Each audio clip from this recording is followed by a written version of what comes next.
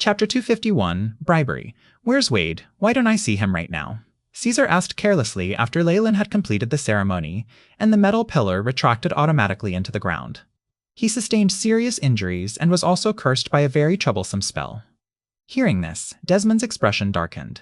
It was caused by a dagger soaked in the poison of the abyssal spider. I've never seen such a cruel matchup. Though he's already awoken, the poison and curse will eat his flesh and spirit, consuming all the nutrients in his body and turning him into a dried-up corpse. In this situation, I suggest he return to the Four Seasons Garden headquarters as soon as possible. The high-energy purification pool is available there, and the elders may be able to find a solution. But unfortunately, Desmond spread his arms. After receiving news of his teacher's death, Wade has been insisting he stay behind and return only after the investigations end. This was troublesome. It would be the best situation for them if Wade had died or returned to the academy after sustaining injuries. For them right now, what had been a two-man team had now been joined by another who would be an impediment. Find an opportunity and kill him. In Caesar's eyes, Leyland could see a glint of vehemence. After that, Desmond, Caesar, and Leyland chatted for a while about the Lightning Corps being stationed here and other matters concerning living arrangements. Leyland had never concerned himself with these matters before, so he just shut his mouth and watched Caesar and Desmond speak. After everything was over, Caesar gave the excuse of treating his injuries and brought Leyland into his room. Espoo. A curtain that seemed like a spiderweb rose in the room, the light obscuring all blind spots. All right, this is an early warning system I designed myself. With it around, I'll be able to know even if a rank 2 Magus were to eavesdrop on our conversation. Caesar carelessly picked a chair and sat down. Using the silk of the 8-clawed spider, which is extremely sensitive to spiritual force, what an interesting way of thinking. Leyland surveyed this curtain, eyes flashing with understanding as he sat beside Caesar. You're very learned. This type of material is very rare, and only a few people in Nightless City's scholarly institutions are able to recognize this. You should be able to go and pass the exam to become a professor there, Caesar sighed in admiration. It astounded him to no end that this spell formation, which had been developed for him by his father, had easily been recognized by Leyland. You don't seem to be that worried about Desmond. He's made his stance clear. Before the reinforcements and investigation team from the Four Seasons Garden arrive, he will keep watch here. Rank 2 Magi have a lot of tricks. Aren't you afraid that he'll discover something? Leyland showed no politeness as he asked this team leader, who had once been his superior. His relationship with Caesar was quite unique. He could now tell that the person who let out the word of his identity within the 1,000 meddling hands and transferred him here from Nightless City was definitely Caesar. His goal was probably to obtain another helper in the inner circle of the Four Seasons Garden, or perhaps just cannon fodder. Hence, after seeing through this scheme, Leyland unhesitatingly chose to betray them and injured Caesar to the point that he was near death. However, with the knowledge that he was backed by a rank 2 Magus, Leyland did not dare to go too far. After all, offending a rank 2 Magus was not a very sensible decision. Don't worry about Desmond. Caesar waved his arms. Rank 2 Magi all shoulder different responsibilities. When they oversee a place, they are usually unable to leave. Unfamiliar with the place Desmond has been guarding, it's the Lightning region at entrance, number 2 to the Eternal River Plains' secret plane. As long as the Dark Magi apply pressure to him from there, Desmond will eventually be transferred back there. After all, that was the region his academy is in charge of. Let's be real here, even if we fall to the enemy, their academy won't really be affected at all. But if entrance number 2 is taken over, their academy will receive a large blow. Caesar analyzed it very logically, displaying his exceptional situational skills and ability to think of the big picture. In order to attack entrance number 2 and put pressure on them, at the very least, a rank 2 Dark Magus has to attack. If only we had someone backing us. Leyland was speechless. Even he was able to come up with such a plan, but he lacked Caesar's background and backing as to where Dark Magi could be dispatched according to his orders. I'll take care of everything regarding Desmond. Just focus on one person. Caesar turned to gaze at Leyland, his third vertical eye on his forehead blinking. Wade? Leyland touched his chin. Wade was the first Magus from the Four Seasons Garden he had ever met. At the beginning he had even passed the examination with his help.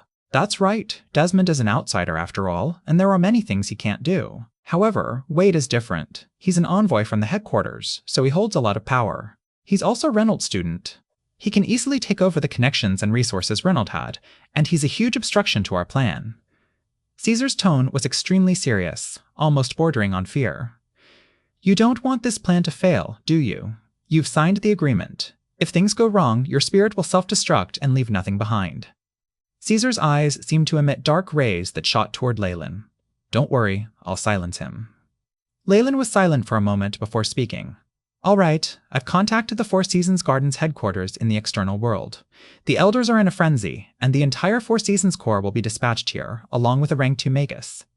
Caesar added more news. 5 days. We have at most 5 more days. What Leyland and he needed to do within this time was push out Desmond and Wade and hand over the defensive spell formation and core of the secret plane to the Dark Magi. As long as all that was done, all entrances to the secret plane would belong to the Dark Magi. 5 days is enough. Leyland stood up and left. As he walked out the door, he turned back and smiled at Caesar. Also, remember, I don't like the look in that middle eye of yours. It's disgusting. Pock. The door slammed shut, and Caesar's expression darkened. Despicable. With a swipe of his arm, the cup, documents, and other items on the table crashed to the ground, producing the crisp sound of objects colliding. If not for my 3 spirits in a body still being incomplete and needing him to help with my plan, I'll kill him, I swear on it. Caesar's facial muscles twisted. For him to be defeated by Leyland, someone he had previously looked down on, was an absolute humiliation. Also, since he wasn't better than Leyland and had to concede in some matters, it felt like reopening old wounds and exposing them to the scorching sun. What made him even more furious was that Leyland had actually killed the little boy and inflicted heavy injuries on Giant. These 2 Magi were the other spirits that were part of the trio from his body. Though they had different personalities, it could be said that out of the 3 of them, including himself, 1 had been killed, and the other 2 had been seriously injured. This hatred was definitely something no contract could restrict. Caesar had concealed it well, but Leyland could see through it. It's a pity, so what if he knows? I admit you're a genius, 1 in a million, but so what? You're now bound by the contract and don't have much time to grow further. Once the plan succeeds and you lose all your value, I'll retrieve your spirit and torture you for 200 years. I swear on it. Caesar lowered his head and began to laugh, like the murmurings of a patient nearing death. Caesar moved extremely quickly, and the next day, Leyland heard news of increased Dark Magus activity at entrance number 2 to the secret plane. For security, Desmond had led the Lightning Corps to guard the area again. Though many intelligent Magi could tell this was a ploy to lure him away, Desmond still left near. For Desmond and his superiors, if the Four Seasons Garden could eventually maintain possession of their entrance, not only would the Four Seasons Garden benefit, but they themselves could obtain 10 to 20% of the resources. But entrance number 2 was different. There were resources there they were in charge of, and as long as they took care of the entrance, profits would flow in like a wave. Hence, even if there was just a slight possibility, Desmond didn't want to risk anything. As for his good friend Reynold, too bad. Magi were a bunch of practical people, and a dead friendship was no longer a friendship. Without similar strength and position, this friendship couldn't continue. After considering both sides of the situation, Desmond made the decision to return. After all, most Magi were selfish people. When it came to their own benefits, even rank 2 Magi couldn't resist temptation. However, Desmond still had to maintain a superficial front and pacify the Four Seasons Garden members. Leyland strolled around, and the Magi who walked past respectfully bowed to him. Whether in terms of power or authority, Leyland was one of the core existences in the headquarters within the secret plane. The rest of the Magi in the Four Seasons Garden could only duck their heads. What was more interesting was that most of the team leaders from the divisions Leyland had extorted had died in battle. Furthermore, the remaining members of those teams bribed Leyland by sending even more resources and ingredients, since they wanted to avoid their responsibilities. In the past, Leyland had needed to do the work himself, but now bribes would appear on his doorstep on their own initiative. They feared he might refuse. This was a far cry from how things used to be. In this situation, Leyland naturally accepted all the bribes and blindly promised them everything they requested. After all, the amount of time he would stay here could be counted in days. Once he left, these Magi would be left in disbelief. Chapter 252, Unrestrained. When the time comes, these Magi who bribed me before will, unfortunately, be apprehended and accused of helping the enemy. I wonder what expression will be on their faces when that happens. Leyland thought to himself, a sly grin spreading across his face. His feet never stopped moving until he reached a building still under reconstruction. This had once been the Merit Points Exchange Center. After experiencing the attack led by the Dark Magi Leyland himself, it had been reduced to ruins. Most of the main structure lay in rubble, and worse, several resource-based warehouses had been lost. The greedy Magi had also targeted a few smaller branch warehouses. There were some slightly valuable magic crystals, but if they hadn't already been stolen by the Dark Magi, they would have self-destructed under the protection of their spell formations. In the end, the Dark Magi, consumed by envy, had burned the entire area to the ground. Burn marks marred the stone surfaces around the site. Lord Leyland, a light magus, who appeared to be the person in charge, hurried over to greet him. Hun. Leyland nodded. He had never bothered to remember this light magus's name, only vaguely recalling he was the one in charge. How's the rebuilding progress? He asked. Though it seemed Leyland had asked on a whim, sweat already beaded on the light magus's forehead. Over 80% of our main infrastructure has been mossed. This isn't a major issue with earth elemental magic, but the key problem is that the spell formations need to be rebuilt. The light magus pulled out a white handkerchief from his robes and constantly wiped his glistening forehead. I'm not worried about that. When is the latest we can resume work? Leyland stared intently at the slightly plump magus. 2 days. At the latest, we'll be able to resume work in 2 days. The light magus felt himself trembling under Leyland's gaze and quickly promised, 2 days? Leyland frowned and shook his head. Far too long. I'll give you 2 more magi and 20 acolytes. The progress has to be 20% faster. Yes, my lord. From the aura Leyland unintentionally radiated, the light magus grew even more fearful. His sweat flowed faster, and he had no time to wipe it with his handkerchief before agreeing. Leyland nodded, waved his hand, dismissed the person in charge, and began strolling through the construction site. Leyland had experience from an alternate world and naturally understood that the protection from the headquarters in the secret plane was as effective as the rebuilding efforts after wars in his previous life. There were 2 main objectives. First, to regain the administration's credibility. Second, to ensure the smooth flow of trade. In terms of credibility, even though a rank 2 magus from Four Seasons Garden had died, the main organization in the external world remained significant enough that no magus could look down on them. No problem there. What was more urgent now was making the Merit Points Exchange Center operational. From what Leyland knew, contribution points were the currency in this world.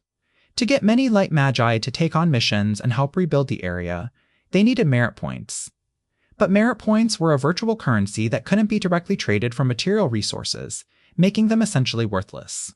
With the Merit Points Exchange Center, large amounts of merit points could be distributed as the light magi completed specific tasks, which could then be exchanged. This process would allow Four Seasons Garden to quickly regain their power. For this reason, even under these circumstances, Leyland and Caesar swiftly transferred a batch of resources to ensure the Merit Points Exchange Center could resume operations. Though he and Leyland were dark magi spies, they were extremely cautious. Before officially taking action, they were as dutiful as any other magus from Four Seasons Garden. Hence, Leyland would occasionally visit to closely monitor the reconstruction progress. Caesar was buried in a sea of documents, struggling with a pile of urgent and frustrating tasks. However, this was something he himself had instigated, and it could be said he had caused himself trouble. Leyland passed the acolytes busy using earth elemental magic to create stone pillars and bricks, and approached a few people vigilantly surveying the area. They were all wearing the uniforms of Four Seasons Garden with lightning insignias. They were members of Desmond's Lightning Corps. Though a rank 2 magus had left, there was still a vice team leader and 2 large groups on guard here. They were all experienced magi who had fought in countless battles. Combined with the formation genie and defensive spell arrays, even if a rank 2 magus attacked, Leyland and the others had confidence they could withstand the assault for a while until reinforcements from the nearby Light Magi Alliance arrived. Our defense system has been rebuilt. It's not completely secure, but we can maintain our current situation. If not for me and Caesar being traitors, Leyland felt a pang of pity. To be honest, Four Seasons Garden hadn't treated him very badly. If not for his lack of choice, he wouldn't have wanted to betray them either. Compared to the dark magi who often changed their minds, he preferred dealing with the light magi who kept their promises, even if that only applied to those on equal strength. With Reynold and Caesar pushing him into a corner, Leyland had little choice. Caesar had first revealed his identity as Thousand Meddling Hands Blood Rogue, making Reynold suspicious of him. Then Caesar had assigned him to constantly fight on the front lines. Wherever danger was, he would go. It was a pace that could work him to death. In the end, Reynold had even tried to personally confirm Leyland's identity. This was a dangerous sign, implying the higher-ups in Four Seasons Garden were already losing trust in him. Or perhaps they had never trusted him at all. Whatever he'd done to boost his power so far was for survival. Now, after his bloodline's second transition, and witnessing a rank 2 magus from Thousand Meddling Hands firsthand, he could finally defend himself and escape. That's why he could temporarily leave this cycle and worry about Four Seasons Garden and others. Leyland wasn't heartless. If his interests weren't at stake, he'd happily help friends and organizations. Under the name of changing the guards, George and the others have been transferred far behind the front lines, so they should be fine. Dark Magi wouldn't care about a few pitiful acolytes, Leyland idly pondered. He controlled a third of the power within Four Seasons Garden's headquarters in the Eternal River Plain's secret plane. That amount of power was staggering, but he was certain he'd betrayed him. To avoid implicating George and others, he had to act indirectly. Are you ready? At that moment, Caesar appeared like a ghost behind Leyland and asked, All ready? We can start any time. Leyland nodded. With us together, he definitely won't be able to escape, even with just what the formation genie grants us. Their conversation was transmitted via spiritual force, so no one would find out. Wade got up expressionlessly from a bed with a strange, lingering odor. His face was stiff as he faced a large crystal mirror. Like a transparent crystal, the reflection showed a man with withered hair, sunken features, and sunken eyes. Like a mummy's corpse. The curse on the dagger used in the sneak attack had been steadily draining his life, altering his appearance. Wade had once been a pretty boy, but now no Magus from Four Seasons Garden could recognize him. Teacher. A low murmur escaped Wade's dry, cracked lips. For Wade, the first half of his life had been a model of being treasured by the heavens. From a young age, he'd been tested as having first-rate talent to become a Magus, and had easily entered Four Seasons Garden. He'd even become a student of a powerful rank 2 Magus. He'd advanced to official Magus status, and even the bottleneck during his semi-converted phase had been easily overcome. But everything changed the day before. In an instant, his entire world had collapsed. Four Seasons Garden's access to the secret plane had been attacked, causing his teacher, Reynold, to die in battle. Even he himself had been cursed with maggots burrowing into his flesh and bones, a curse he couldn't escape. This left him looking like an abomination. Teacher, I'll definitely avenge you. The corpse-like Wade before the mirror let out a low howl, his face now set with resolve. For official magi like Wade, appearances were irrelevant.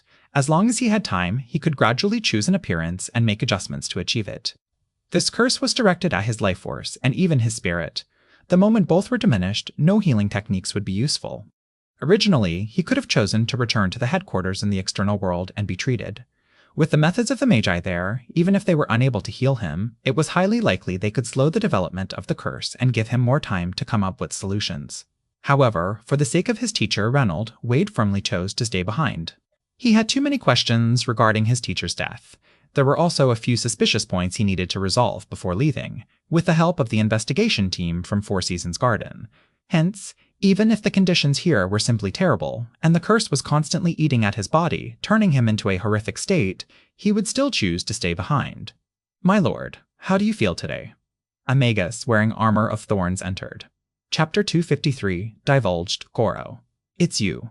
Wade glanced at one of the few surviving members of the Four Seasons Corps. His tone carried regret. That day he had sustained serious injuries, and practically all of the small team from the Four Seasons Corps had died. All that remained was Goro. As he had fainted from the explosion, he had narrowly escaped death. At the sight of Goro, Wade couldn't help but think back to that scene. Explosion. Figures. Green mist.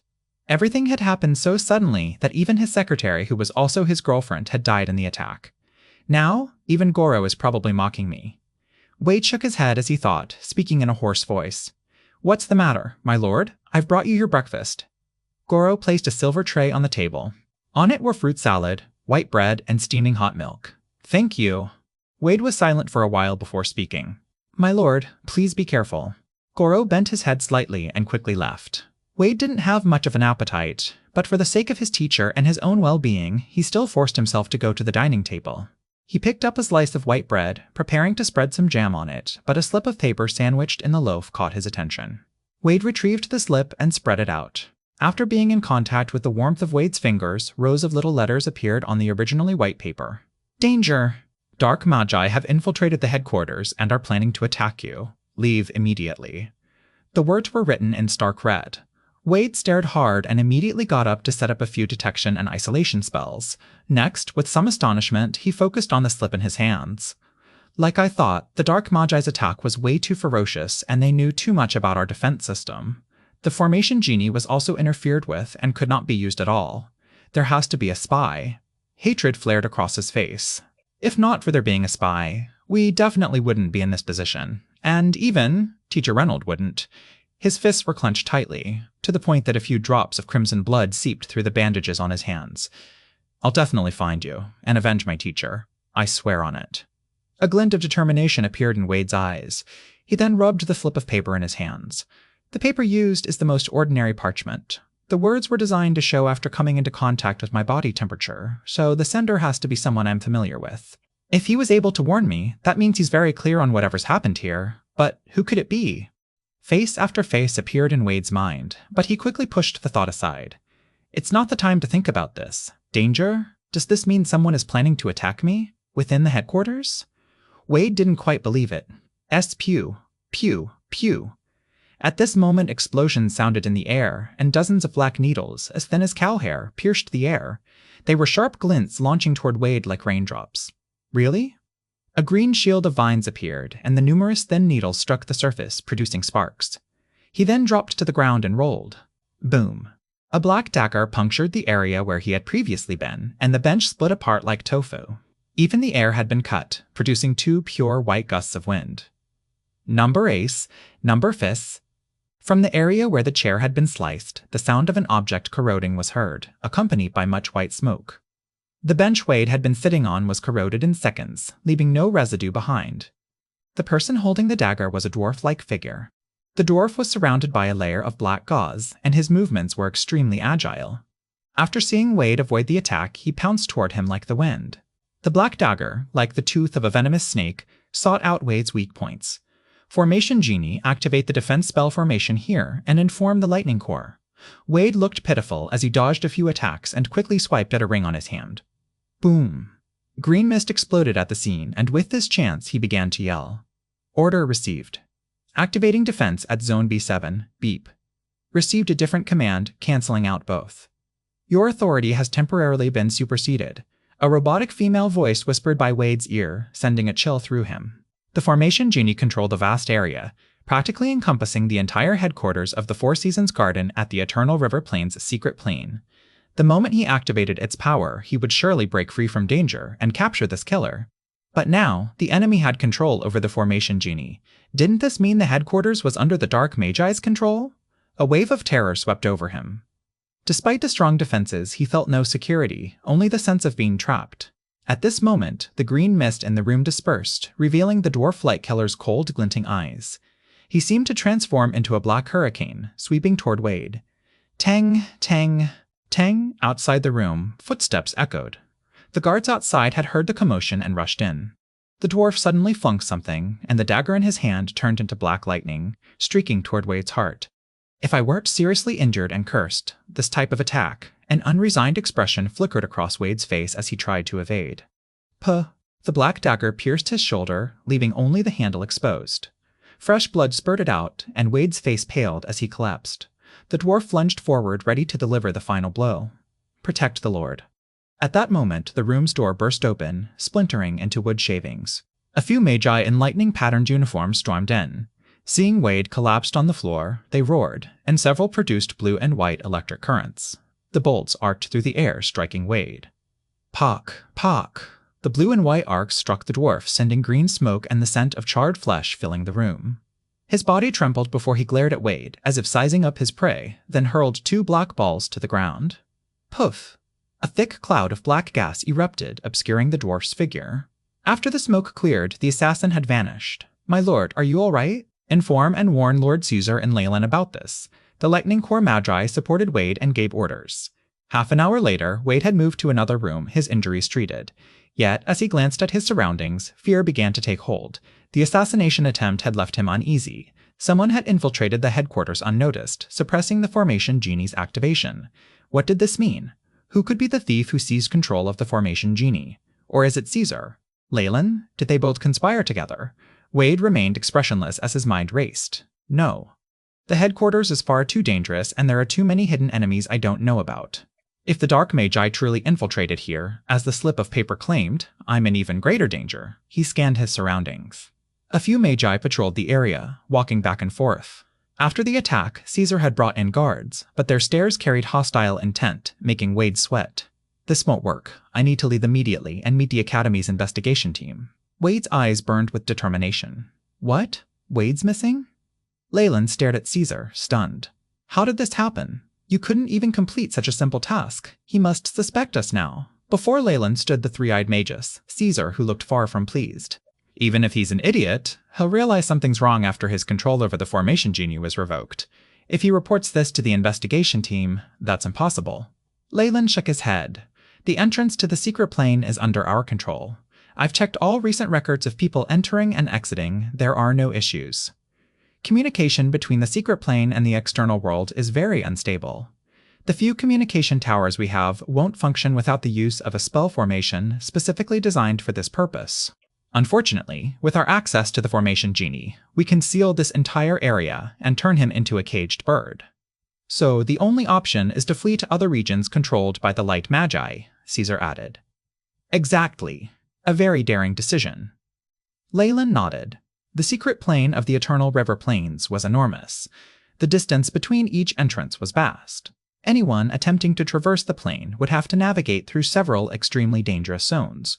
The difficulty would be too much for Wade even in his best condition, much less when he was cursed. This is your problem. You'll have to solve it, Caesar answered, clearly annoyed. All right, this situation is exactly what we wanted, isn't it? Leyland stood up as he spoke. Desmond has been transferred away, and no one knows whether Wade is dead or alive. In the coming days, he won't have the chance to communicate with any Magus from the external world. Hence, the entire headquarters of the Eternal River Plains secret plane now belongs to us. Chapter 254. Query. After speaking, Leyland made a dramatic show of flinging his robes, intending to leave. What are you doing? To take care of the mess left behind and arrange for the Dark Magi to access information about our defenses and resources. Leyland's figure eventually vanished into the distance, leaving only the echo of his voice. Leyland went straight to his room, opened a secret door, and revealed a basement. My lord. A dwarf in black clothing bowed toward Leyland. Leyland nodded, then pointed at the dwarf. A bright light shot from his fingertips and vanished into the dwarf's forehead. The dwarf's body swelled instantly, green veins writhing across his skin like serpents. Notch. Ah. Ah. Ah. Ah. Na. Notch. Ka. The dwarf's body continued to expand, transforming from a small dwarf into a burly adult. His black clothes tore away, revealing a muscular, handsome figure. However, the once beautiful male form was now marred by intricate runic brands covering his entire body, forming a bizarre spell pattern. The man's branded body trembled uncontrollably, bead-sized. Clearly, the transformation was agonizing, yet the burly man gritted his teeth and remained silent. You did well, number 2. Leyland glanced at the man and praised him.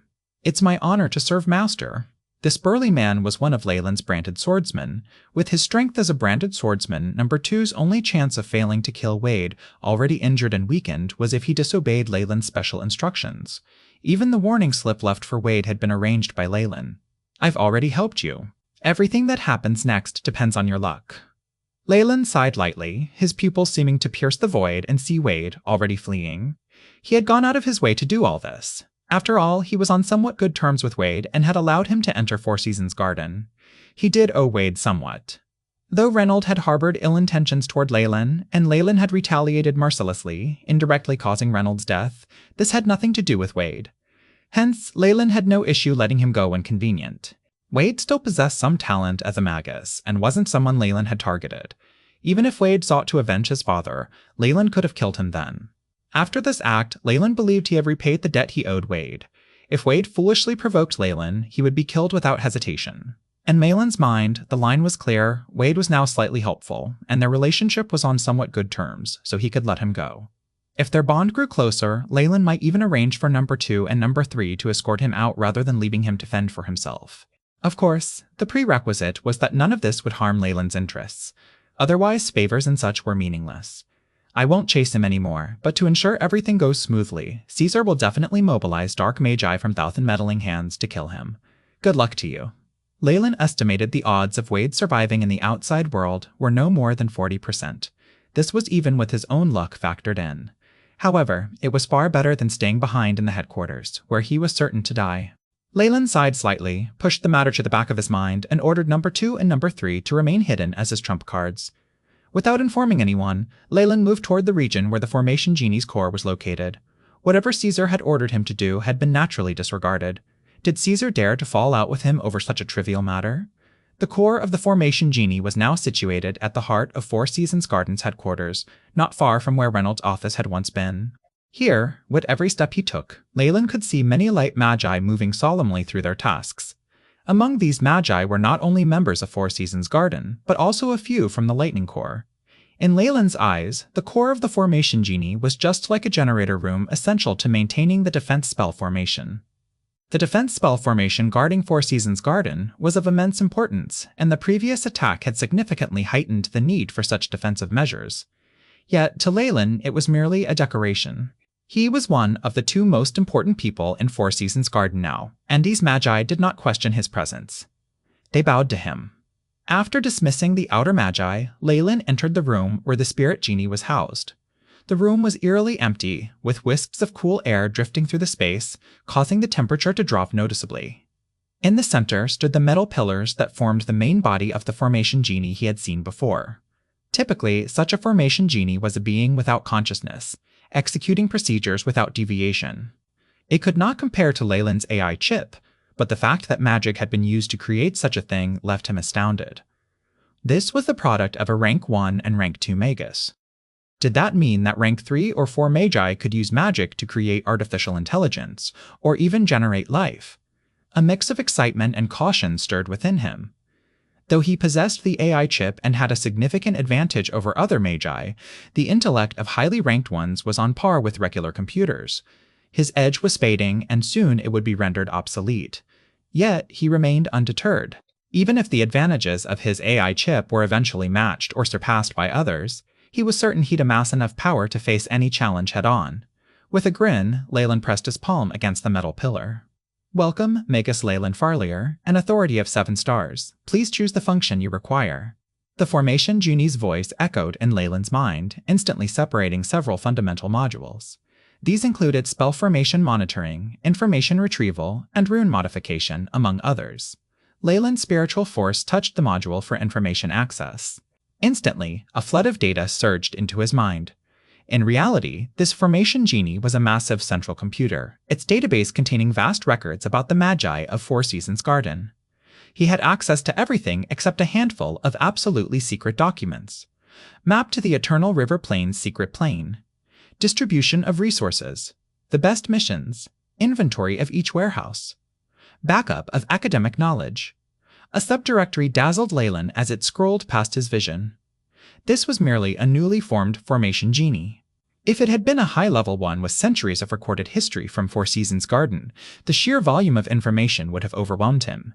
A platform to control data entry has been discovered. Proceed with remote control. At this moment, the AI chip's voice whispered in Leyland's ear. "Yes." Leyland nodded. Next, a streak of spiritual force enveloped the metal pillar. "AI chip, make a copy of the information stored in the Formation Genie and establish a catalog for browsing." Leyland ordered. "Beep, mission established. Beginning copy of information. Progress, 1%, 34%, 100%. The AI chip's efficiency was astonishing, and the amount of data it could store far exceeded Leyland's expectations. All the information stored in the Formation Genie took only a few seconds to duplicate. It hadn't even taken up much space. It seems that after transmigrating, the AI chip not only fused with my spirit, but its storage capacity had also increased. Even if I were to copy information from a high-level Formation Genie, like the one in Four Seasons Garden, which contains over 1,000 years' worth of data, there wouldn't be any problems."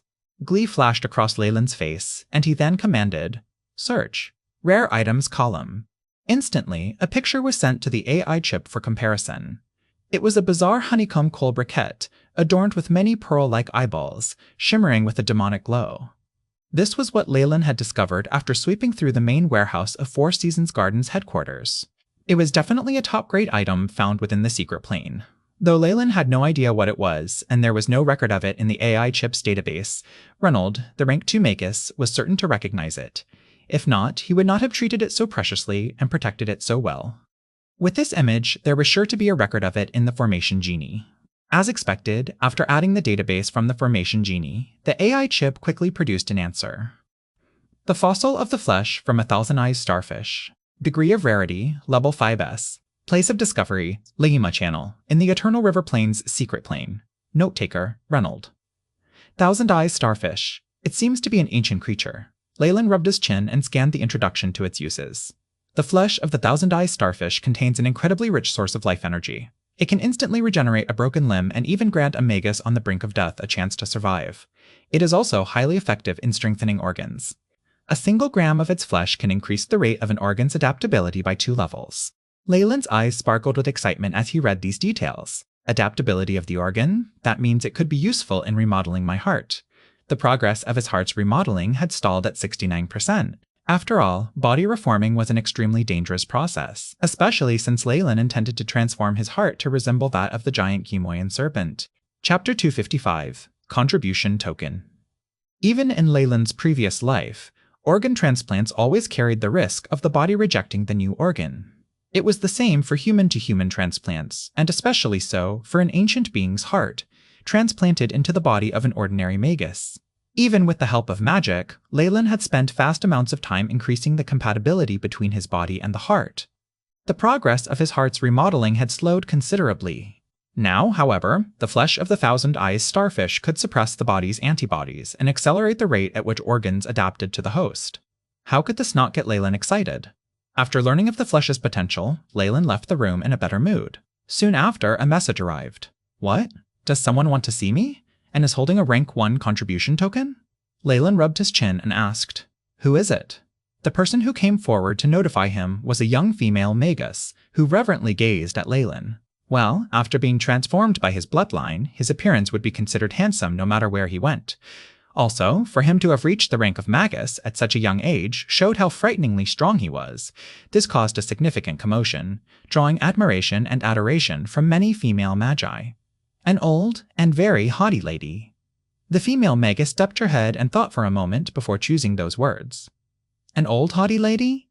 Leyland was stunned. Then a slight smile appeared on his lips. He had already guessed who it was.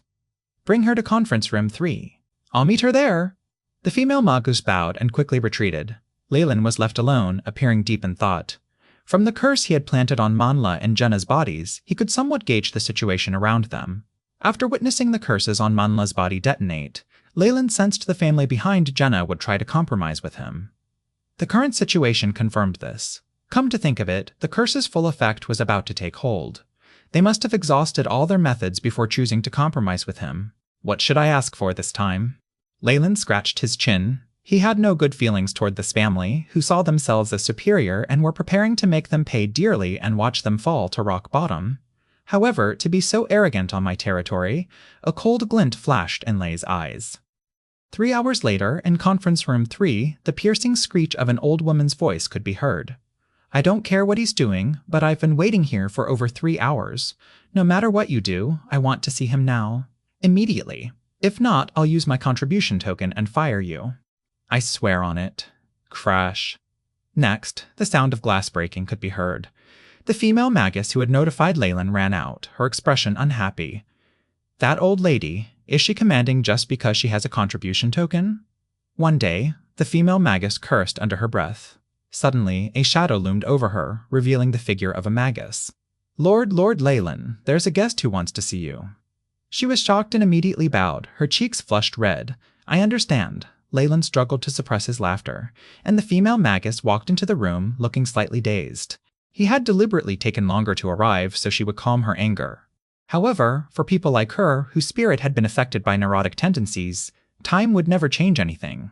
Didn't I say to call Leyland over? Conference room 3 was large, with a few long leather sofas and a few tables in the middle. This was where guests could comfortably sit, have a drink, and chat. Now, however, one of the tables had been flipped over, and the shattered remains of a few cups and plates lay on the ground. An old woman dressed in upper-class attire had her face covered with gauze. She wore black gloves and clutched a small bag, her temper foul. Upon seeing Leyland, she was initially stunned.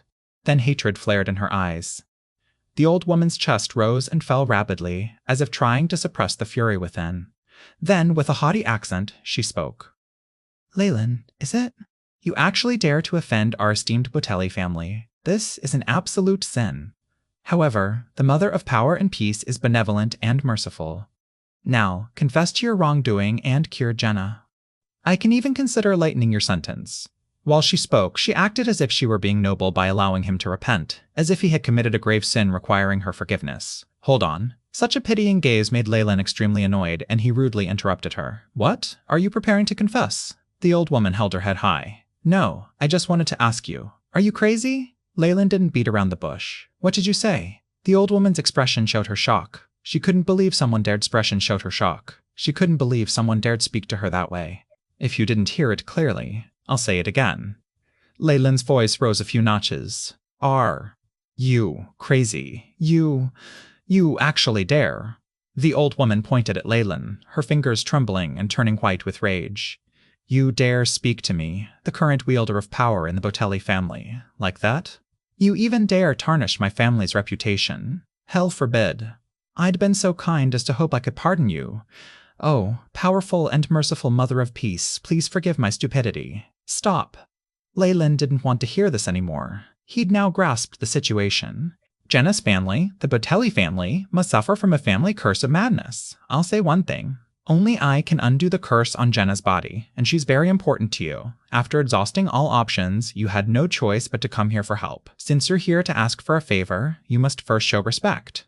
Leyland raised a finger. If not, you'll only watch as Jenna dies. Her unrestrained speech seemed to pierce through the old woman's pretense of honor. The redness in her face faded, leaving her pale. I knew it. Bargaining with sinners like you is pointless. You'll just try to exploit us. The only fate awaiting you is eternal death, the old woman muttered incessantly. Anger flared in his heart. But immediately his expression softened, and he calmed down. At this moment, the old lady pulled out a gold token, palm-sized, swaying it in front of Leyland with a proud grin. See this? This is a rank 1 contribution token my ancestors received from the Four Seasons Garden. It makes me a noble here. If I use it, the Four Seasons Garden must fulfill one of my requests. I wonder what would happen if I asked them to expel you. So the reason you were so unrestrained was because you had a token. Leyland suddenly felt the urge to laugh. Not only was he planning to leave the Four Seasons Garden, but he'd never held them in high regard. Yet this old woman seemed to rely on their power to threaten him. Whatever your choice, you now have 2 options. First, admit your wrongdoing and come with me to cure Jenna. Second, be banished from the Four Seasons Garden and eventually hunted to death. A victorious smile spread across her face. Leyland was speechless, staring at the old woman. For a moment, she seemed pitiful. The Four Seasons Garden did have such a role, and her rank 1 token was genuine. Unfortunately, she was a few days too late. If she'd arrived earlier, she might have used the token's power to suppress him. But now? Leyland looked at the token in her hand. That's right. She probably still doesn't know about the attack, Reynolds' death, and me taking over. The attack had been classified as top secret. Even the Four Seasons Garden's entrance to the secret plane had been sealed for a time. Regular Magi couldn't have known about it. Due to a time difference and other factors, this old woman clearly hadn't realized the branch of the Four Seasons Garden had changed hands. She'd barged in so boldly, unaware of the new owner. What's wrong? Can't make a choice? Do you want me to help you? Leyland's long silence gave her the impression that he was afraid. This made her expression more arrogant, and she shouted, Guards! Guards! What is the matter? Minutes later, a few Magi in white robes stormed in. In the name of the Four Seasons Garden, I command you to arrest Leyland.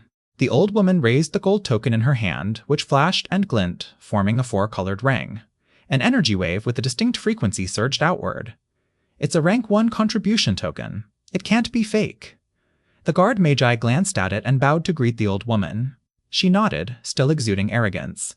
Capture him. She pointed at Leyland. Him? A few guard Magi exchanged glances, looking between the old woman and Leyland. What's wrong? Her voice cut through the air, sharp enough to make one want to cover their ears. Do you wish to defy an age-old agreement? Chapter 256. Threats, I guess I should let you know. Seeing this old lady act so dramatically, Leyland suddenly found her pitiful and lost his desire to play with her. He waved at the guards. You may return first. Yes, my lord. The guards gave Leyland a deep bow, as if a heavy weight had been lifted from their shoulders, and dashed out of the room. Wait, what did they call you? My lord, aren't you just a regular? My lord, aren't you just a regular Magus from the Pictioneering team? Aren't you also ostracized? The old woman spoke in agitation. She could feel things were beyond her control, as if a stone had lodged deep in her chest. It seems like you've investigated me thoroughly. Unfortunately, I've climbed the ranks faster than that. Leyland spread his hands, a mischievous grin on his face. Was he merely fast in climbing to this position? He had practically flown here. First, by slaying countless dark magi, he had become the vice team leader of the hunting team. His battle achievement of killing Marb earned him the title of patrolling inspector of the headquarters. In theory, he was just as powerful as Caesar, the leader of the hunting team. After the Dark Magi's attack and Reynolds' death, he had seized a third of the power within this branch of the Four Seasons Garden. But there was more. After chasing Wade out, his authority had grown to 2/3. His position was now dangerously close to the chairman's. This old woman only had a rank 1 contribution token, a useless trinket against a team leader, let alone Leyland. Next, his smirk vanished, and his expression turned serious. Formation Jenny, record this down. This person who holds power in the Botelli family overstepped her authority and ordered my arrest with a rank 1 contribution token. I hereby declare that she be stripped of her authority and the token in her possession. Wang. Magical light flared in the center of the room, and the walls shimmered with a ring of glowing runes. Recorded. Verifying. Verification complete. Removing authority from the rank 1 contribution token. A robotic female voice echoed through the space. The rays of magic suddenly burst outward. The old woman flinched at the overwhelming energy wave. If all the spell formations around them exploded at once, her body would simply vanish. The colorful magic rays didn't attack her, but transformed into a hand the size of an adult, snatching the rank 1 contribution token from her grasp. Then the fingers tightened. Kacha, kacha. The sound of something shattering echoed. A web of cracks spread across the token's surface, and under the old woman's hopeless gaze, it crumbled into dust. The old woman now resembled a duck caught by the neck, unable to utter a word. She naturally knew the amount of authority required to order the Formation Genie to destroy a rank 1 contribution token. That was something only the chairman could do. Could it be that this young man had already advanced to become a rank 2 Magus and had become the chairman of the Four Seasons Garden? This world was just too crazy. The old woman supported her head, feeling as if she were dreaming. How is it? Do you have any other trump cards? You can try using them. Leyland crossed his arms, his gaze icy as he stared at the old woman. Her heart sank. Her family was now in a dire position. This token, left behind by their ancestors, was their last resort, but it had been rendered useless without proper use. She herself would face trouble upon returning. What do you want? Her voice was hoarse, as if she had aged 10 years. She slumped her shoulders, letting her pride flip from her tone, completely defeated. What do you want? Leyland sounded innocent. Your granddaughter came to me, claiming I was the main cause of a war and wanted to purify me. I was forced to retaliate and gave them a lifeline when I could have simply killed them. I'm already being very kind, and now you want to threaten me. Leyland was indeed the victim in this affair, except for the fact that he had retaliated with just a little too much force. Jenna is the seer of our generation. Her predictions can't be wrong. The old woman persisted. You, Leyland exhaled in frustration, calming his mind. Arguing over such a trivial matter was pointless. All right. Now it's time for me to name my conditions. My requirements are simple. I'm interested in Jenna's divination ability. Teach me this technique, and I'll lift the curse on her. Oh, Mother of Peace, not only does a sinner like you want to control us, you dare to covet our family's meditation technique. She clutched her chest as if on the verge of madness. Is it a meditation technique, or even a high-grade one? Leyland's interest flared. Don't even think about it, you monster. Devil. Don't even try to obtain our Botelli family's meditation technique. The old woman resolutely rejected him, a cold glint flashing in her eyes. Hee, you may not know this, but the curse on Jenna's body can only be lifted by me. Otherwise, you could try finding a Morningstar Magus, or else you'll just be waiting for a dead body. I'll give you one day. Think it through. Leyland clapped his hands, and 2 guards immediately entered. Send this lady away to rest. Don't be negligent. His tone carried a subtle warning, and the 2 magi who understood its implication rushed forward, ready to care for her. Leyland nodded and left. Though the old woman had concealed her emotions well, the coldness in her eyes was unmistakable to Leyland. Every thought she had long since been uncovered by him. Trying to swindle me with a fake meditation technique? No. Magi are intelligent people. If you give me a fake one, I'll definitely know. If I can't tell, I can just gather a few acolytes and test them. Unless, if she truly gives me a high-grade meditation technique, but it has a very obvious flaw. Only with these conditions would magi lacking high-grade techniques be tempted to use it. What a pity, Leyland smirked. If he were a magus without a high-grade meditation technique, he'd definitely be unable to resist the temptation and end up training in it. After all, it represented a greater chance of advancement and a better future. Unfortunately, he already possessed a high-grade meditation technique, Kimoyan's pupil. No matter how amazing the Botelli family's meditation technique was, Leyland would only use it as a reference. He wouldn't do something so stupid as to switch meditation techniques. With a smile on his lips, Leyland entered the secret room. The four walls of this secret room were made of thick stone, adorned with runes that could isolate energy, spread throughout the space. In the middle was a rather strangely shaped little stone counter. 3 pillars supported a triangular section, with large amounts of green vines crawling along it. Formation Genie, activate the communication spell formation, Leyland spoke. Authority verified, activating communication spell formation. As the Formation Genie spoke, a dusky splendor shot out from the little stone counter. All the runes in the room began to glimmer. Leyland nodded upon seeing this. Communication between the secret plane and the external world was all but impossible. It could only work through a particular communication spell formation. This was a specially constructed communication spell formation that could penetrate the isolation effect of the secret plane. It was considerably expensive. The Four Seasons Garden only had this one formation in the entire Eternal River Plane's secret plane. Before, Wade's authority to communicate with the outside world had been sealed through the combined efforts of Leyland and Caesar. Hence, in a situation where he could not contact anyone, Wade had no choice but to flee. Ley took out his own secret imprint book and flipped through to the most recent page. At the end was a blue imprint that looked like a beacon. Leyland lightly tapped it. Boom. The blue beacon suddenly became bigger. The runes in the room unceasingly lit up. A red line shot out of the stone counter, connecting to the surface of the blue beacon's secret imprint. "Is this Sir Hyder? How have you been feeling recently?" Leyland asked, full of smiles. "It's you, quick, give me the cure." From within the blue secret imprint, a haggard voice came on and off, as if the owner had been severely injured or was being tortured by some illness.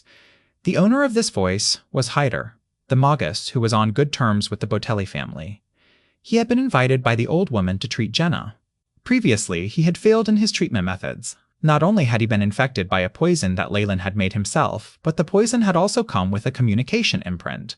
Hence, Leyland was able to know a lot about the Botelli family. The grin on Leyland's face widened.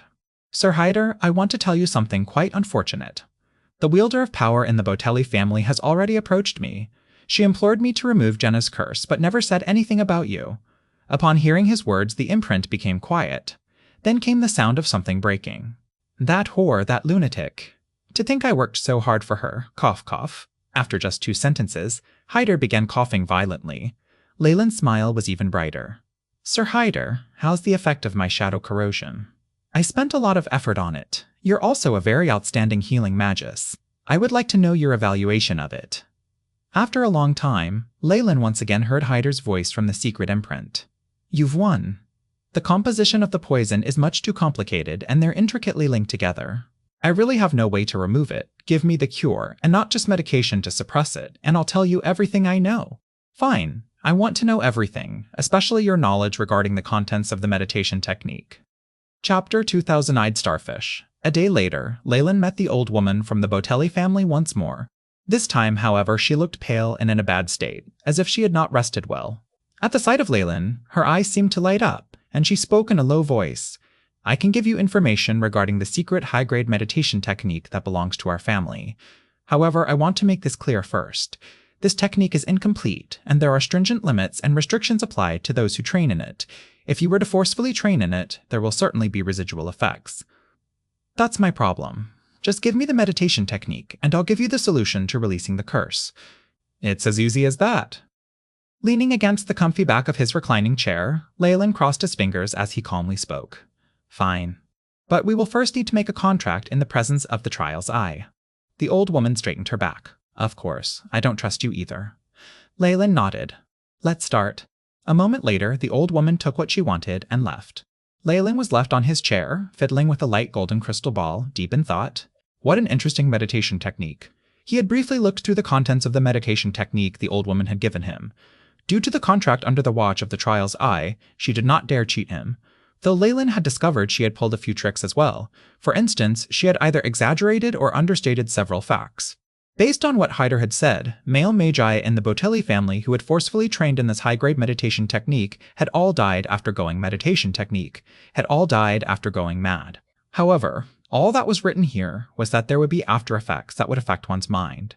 The old woman had also exaggerated the effects of training in this meditation technique, distorting the fact that one could catch glimpses of some vague fragments of the future into one being able to see the future. Upon seeing the frightening effects of a high-grade meditation technique that could aid one in seeing the future, most magi would not hesitate to train in it. They would then fall into the old woman's trap. How clever, but that's it. Leyland assessed as he played with the crystal ball that had information about the meditation technique recorded within it. As the meditation technique the old woman had given him was real, it complied with the trial's eye contract. There were only a couple of small changes she made to the results and side effects, which would not cause the trial's eye to retaliate against her. However, in Leyland's eyes, whatever she did was just a joke. However, the fact that there is an ability to predict the future is quite alarming. Through the spiritual force from the supernatural world, one can sense fragments of what's to happen in the future. Leyland rubbed his chin. He had briefly looked through the technique, through which, with training, magi could practice and form a unique type of spiritual force.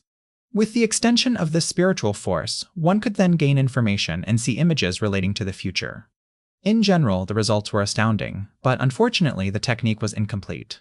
AI chip, how's the scanning and recording process going? Leyland asked inwardly.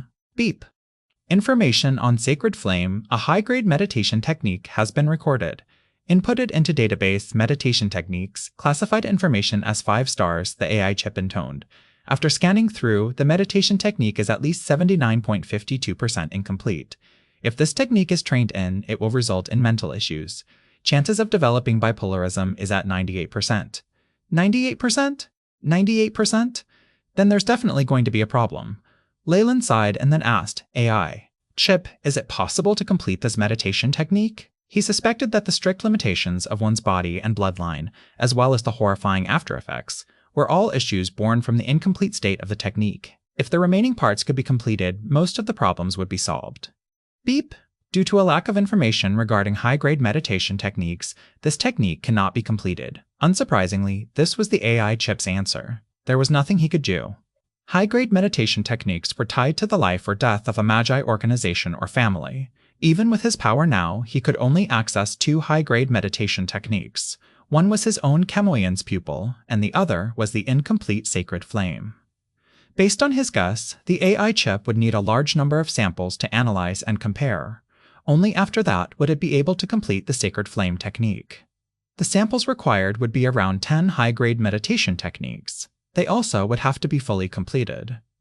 10 high-grade meditation techniques? Leyland gave a long sigh. Even in the entire South Coast, it was uncertain if there were that many high-grade meditation techniques. With his current power, it would be impossible for him to obtain them. No matter what it is, this is still a high-grade meditation technique. It's priceless.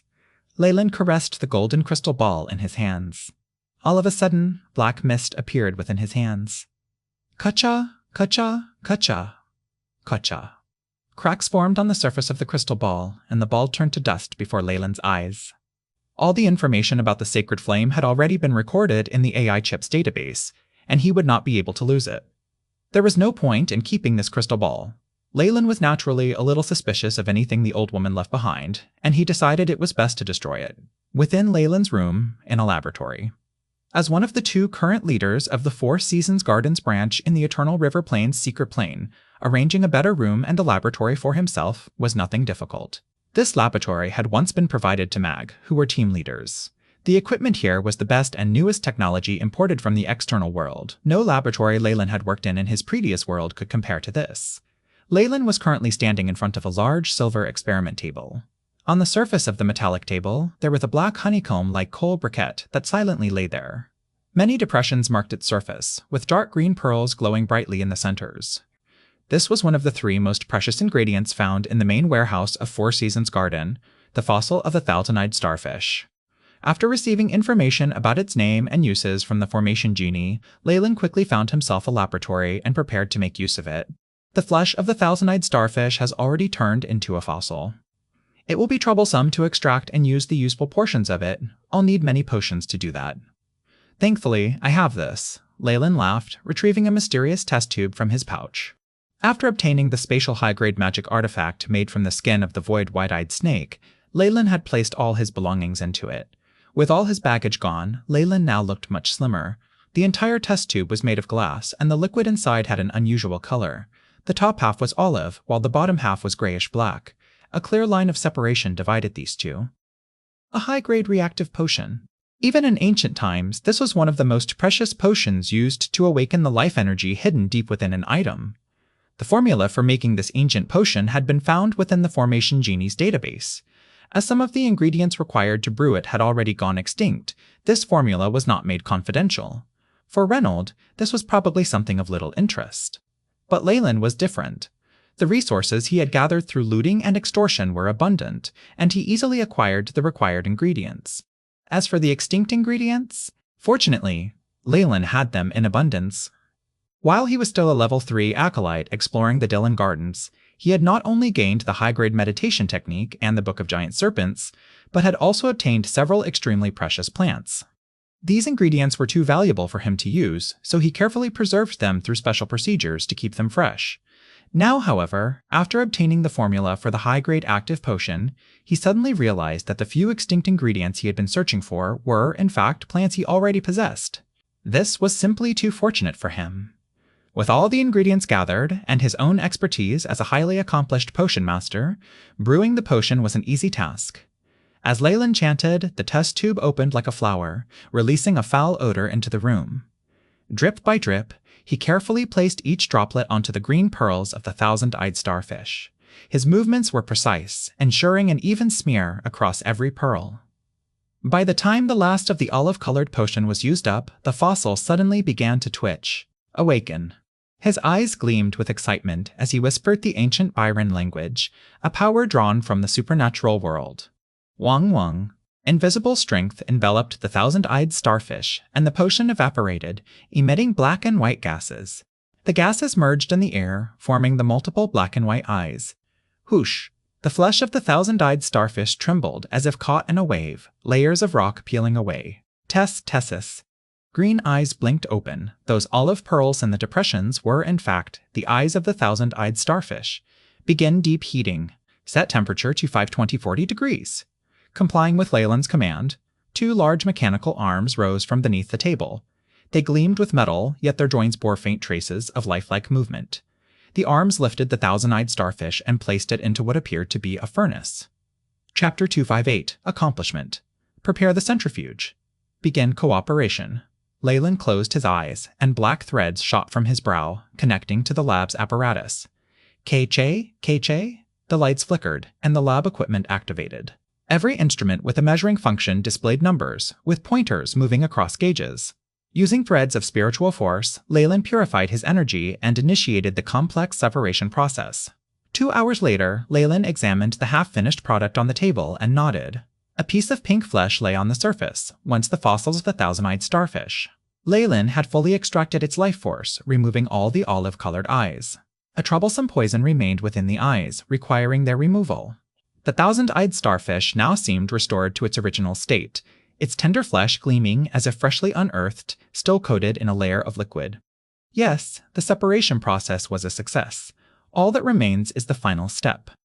Leyland retrieved the gray-black, high-grade reactive potion, of which only half remained. He poured the entire vial onto the pink flesh. Ts. The moment the gray-black potion touched the flesh, a surge of steam erupted. Through it, one could see the pink flesh shrinking at a rate visible to the naked eye. The flesh seemed to shrivel and darken. Leyland, expressionless, drank all the liquid and then chanted some ancient incantations. Woo-woo-woo. These incantations carried an ancient aura, vast and boundless. They echoed like countless conch shells being blown in unison. Blue waves of energy surged like rolling tides, wrapping around the flesh of the thousand-eyed starfish.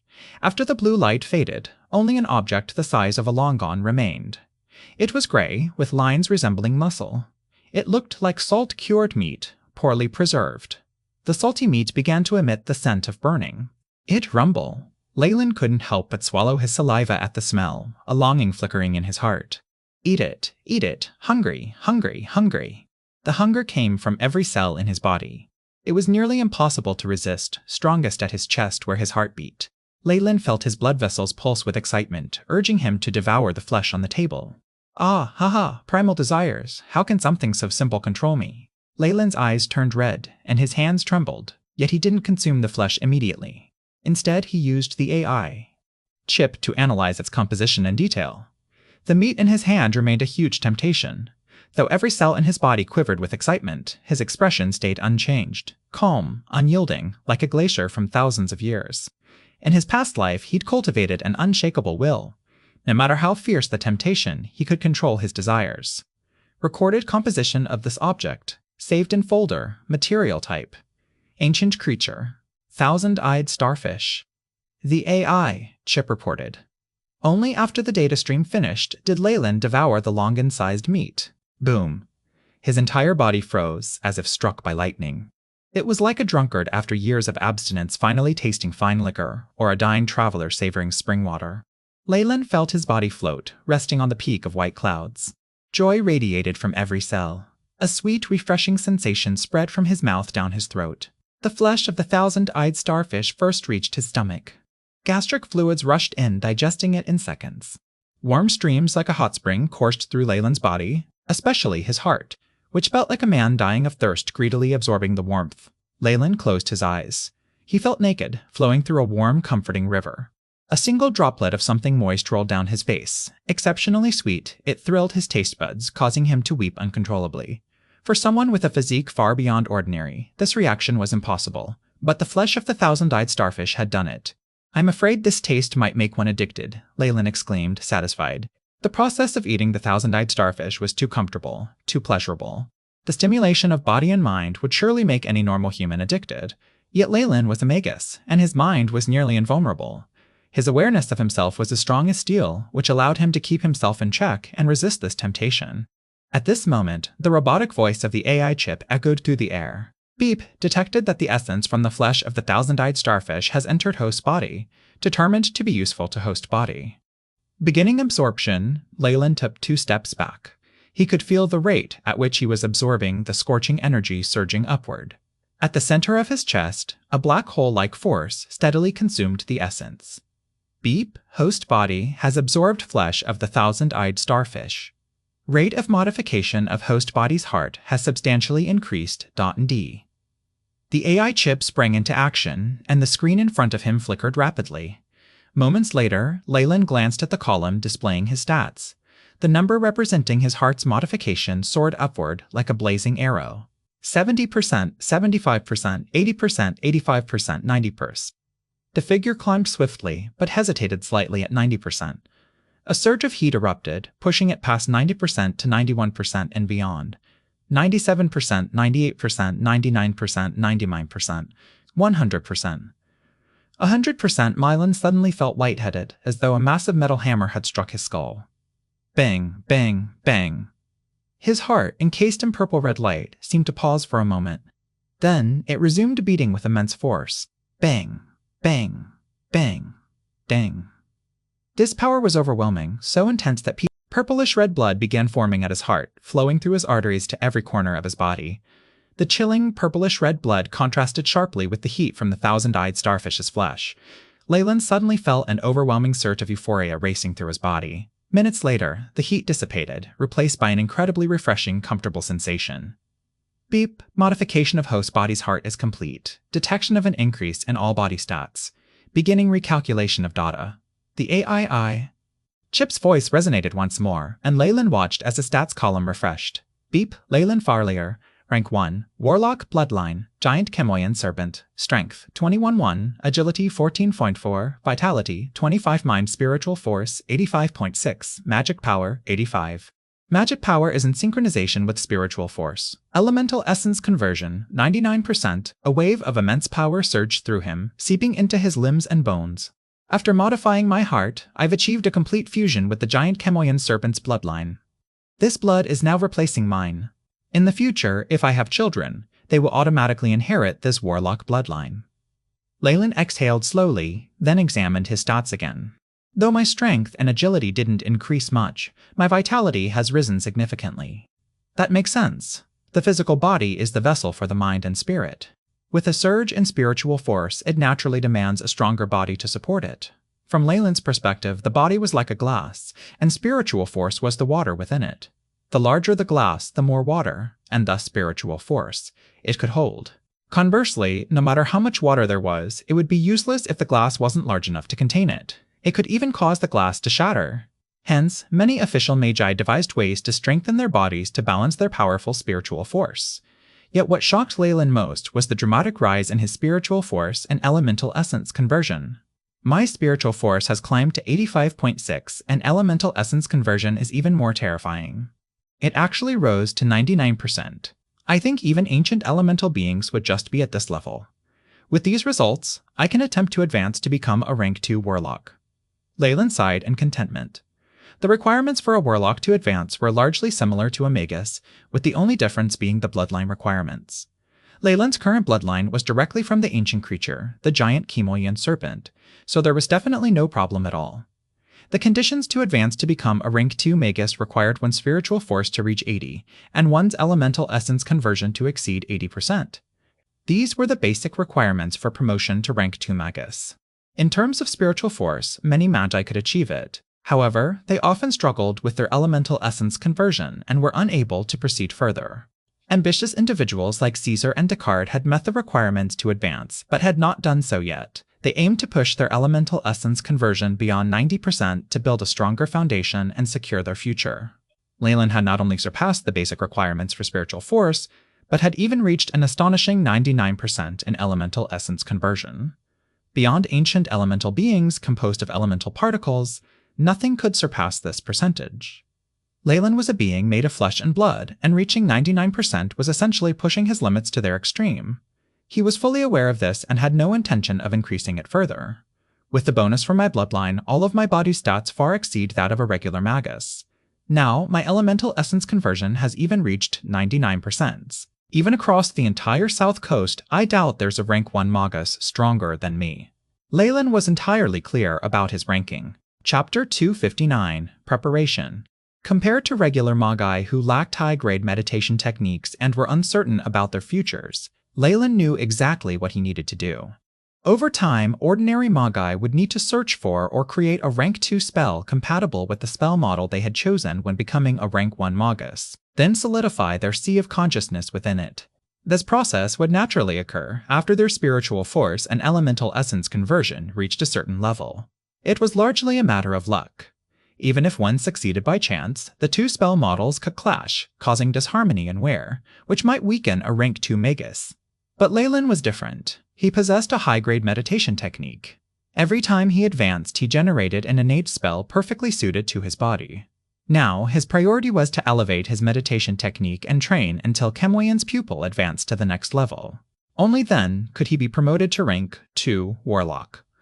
For magi trained in high-grade meditation techniques, reaching a certain level would automatically accelerate their advancement, far surpassing the pace of ordinary magi. I've already met the basic requirements for Chemoian's pupil to advance to the second level. Next, I'll need to gather spiritual force and generate immense energy to break through Chemoian's pupil. Information on breaking through the second level of Chemoian's pupil flashed across Leyland's vision. This is a process requiring constant accumulation. With my current condition, it would take around 2 to 3 years. However, special methods, such as burning large amounts of spiritual force, could expedite the process. Leyland closed his eyes calmly, his gaze seeming to emit dangerous rays of light. Time passed slowly, and soon it was night. The sky was filled with clouds blocking the moon. They had no intention of moving. In the Eternal River Plain's secret plane, darkness enveloped everything. Magical lights began to flicker to life, connecting like pearls as they illuminated the Four Seasons Garden headquarters. However, even with vast amounts of light magic, the headquarters' sprawling area still held much darkness and countless shadows. Beside a flower terrace, dark figures emerged from the shadows, one after another. All wore black robes stained with blood. The scent of blood clung to their bodies so strongly it seemed impossible to dispel. Their eyes showed no trace of human emotion, only a pure, unrelenting desire to kill. How is this? It's the Magi army from the Dark Magi's headquarters. They're not that different from the Light Magi, are they? Leyland and Caesar stepped back. This time, they had used their authority to transfer the patrolling Magi away, personally dismantled the defense mechanisms here, and welcomed these people. Caesar grinned at Leyland.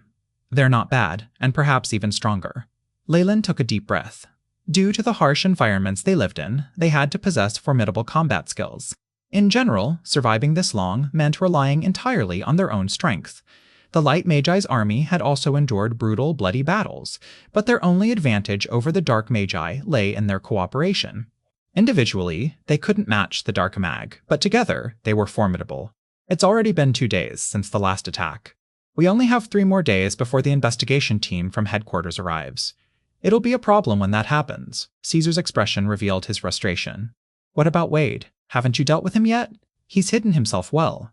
The people I sent to find him haven't uncovered anything yet. Leyland waved his arms, looking helpless. He won't be able to escape the secret plane anyway, so he won't leak any information. 2 days later, even if he meets the investigation team, it won't matter. Let's hope so, Caesar muttered, staring coldly at Leyland for a long moment. He'd guessed Leyland wasn't handling this himself and had intentionally let Wade slip through. But as long as Wade couldn't spread any information, it would be a minor issue. In terms of overall benefits, Caesar believed Leyland wouldn't act against their interests. After all, if this failed, Leyland couldn't return to Four Seasons Garden. He'd become a fugitive. Isn't it too obvious to bring all these people here? What if we're discovered? Leyland glanced at the line of Dark Magi trailing behind Caesar, his expression tinged with worry. The Light Magi from headquarters weren't fools. With the Lightning Corps watching, every action he or Caesar took would be under scrutiny. If their dealings with the Dark Magi were discovered, they'd be closely monitored. There's no other choice. We have no more time. At most, 3 days. At best, 2. We need to bring in enough people and transfer control of the defense system to them. Caesar's face hardened. I can temporarily house them in a few abandoned laboratories and warehouses. They'll leave in a day or 2 anyway, so we don't need to stockpile food or water. Hide in the Western warehouse. I've already reduced the number of patrolling officers and sentries there. Here's the map of the guard rotations and warning systems. Caesar instructed the Dark Magi behind him, passing a piece of parchment to one of them. The leader took it silently. With a fling of his robes, he turned into black smoke and vanished, with the Dark Magi trailing behind him. The entire process was extremely quiet, showcasing the results of the Dark Magi's training. Leyland was acutely aware that over the past few days, Caesar and himself had abused their authority by bringing several batches of Dark Magi into the headquarters of Four Seasons Garden. Due to the chaos following the attack, as well as their efforts to cover up this plan, not a single Magus had noticed anything was amiss. By the time the authority to command the Formation Genie was transferred, the Dark Magi would cooperate with those in the external world. Even if all the official Magi within the secret plane, along with the 2 large groups from the Lightning Corps, were gathered, they would still be powerless. Leyland sighed deeply and closed his eyes. He could already imagine the confusion and puzzlement on these Magi's faces as they died. Tomorrow, you'll come with me to unseal the core body of consciousness of the secret plane. After the attack, Desmond added another seal. Without enough authority, the Formation Genie will fight back. Caesar's face was grim. In the contest to seize the gate, the most crucial objective was obtaining the core body of consciousness belonging to the gate into the secret plane. As long as this was in their possession, they could control the Platinum Gate outside and prevent Light Magi from the external world from entering. It could be said that the key to seizing control of the secret plane was the core body of consciousness. After Desmond had reinforced the sealing spell formation, neither Leyland's nor Caesar's authority alone was enough to undo the spell formation and retrieve the body of consciousness. Only by working together would they have sufficient power to do so. This was why Caesar was so tolerant of Leyland. Don't worry, this has already been stated clearly in the contract, so I can't go back on my word. Leyland turned to look at Caesar. What's more important is what I requested of you. How has the preparation for that been coming along? When he had made a contract with the rank 2 Dark Magi that the trial's eye had bore witness to, Leyland had also gained some benefits. He had requested a large amount of resources exclusive to certain Dark Magi regions, high-grade academic knowledge, research information, and even a promise allowing him to enter the Lighthouse of the Night. The Lighthouse of the Night. That was the Holy Land for Dark Magi. It had a rank 3 Dark Magi in charge, and its reputation was well known throughout the world. The original leader had even used his own strength to defeat, with a single blow, the combined attack from the director of Abyssal Bone Forest Academy, Siley, and a few other rank 2 Magi. Leyland's request had initially been difficult for the rank 2 Dark Magus to handle, though he was a delegate from the Dark Magi Alliance. Recommending someone to enter the Lighthouse of the Night required him to use a lot of resources and favors. As for materials, knowledge, and the like, it was another huge issue. However, Leyland had absolutely insisted on this, and the Dark Magus had no choice but to include it in the contract. The moment he thought of this, Caesar's expression darkened, and his chest heaved violently. Even his breathing had become harsh. Don't worry. The black blood ores, bone flowers, and other resources have already been sent to your room. As for the promise for you to enter the Lighthouse of the Night, you'll get it after we succeed here." "Very well." Leyland nodded, then disappeared into the darkness. Behind him, there was the sound of something shattering. 2 days later, the day before the investigation team arrived. It was noon, and the blazing heat shone fiercely upon the ground, creating a heat wave. The headquarters of the Four Seasons Garden in the secret plane of the Eternal River Plain had already regained its vitality. Light Magi moved in and out of the Merit Exchange Center, completing various tasks. Neutral-positioned Magi from outside gathered resources within the secret plane before trading them at the exchange point set up by the Four Seasons Garden. They bartered for magic crystals to purchase useful potions and high-grade information. Everything seemed in order. Under Caesar and Leyland's leadership, the headquarters had returned to its former prosperity and stability. Of course, this was only on the surface. In the shadows, at least 50 dark magi had been smuggled in, and key areas with defense spell formations had been taken over by them. The busy light magi had no idea the headquarters had changed hands. "How is it? How does it feel to see the headquarters you built destroyed by your own hand?" A voice echoed behind Leyland. He turned expressionlessly and answered Caesar, who had approached. "I feel nothing." Chapter 260, Another Round. After speaking, Leyland turned to gaze at the bustling market. Life and death unfolded constantly, much like the blooming and withering of flowers. Everything transformed before his eyes. Nothing in the world can escape the decay of time. That's why I'm so determined to seek eternity. It's the only way I live. Leyland sighed deeply in his heart. The rebuilding of this market wasn't entirely without reason. At the very least, he had gained considerable experience managing it. In the future, if he ever needed to oversee a gathering of magi, he would be far more capable than before. Seeing Leyland's expression, Caesar smirked internally, masking his amusement. "Then let's begin as quickly as possible. Someone will move the core body of consciousness today." "All right. Are we finally going to make a move?" Anticipation flickered in Leyland's eyes as they walked side by side, leaving the market behind. Calliste wore the distinctive robes of the Four Seasons Garden's magi and strolled toward the region he was now in charge of. Acolytes lined the road, bowing to him as he passed. He ignored their reverence, nodding aloofly now and then. This is it. Respect. Reverence. This is what it feels like to be an official Magus. As a newly promoted official Magus, Calliste had yet to adjust to this new status. The treatment reserved for those more powerful than ordinary humans left him feeling slightly intoxicated. But all these thoughts vanished when he spotted the massive hole beside the fort. At the outer layer of the Four Seasons Garden's headquarters, a huge crater remained, a masterpiece of the Dark Magi's previous attack. Leyland and Caesar had ordered repairs, but the damage had not yet been fully restored. Watching the light magi and acolytes working on the site, Calliste felt as though all wounds had reopened. They snickered at him, their laughter a disgrace to the Four Seasons Garden. Those damn dark magi. "One day, Calliste, shall..." His complaints abruptly stopped as he recalled the dark magi's overwhelming power. For a magus like him, raised in safety, every violent move of the dark magi filled him with unease. Even those of the same rank might falter against them. "If they attack again, will I be able to do anything?" Doubt filled Calliste.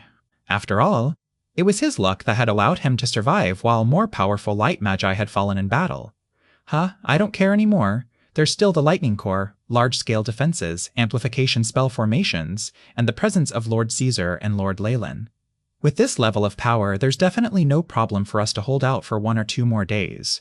Besides, the people from the headquarters are going to arrive tomorrow. Calliste exhaled slowly. Boom. At that moment, green flames streaked across the sky like a meteor, a tail of light trailing behind. Sikshu. The piercing sound of friction with the air accompanied the flames. Pock. The green flames rumbled as they exploded in the middle of the sky, forming the image of a green skull. This is the symbol of the dark magi. Calliste's voice grew hoarse, his expression betraying his disbelief. Enemy attack! The patrolling magi bellowed, and layers of black magical beasts charged forth like a tide.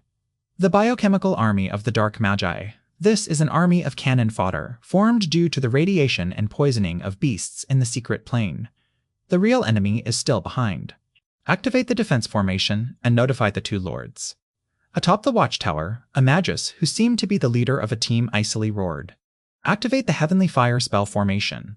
Magi on the ground are to prepare wind spells and fire rain scrolls. This little leader was obviously the commander of his own. He immediately began seeking permission from the Formation Genie with his spiritual force. Formation Genie, activate the energy amplification spell formation again. The targets are all magi of Four Seasons Garden. The energy amplification spell formation was a large-scale spell formation that would cover the entire area of the headquarters at the secret plane. It could boost the power of semi-converted and lower-tier magi by 10%. Received request, verifying authority. He could hear the emotionless voice of the Formation Genie in his mind. Verification failed. Spell formation will not be activated. However, the Formation Genie's next words seemed to throw him into the abyss. What? It didn't go through? The commander's face darkened, and he fiercely smashed the stone railing beside him. Puck! A huge chunk of green stone fell. It happened again. There's a traitor. He turned his head, glancing in the direction of Reynolds' office. Is it Caesar, Leyland, or both of them? Magi were not fools. The failure to activate the Formation Genie could be considered a fluke the previous time, but it had happened again. The scope of people he suspected had narrowed, and no amount of concealment would work. Caesar and Leyland had already prepared to leave Four Seasons Garden. Leader, what do we do?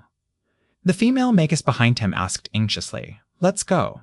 This Magus looked at the beast horde about to arrive, and then the platinum gate of the secret plane in the distance. He gritted his teeth and made his choice. The situation now is extremely dangerous, and there are also traitors here. The casualties here will definitely be more than the previous time. If you want to survive, leave with me. Immediately. Now. The leader quickly explained. He was deemed very trustworthy in this team, and a few members chose to leave with him. The rest stayed behind. At this point, those who chose to stay behind were completely loyal to Four Seasons Garden. The commander's expression turned icy as he led his team members and broke away from the beast wave. Before leaving, he turned back to look at Four Seasons Garden's defensive line. Though the ranged spell formation of the Formation Genie could not be activated, there were still many defense magi who chose to stay behind. Hailstones, storms, flashes of lightning and thunder, and fire raining from the sky could be seen on the defensive line. I'm sorry. The leader apologized in his heart and immediately turned to leave. Magi were known for their logical and practical nature. The team leader was clear about the enemy's aggressive attacks and their highly ranked spy providing support. The Magi of Four Seasons Garden would not end well. As the defense Magi clashed with the magical beast army, immense energy waves swept through Four Seasons Garden. In an instant, chaos erupted once more. Wandering Magi with no allegiance recalled the previous incident and swiftly fled. Acolytes were powerless, like ants, and could only wail in despair. Meanwhile, a few Magi seized the opportunity for illegal activities. The region soon echoed with shouts, wails, and the roars of magical beasts along with the aura of magic. How terrifying. Oh, Four Seasons, did my nightmare return? Too terrifying. It's too terrifying, Calliste muttered, his mind racing. As a defense magus of Four Seasons Garden, his duty was to protect his homeland, yet his legs turned to jelly, and he staggered backward. A boom, a half-body, severed by a beast, plummeted from the sky. As the corpse fell, a rain of blood splattered across his face. Calliste's muscles twitched, and he no longer hesitated to flee. While running, his lips moved slightly, forming a ring of green energy particles that halved his weight. A dense earth armor also formed over his body. I'm sorry, Calliste dashed away, apologizing silently. CS boom. As he passed a building, it trembled violently and erupted in flames. The fire and heat spread in all directions, sending sparks and rocks flying. Nearby acolytes were instantly reduced to ash. Bung, bung, bang. Calliste's innate defensive spell held. The larger rocks struck his chest, leaving him pale and staggering backward. What happened? How could the dark magi infiltrate so quickly? Confusion flickered across his face, his final expression. Tess! A massive crimson sword, still burning with yellow flames, pierced his defensive spell, embedding itself near his heart. So there was one more official magus here. I almost let him escape. Behind the cold voice, a magus in black robes emerged before Calliste's corpse, pulling out the crimson sword. He surveyed the ruins, his expression darkening into a crazed grin. Kill, cry. Only when they feel the deepest hopelessness will my weeping skeleton sword unleash its full power. He glanced at the stunned acolytes around him, then the sword flared again, charging into the crowd of magi. Corpses piled high, blood flowing like a sea. Caesar had secretly deployed elite dark magi troops using his authority, positioning them in key areas to launch coordinated attacks. Instantly, Four Seasons Garden was engulfed in flames once more. Dozens of districts turned to green smoke. Dark magi slashed and killed freely, venting their darkest desires. With attacks coming from both inside and outside, Four Seasons Garden's survival was certain. Chapter 261. Conflict. How is it? This is the masterpiece we created together. In what had originally been Reynolds' office, Caesar used the Formation Genie's observation spell to survey the situation in the headquarters of Four Seasons Garden within the secret plane. A sea of blood and flames gave his face a morbidly pleasurable expression. I don't feel much. Every living being is born, grows, and dies. Such is the law of nature. Leyland answered expressionlessly, like a preacher. The reason they were here was naturally to accomplish something of utmost importance, to move the secret plane's gate's core body of consciousness. This process was extremely troublesome. Getting past the defense of the Formation Genie and sealing spell formation were trivial matters. A consciousness core was a very delicate and fragile thing that could be obtained from a body. If there was the slightest attack from the external world, it would instantly die. Previously, Caesar had planned on destroying it and hadn't thought through the process, opting for the most violent methods. However, it was different now. The individual who would hand over the core body of consciousness to the Dark Magi needed to ensure its safety. This was an extremely delicate job, and the benefits were immense.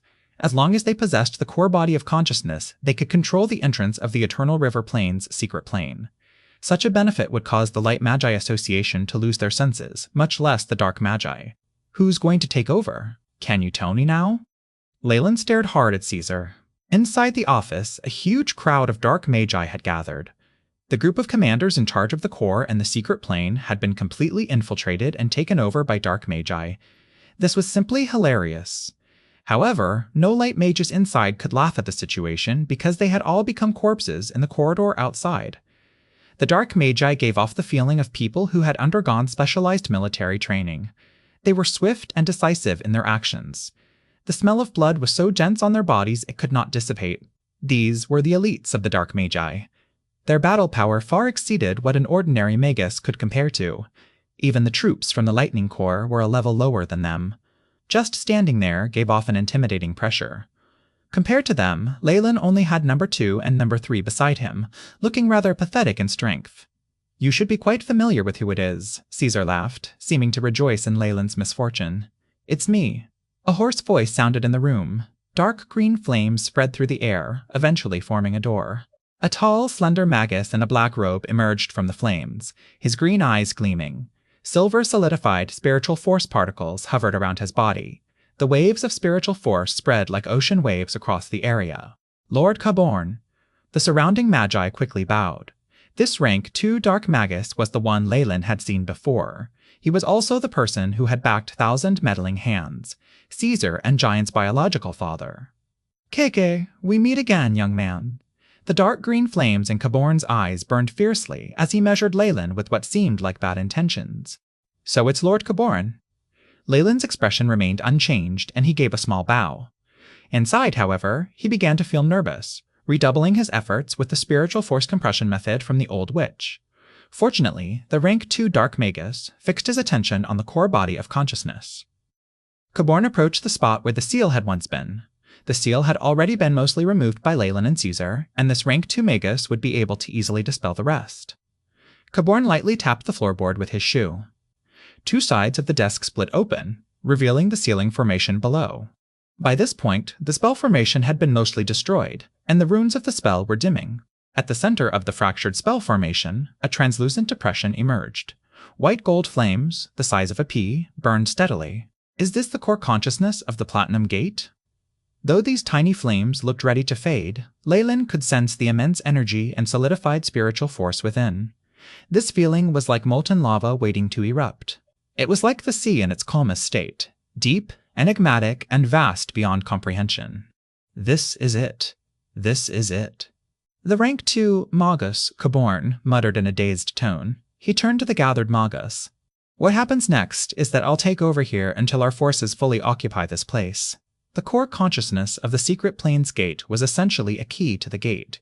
It was of immense importance. To prevent accidents or unexpected events, the rank 2 Dark Magus intended to take the core far away or destroy it immediately. Black Blood Core. You are to guard the corridor leading to this area. Unless I order you to do otherwise, do not let anyone enter. Caborn immediately began assigning defensive duties. After giving the Dark Magi in the room their orders, he turned his attention to Leyland, his eyes betraying a desire to toy with him. It was as if he were observing a white mouse in a laboratory. Magus Leyland. The Dark Magi Alliance has seen your efforts. I wonder if I can persuade you to do a little more." Caesar, standing behind Caborn, let out a snicker. From his perspective, Leyland held no value now, and anyone under his father's control would meet a grim fate. "What is it?" Leyland's face remained impassive. "Please die." Caborn grinned strangely and made his move. Silver-solidified spiritual force surged through the office, sending books and bookshelves flying, turning them to dust under the silver light. The rank 2 Magus, Caborn, had no fear of the contract with the Trial's Eye and had brazenly turned against Leyland. The silver spiritual force transformed into grotesque, massive, bony claws, with bright red blood dripping from its joints. "You dare threaten me? A rank 1 Magus like you dares threaten me, Caborn. You even treated Caesar that way. I want to extract your spirit and roast it under white bone flames for 10,000 years, Caborn roared. "Shua." Leyland's expression remained solemn as he faced a rank 2 Magus giving his all. A layer of dense black scales erupted across his body. Simultaneously, the defensive barrier from the fallen star pendant formed a phantom set of armor. Leyland immediately entered his strongest defensive set of armor. Wing, a brownish-yellow gravitational spell formation materialized before his chest, instantly covering an area over 100 meters wide. A gravitational force 40 times stronger than normal descended. The strange white bone claws slowed, sinking slightly as if affected by gravity. "Latent fireball," Leyland chanted rapidly, and a massive black fireball erupted, expanding in midair. 2 blood-red eyeballs formed, along with a blazing tongue emerging from its mouth. A colossal serpent, wreathed in black flames, hissed forward, colliding mercilessly with the strange white claws. An enormous explosion shook the office. "You." Caborn's voice cut off as he reacted, instantly raising a black defensive barrier to protect the core consciousness. Next, black and silver-white energy surged outward, wreaking havoc. First the floorboards, then the window ledges, the roof. A giant black mushroom cloud rose where the 2 spells had collided, growing steadily until it formed a massive, round shape that devoured everything in its path. The explosion's sheer force silenced the battle raging nearby. The dark magi controlling the magical beasts and the light magi fighting to the death all froze, fearfully watching the chaos at the headquarters center. By the time the noise faded, Reynolds' office had been reduced to rubble, and the surrounding buildings were gone. Layers of the ground had been stripped away. The dark magi Caborn had sent to guard. The area lay sprawled, their bodies stained with blood and broken limbs. Without their immense power and formidable innate defensive spells, they would likely have been corpses instead of just severely injured. Caesar, who had been behind Caborn, fared even worse. He had been thrown over 100 meters away, buried beneath a pile of ruins. It was unclear whether he was alive or dead. Leyland staggered back, his face pale. Behind him, number 2 and number 3 had shed their robes, revealing their toned muscles and the runes etched onto their skin. "You," Caborn raised a bony finger, pointing it at Leyland, his face a mix of disbelief and fury. Though he had split his focus between maintaining his core consciousness and channeling power into his white bony claws, Leyland had actually managed to withstand the full force of the attack. Compared to just days ago, Leyland now seemed to be wielding his full strength. He hadn't held back at all. To think this level of assault had been absorbed by Leyland. Had he truly reached the power of a rank 2 Magus? Caborn was speechless. "Looks like my guess was right. You still have a way to evade the contract made with the Trial's Eye." Leyland stepped back, his gaze locked onto Caborn. For him, there was only one Magus who could pose a real threat, Caborn. Everyone else was irrelevant. Though Leyland and Caborn had both signed the contract with the Trial's Eye, how could someone who loved wordplay truly believe in such a thing? Chapter 262, to inform. There was no denying the contract with the Trial's Eye could be undone. Last time, 1,000 meddling hands had provided Leyland with nefarious filthbird feathers, which had destroyed one side of the contract. What unsettled Leyland more was that this liquid had come from Caborn's own hands. This rank 2 Magus. While finding another solution to the nefarious filthbird feathers was impossible, magi like them had other ways to achieve similar results. After all, the people behind 1,000 meddling hands were the Dark Magi Alliance, which had at least a rank 3 Dark Magus in charge. If Leyland truly believed in that contract, he was a fool. Caesar, standing before him, was a perfect example. A highly respected Magus of Four Seasons Garden, the contract's influence on him must have been even stronger. Yet he had betrayed his guild without hesitation. He must have used some method to break free from the contract's effects. Thus, despite the contract's stipulation that they would not attack each other, Leyland dismissed it. As expected, the Rank 2 Magus had launched an outrageous attack once his goals were met, ignoring the contract's consequences. This proved Leyland had broken his side of the agreement. Fortunately, he had remained wary of this Rank 2 Magus from the start and had strengthened his power by altering his mindset. Only then had he been able to withstand the attack. How were you able to retaliate? How did you break free from the contract's influence? Caborn first set aside his shock at Leyland's strength and focused on asking this question. The contract with the Trial's Eye was not something to be taken lightly, otherwise it would not be used so extensively. Besides its mortal enemy, the nefarious Filthbird, there were few other ways to deal with this sort of contract. Even he himself needed guidance and help from the Rank 3 Magus in charge of the Dark Magi Alliance, and paid a large price to eliminate the limitations of the contract on his end. The phrase, eliminating the limitations of the contract on his end, referred to removing the effect of the Trial's Eye on him, while Leyland would still be bound by the contract. In other words, he could attack Ley, but Leyland would not be able to strike back. The moment he did, the Trial's Eye would punish him. It was because of this that he had been so fearless and brazen in wanting to eliminate this untrustworthy factor first. However, the powerful effects of the Trial's Eye did not work on Leyland. How could this not be surprising? Could it be that Leyland also trained in some magic similar to 3 souls in a body? Caborn was beginning to realize he could not fathom this young Magus. His son Caesar had used the special effects of 3 souls in a body, allowing Caesar to violate the contract with Four Seasons Garden.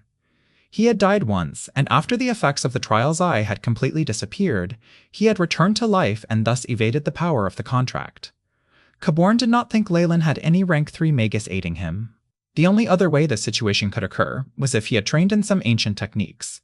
Fools. Caborn glanced around coldly, then let out a cold hum. Due to the immense explosion, they had exposed themselves entirely to the Light Magi. Already, a few wandering Light Magi had come to investigate what was happening. Their surroundings had turned into barren land, and only the place sealing the core body of consciousness remained guarded by a layer of black energy. A few Magi wearing the uniform of the Lightning Corps had quickly arrived here. The leader was someone Leyland was extremely familiar with. The vice leader Desmond had left behind, a formidable peak Rank 1 Magus, the Lightning Corps. What an eyesore. Caborn let out a roar, as though harboring animosity toward them, and moved his arms forward. Withering breath. A ring of silver-gray energy formed between his hands, swirling like a tornado toward the Lightning Corps. This stream seemed to possess an immense corrosive power, carving long, deep tracks into the ground. In an instant, it reached the Magi. With a strange expression, he suddenly began to wither. In the blink of an eye, this powerful Magus turned into a dried-up corpse and collapsed to the ground. Keke. Caborn laughed, his voice sending shivers down one's spine, as the silver-gray tornado killed the Magi one by one. It then pounced toward the face of the vice leader, who looked utterly hopeless. The Rank 2 Magus, Deathbringer Caborn, Lighting's Fury, the vice leader of the Lightning Corps, obviously recognized Caborn and roared, raising his metal arm to strike the tornado. With his movement, 2 massive balls of lightning appeared before his fists. The huge lightning fists carried thunder, flames, and relentless fury, hissing as they lunged toward the silver-gray tornado in the air. Unexpectedly, the 2 lightning fists collided with the tornado and vanished without a sound. Puh! The vice leader paled, coughing up black-red blood that emitted a faint gray gas. Keke! Ever since I suffered a loss the last time, did you think I wouldn't research your lightning magic? Caborn could not stop his strange laughter, and the massive tornado continued to howl, dragging this man into its grasp. Woo-woo. The tornado spun endlessly in place before dissipating in seconds, revealing the scene within. Bok! A spotlessly white skeleton collapsed as the tornado vanished, its bones cracking in multiple places before turning to dust. What had once been the vice team leader had had his flesh and blood stripped away. Not even the life force in his bones had been spared. Caborn had dealt with the Lightning Corps in a single strike. Such overwhelming power intimidated the nearby Light Magi, and the Magi of Four Seasons Garden unhesitatingly turned and fled. Though loyal to their garden, they weren't fools. A person capable of killing a peak Rank 1 Magus had to be at least a Rank 2 Magus. Facing such a Magus would be suicide. Caborn nodded in satisfaction and turned to Leyland. I've eliminated the obstacle. Now it's time to start again. Leyland had stood silently while the Lightning Corps members, were slaughtered. No one could guess what he was thinking. It's time, he said quietly, all of a sudden. Caborn felt a chill, sensing an ominous premonition. Wong wong. A vibration filled the air as the metal gate to the secret plane at the heart of Four Seasons Garden began to hum. The Magi recognized this situation instantly. It had happened once before, when a rank 2 magus had summoned an entire army through this gate. Sizz! Blue electric currents surged along the metallic gate. The once cloudless sky darkened, and thunderous clouds rolled in. A pair of massive hands formed from lightning surged through the gate, sweeping through the dark magi around them.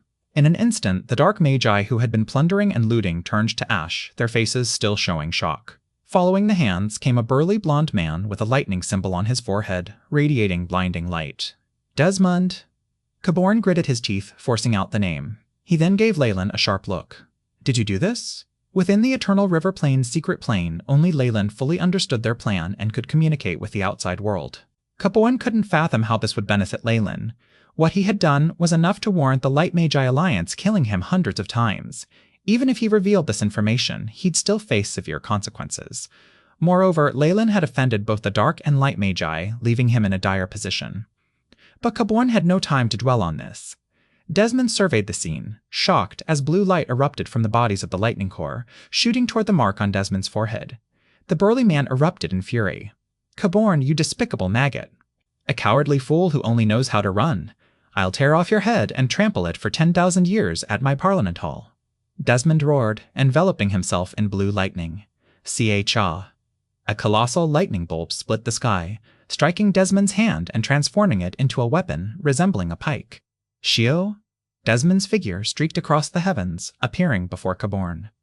Repulsive. Caborn's eyelids fluttered rapidly, and 2 silver-gray tornadoes erupted from his hands. Massive tornadoes roared to life, merging into a single colossal vortex that engulfed him.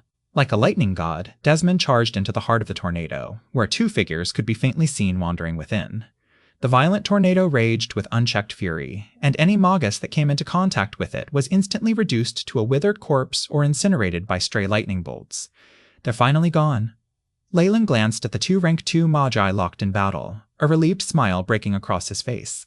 Though he had already altered his heart and was now infinitely closer to the world of a rank 2 Magus, indeed, he could be considered the strongest rank 1 Magus in history. He was still a rank 1. A vast chasm remained between him and a rank 2. While he had managed to withstand an attack from Caborn, he had no confidence in his ability to endure a prolonged fight. This was unacceptable. Chapter 263 Activation. Though there were a few issues, everything is mostly going to plan.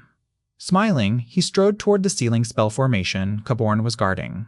Leave this place. All of a sudden, a familiar voice echoed in his ears.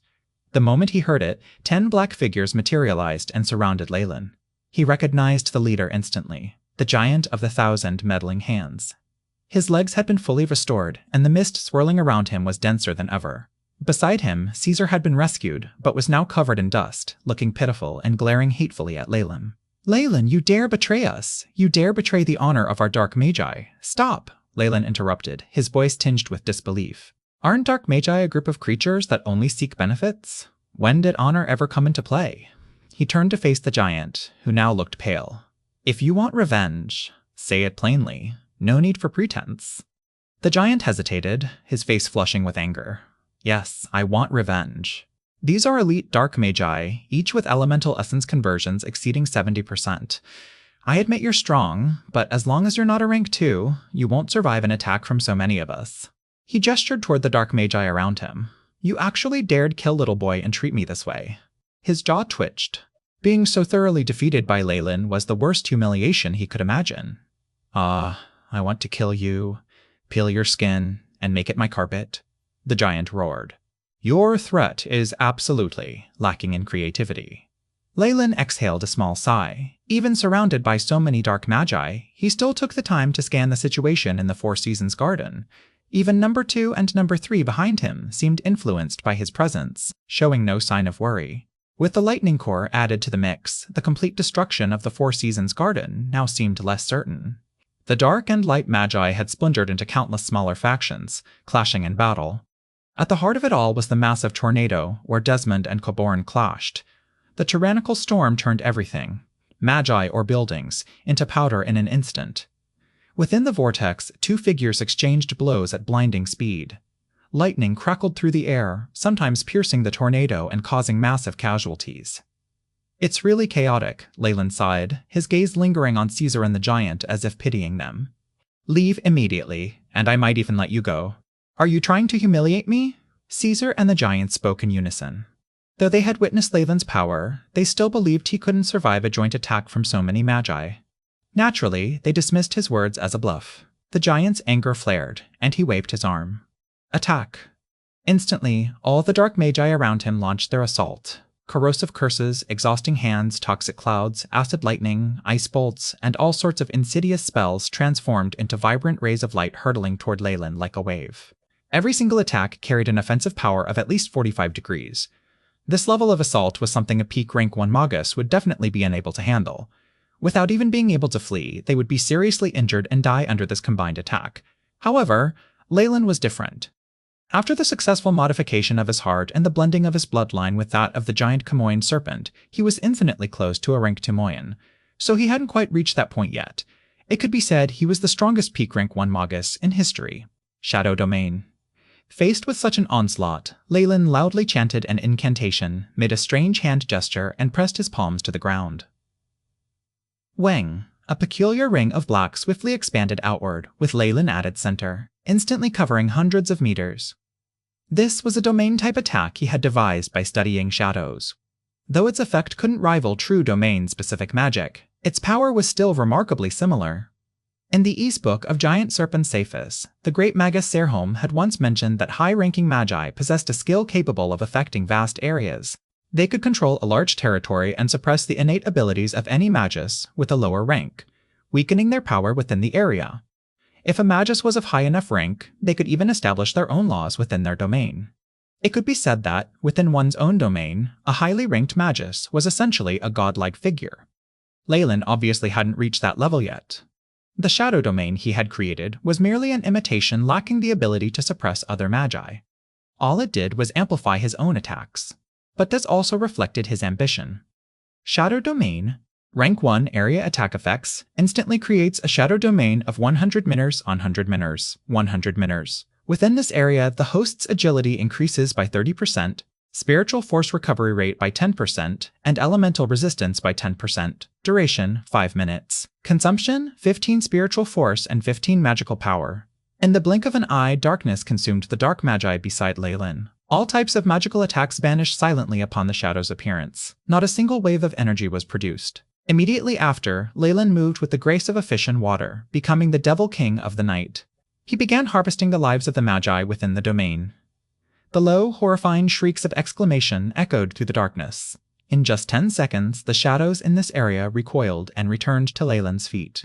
The dark magi surrounding him stood in shock, their emotions frozen on their faces. Spew. A stream of air blew past, and a sound was heard. A Magus in front of Leyland exploded into foam. Spew. Pew. Pew. Pew. As if triggering a chain reaction, the dark magi exploded one by one, their bodies reduced to pulps of human flesh. Bright red blood mist filled the area. Within the mist, 2 figures remained alive, Caesar and the giant, fragments of a single spirit split into separate bodies. They lay motionless, their wounds resembling deep cuts from metal, blood staining their clothes as they collapsed into unconscious heaps. Leyland was still not a rank 2 Magus, and he didn't want to draw Caborn's attention. If Caborn ever decided to abandon his current opponent and turn his focus toward Leyland, it would be a massive headache. Hence, Leyland had chosen to leave them alive. Latent Fireball. Seeing the dark magi elite swiftly eliminated, whether they were dark or light magi, none dared provoke Leyland. They silently agreed, retreating from the area. Leyland left this place to him. He moved to where Caborn had set up the black layer, raised his hand, and a black fireball the size of a fist appeared in his palm. Go. Leyland made a tossing motion, and the black fireball streaked through the air, colliding with the layer and beginning to burn. Drops of black liquid melted on the layer and beginning to burn. Drops of black liquid melted on the layer, quickly evaporating. Leyland's control over his spiritual force had reached an unprecedented level.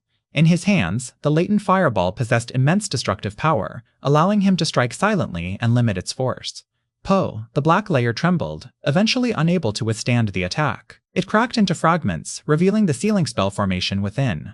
Due to Caborn, a rank 2 Dark Magus having invested special attention in protecting it, the sealing spell remained intact despite Leyland's earlier assault. One could even see a circular mark on the floor where the layer's boundaries had broken. The core consciousness of the gate to the secret plane. Leyland's eyes saw nothing else. He focused on the white gold flames of the core within the sealing spell, his eyes betraying his enchantment. Proceed according to the original plan. He instructed numbers 2 and 3 behind him, then stepped into the spell formation. Understood, Master. Numbers 2 and 3 exchanged glances. In their eyes, determination burned, along with the resolve to die if needed. As slaves bound spiritually to Leyland, they would obey any command without hesitation. Next, they each produced a crimson, diamond-shaped crystal. For the glory of Master, they roared, shattering the crystals. A crimson screen emerged from the fragments, enveloping the area covered by the spell formation. These 2 crimson crystals were single-use spell formations. Judging by the defensive power of the crimson screen, it was undeniably valuable. Woo-woo, like the wails of a grieving spirit or the laments of suffering, sorrowful cries echoed through the headquarters of the Four Seasons Garden. Along with the sound, tiny black runes appeared on the surrounding buildings. These runes twisted like tadpoles or stretched like snakes, appearing mysterious and strange. They assembled into a large-scale spell formation. The formation spanned a vast area, encompassing nearly the entire headquarters. Whether it was the frontline defense zones or the entrance to the secret plane, all were marked by these black runes.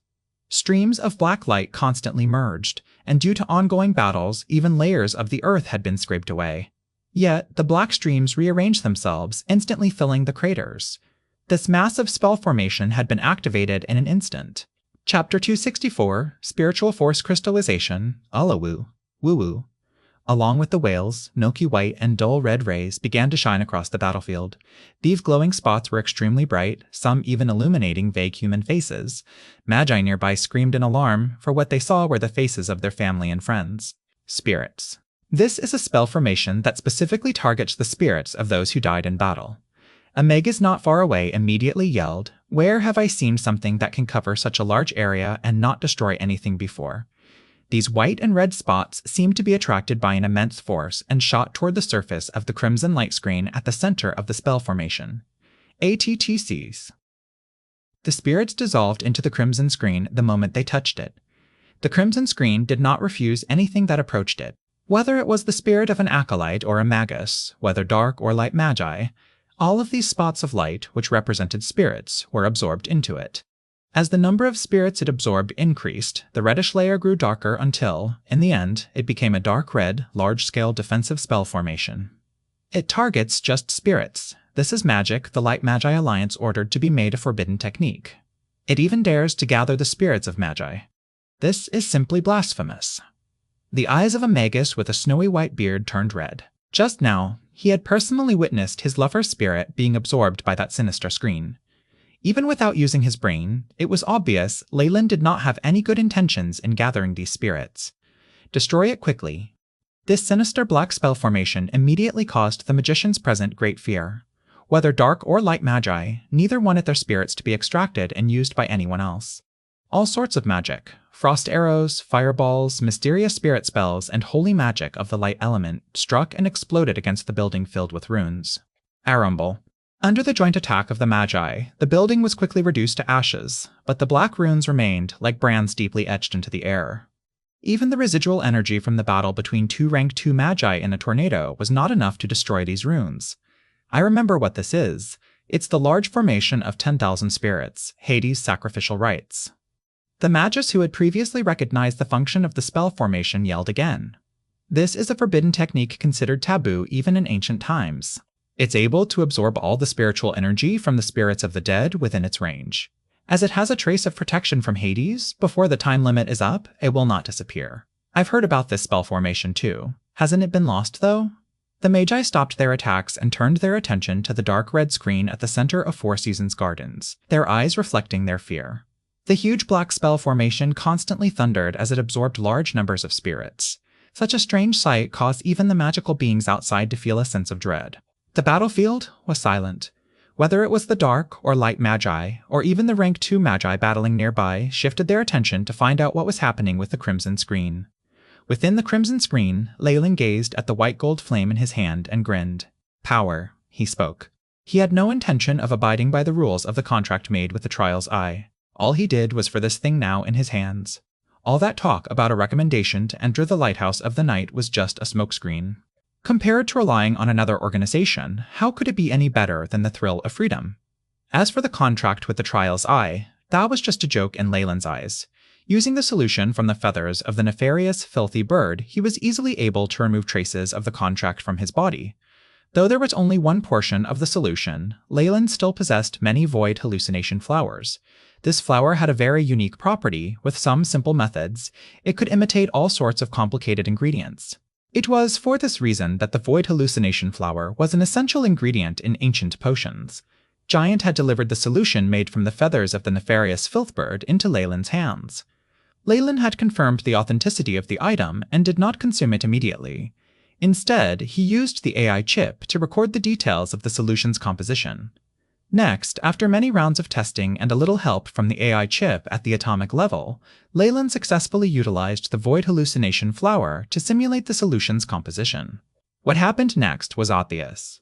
With his 7-star authority over the formation genie, he had naturally secretly carved the runes for the large formation of 10,000 spirits and prepared for today.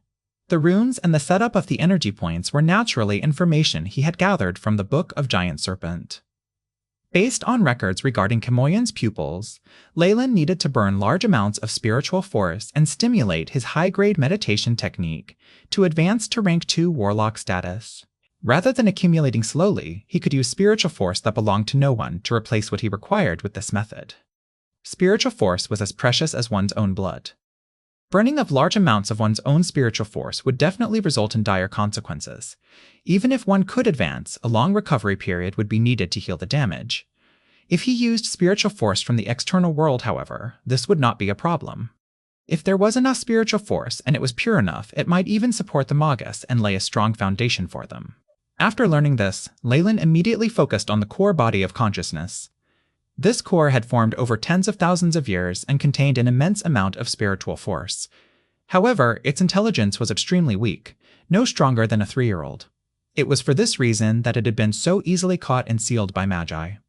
The spiritual force needed to power the meditation technique required refinement and purification of his own foundations. Hence, Leyland chose to use the large formation of 10,000 spirits from the Book of Giant Serpent, a formidable forbidden technique designed to accumulate spiritual power. What this formation required was a battlefield, and the deaths of many powerful magi whose spiritual force was especially potent. Leyland had therefore decided to activate it at this moment. In the external world, most of the light and dark magi had already perished. The spirits of these magi, acolytes, and even magical beasts had become fuel for Leyland's advancement. Let's not waste time.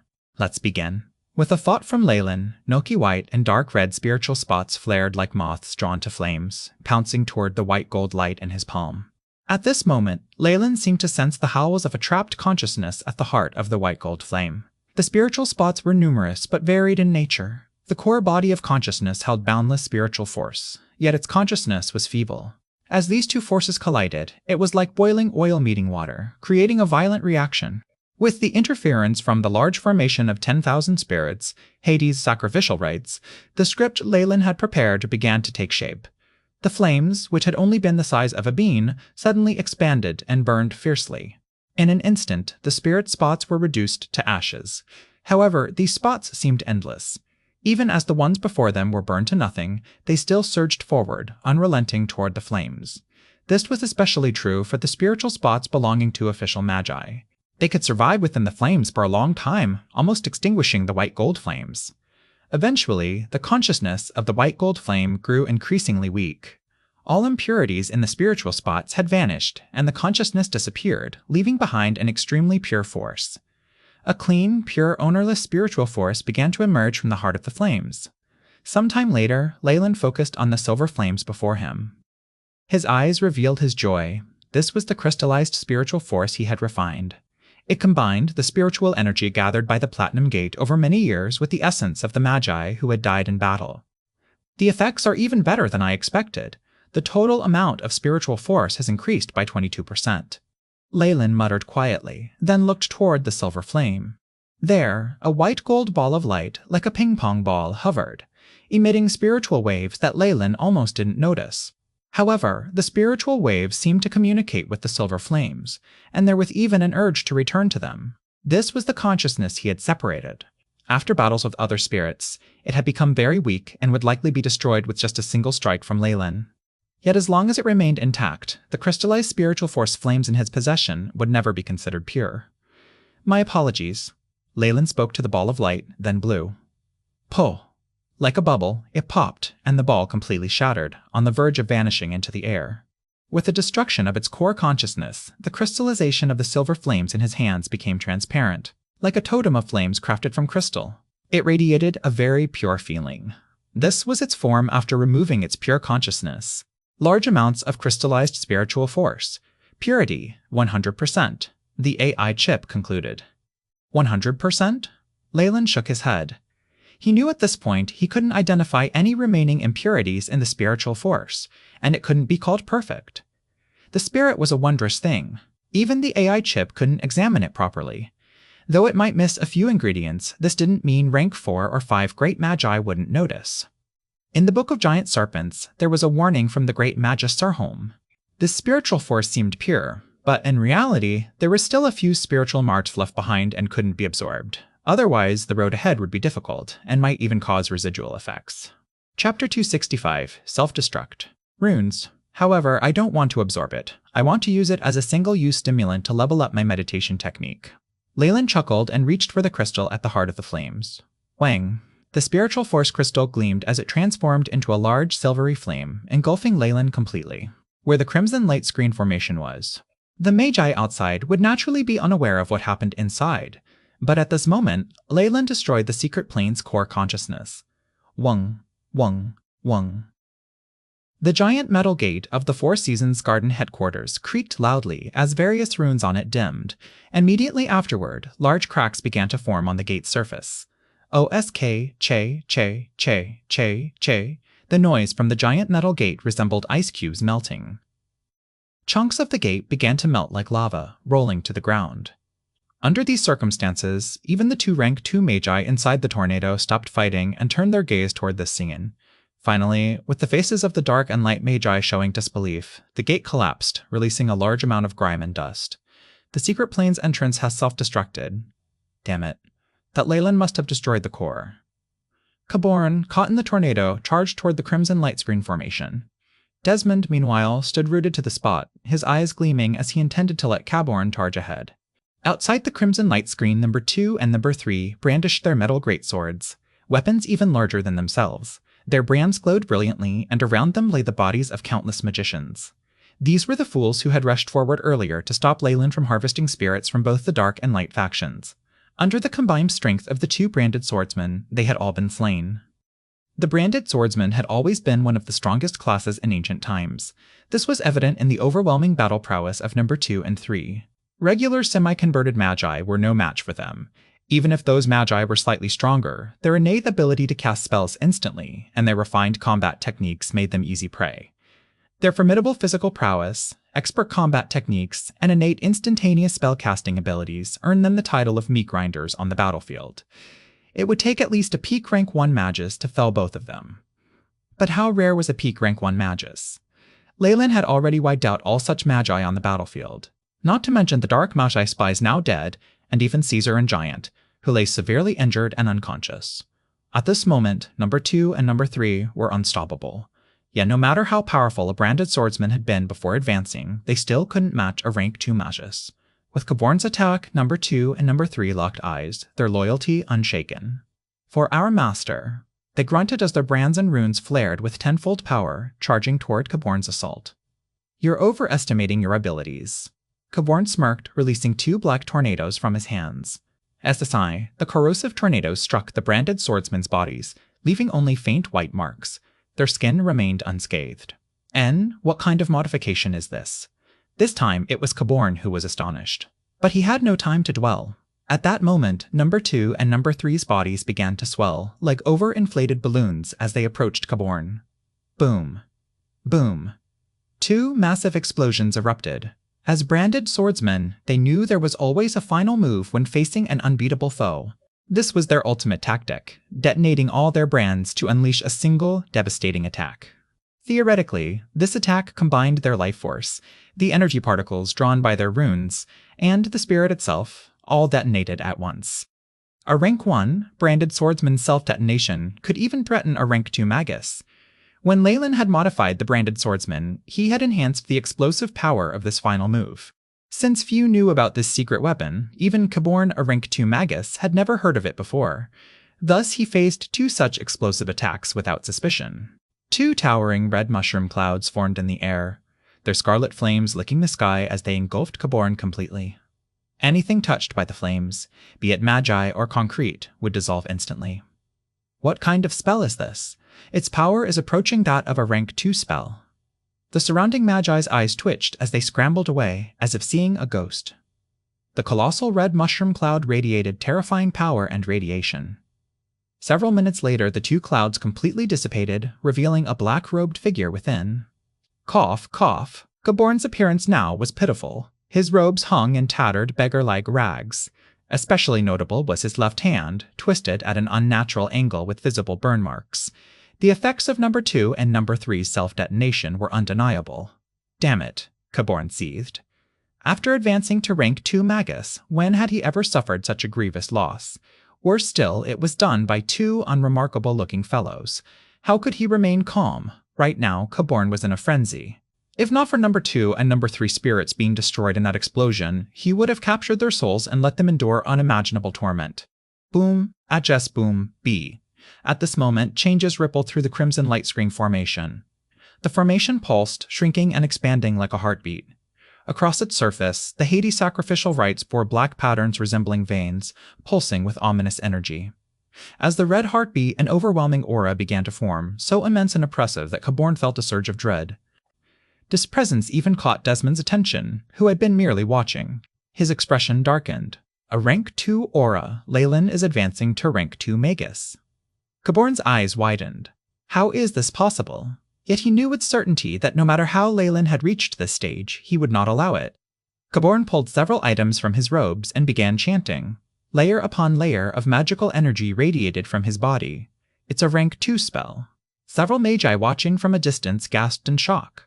At Caborn's level, casting rank 1 spells was nearly instantaneous, requiring no incantation. But now, using ingredients to aid his spellcasting meant only one thing. He was about to unleash a rank 2 spell. In the southern coast, even a rank 1 spell model was nearly impossible to obtain.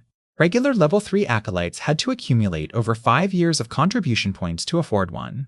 If rank 1 models were this rare, rank 2 spell models must be practically mythical. Most rank 2 magi possessed only a handful, each capable of obliterating a village. Now, Caborn channeled his magic, fusing the items he had retrieved into a massive knight's lance. The weapon gleamed with a sickly green sheen. At the same time, malevolent skulls emerged from the void, clinging to the lance. Wailing Lance? Caborn had deployed this rank 2 spell. It was clear he was fully enraged. Desmond, observing from the sidelines, smirked. He released a golden-blue lightning sphere from his hands. It seems I don't need to strike anymore. Though Caborn was his enemy, Leyland, who had destroyed the secret plane's core, was no better. Right now, Leyland was about to be killed by Caborn, so Desmond would not intervene. Moreover, if Caborn failed, Desmond could strike later and finish the job. The skulls on the lance shrieked, their wails blending with the piercing whine as they collided with the crimson light screen. SSA? The screen trembled, its red and green hues merging and spreading across the sky. The air around them twisted violently as energy waves erupted. Rumble! The green and red light stretched to its limits before shrinking, followed by a massive explosion that consumed everything in its path. The surrounding buildings, already damaged from previous battles, were now reduced to rubble. Leyland and Caesar's efforts to rebuild were utterly destroyed by the blast. The Hades sacrificial rites, which had been siphoning spirits, finally collapsed under the pressure and shattered completely. All that remained was Leyland's final defense, the crimson light screen. The screen trembled, then cracks of pure black began to spread across its surface. Ka. The light screen shattered. A monstrous green lance pierced the center of the formation. Amid the dazzling light, a barely visible human figure emerged. Cloaked in silver flames, the figure vanished instantly. Crimson palm. The figure in the center spoke softly. His hands turned a vivid blood red, and 2 burning holographic claws materialized, gripping the green lance with a whistling sound. As the red flames met the green light, it was extinguished. Chapter 266. Toxic. The Wailing Lance was a rank 2 spell. It had been weakened by Hades' sacrificial rites and the Crimson Light Screen's defensive formation. It ultimately perished under Leyland's Crimson Palm. The sheer power of his technique caused Caborn, standing nearby, to pale and exclaim, "You've advanced to become a rank 2 Magus. Only a rank 2 Magus could withstand such magic so effortlessly." Phew. Leyland exhaled heavily, feeling the transformation complete within his body. He muttered, "Such formidable strength really makes one feel intoxicated." The AI chip also displayed several notifications. Beep detected the burning of large amounts of ownerless spiritual force. Kemoyan's pupil, in the process of advancing, Temoyan's serpent, Temoyan technique, Temoyan's pupil, has reached the second level, driving the advancement in the host's rank. Host has advanced to become a rank 2, Warlock. Rank 2 innate spells have been generated, modifying host body's sea of consciousness. Demoyen. Demoyen, modifying host body's sea of consciousness. Demoyen. Bumoyen, 2 Warlock. Stats have been substantially increased. Recalculating data. Next, the AI chip refreshed and displayed his new stats. Beep. Leyland Farlier. Rank 2. Warlock. Bloodline. Giant Kemoyan. Strength. 21-1. Agility. 14-4. Vitality. 27. Spiritual Force. 1A4.3. Magic Power. 24. Magic Power. 1A4 Magic Power is in synchronization with Spiritual Force. Leyland noted the massive changes within his Sea of Consciousness. His Red Sea had expanded greatly, but the core essence at its center had undergone the most transformation. Originally, it had contained a prismatic crimson crystallization of his spiritual force, the foundation of his warlock abilities. Complex runes were etched onto it, resembling natural black snakes, forming his 2-rank 1 innate spells. Now, within the crystal, a smaller prism-shaped crystal had formed. It mirrored the outer prism in shape, but was significantly smaller, as if a tinier version of the original had been placed inside. The runes on the inner crystal, however, differed from those on the outer one. These new runes formed even more formidable innate spells. If you looked at the two crystals from the outside, you would see that the runes on the outer and inner layers were integrated to form an image of a crimson symbol-like rune. This symbol was deeply mysterious, and it seemed to contain a terrifying power capable of communicating with entities from the underworld. However, since it was incomplete, it could not fully manifest its strength. This was an innate spell that perfectly suited Leyland, a power that could only be achieved by those with advanced meditation techniques. As these spells complemented him so well, they would not have any negative effects.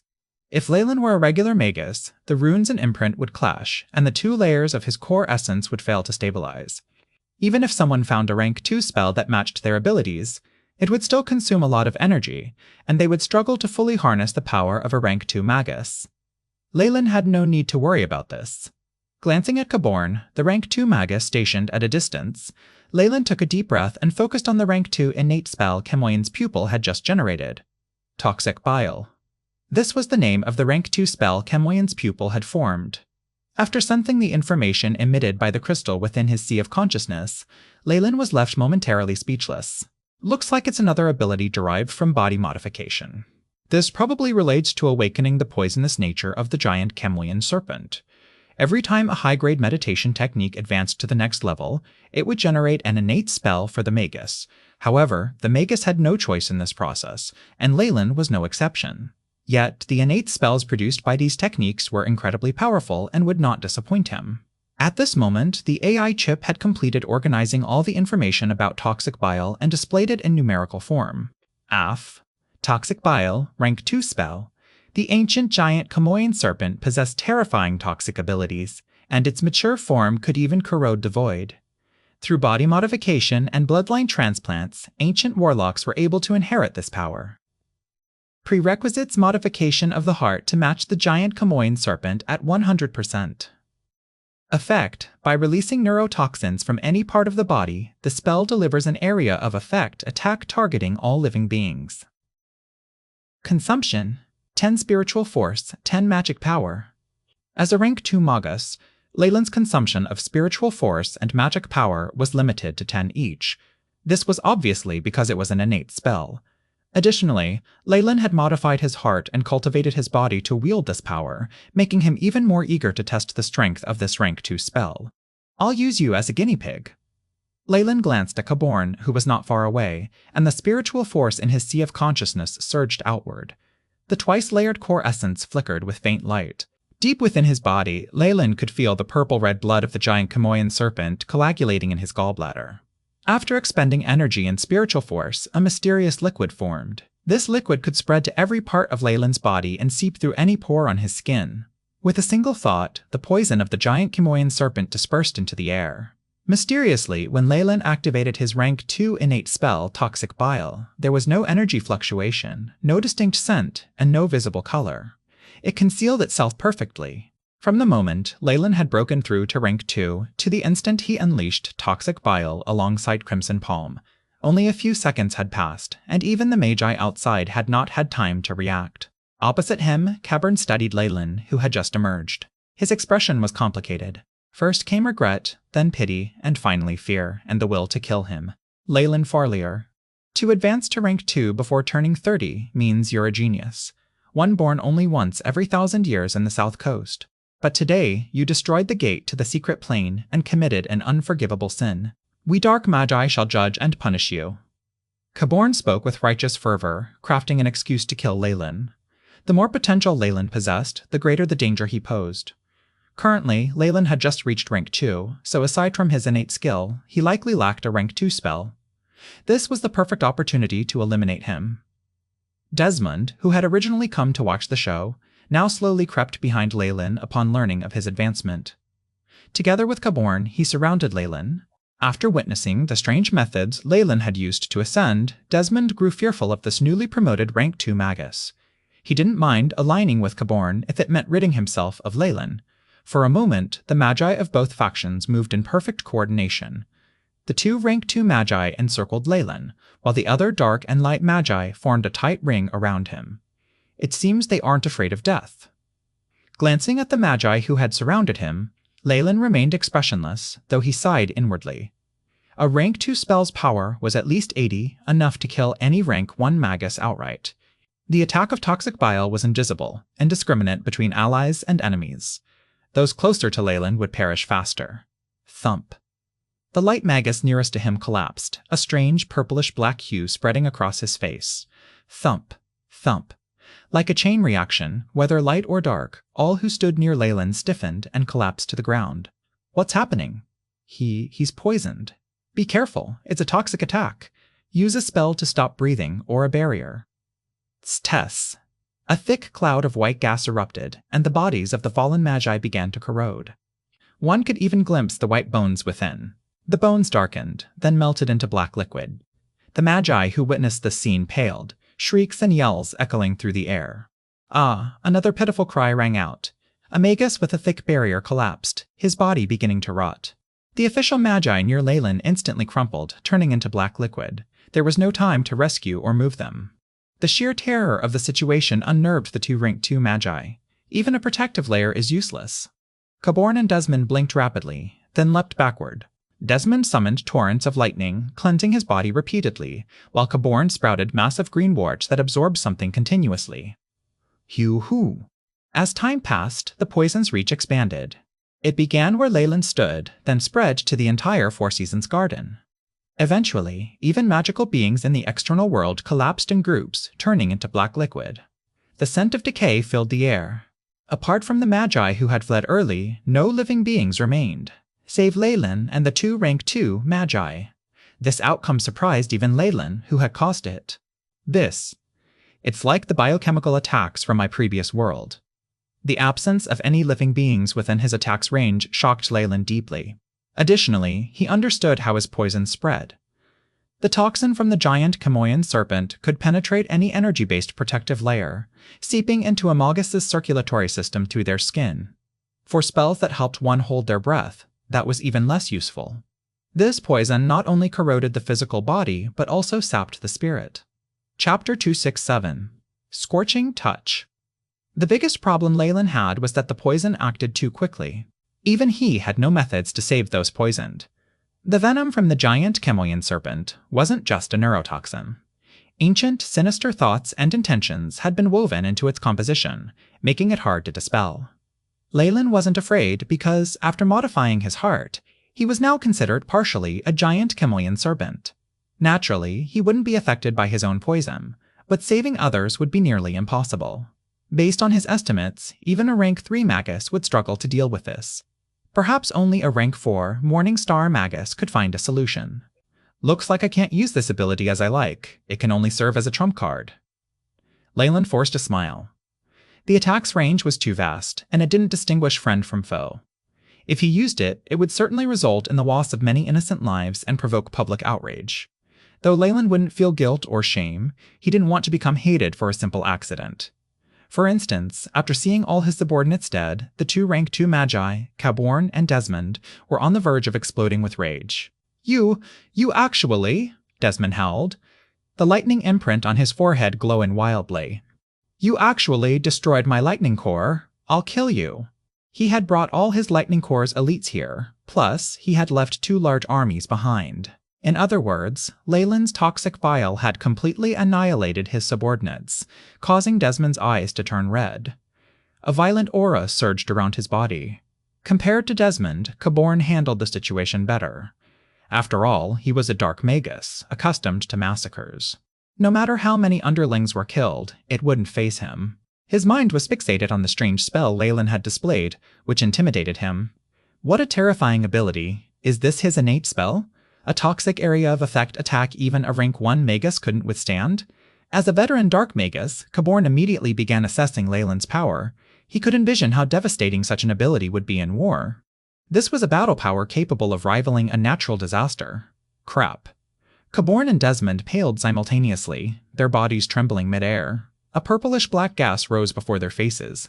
This was the poison of the giant Camoyan serpent. Even a rank 2 Magus couldn't fully dispel it. Seal of 10,000 poisons. The bumps on Caborn's shoulders exploded, and a red ring of flesh twisted into a circular rune, sealing the purplish-black gas. Only after containing the poison did he have time to assess his old rival. Desmond was in worse shape. A storm of lightning hovered before his face, and the lightning rune between his brows churned, forcing the black poison to coalesce into his right arm. With a resolute look, his left arm struck down like lightning, chopping off his entire right arm. Though Magi could regenerate limbs, losing an arm would severely diminish their battle power. Old fart, how are you? Caborn and Desmond were old rivals. Before Leyland, whose strength was terrifying, the two had joined forces to oppose this enemy. It's nothing, Desmond huffed. A ring of lightning flared across his wounds, instantly halting the bleeding. It's just that I can only use 70% of my peak strength. How about you? A little better than that. I can only channel 80% of my strength. Any more than that, and my seal will lose effectiveness. Caborn forced a bitter smile. Leyland actually dared to kill my kin. I will definitely kill him. Under Leyland's all-encompassing toxic attack, the giant and Caesar Peak rank 1 Magi who had been seriously injured and left comatose were clearly not spared. Since the boy Leyland had previously killed hadn't returned to life, Caesar's 3 spirits were all dead. In other words, he had truly died. Caborn was Caesar's father and had long been at odds with Leyland. Now he harbored another grievance, the death of his son. It looks like we need to work together, Desmond said grimly. I have no idea how that freak trains. Caborn and Desmond edged closer, their hostility giving way to reluctant alliance. Sigh, Leyland exhaled, then approached Caborn and Desmond. Kill. He launched the first strike, and massive black fireballs erupted into the sky like burning stars. At this point, Leyland's conflict with these 2 rank 2 Magi could no longer be resolved through diplomacy. This battle would only end when one side was utterly destroyed. Since being promoted to rank 2, the power of the rank 1 spells Leyland now wielded had surged dramatically.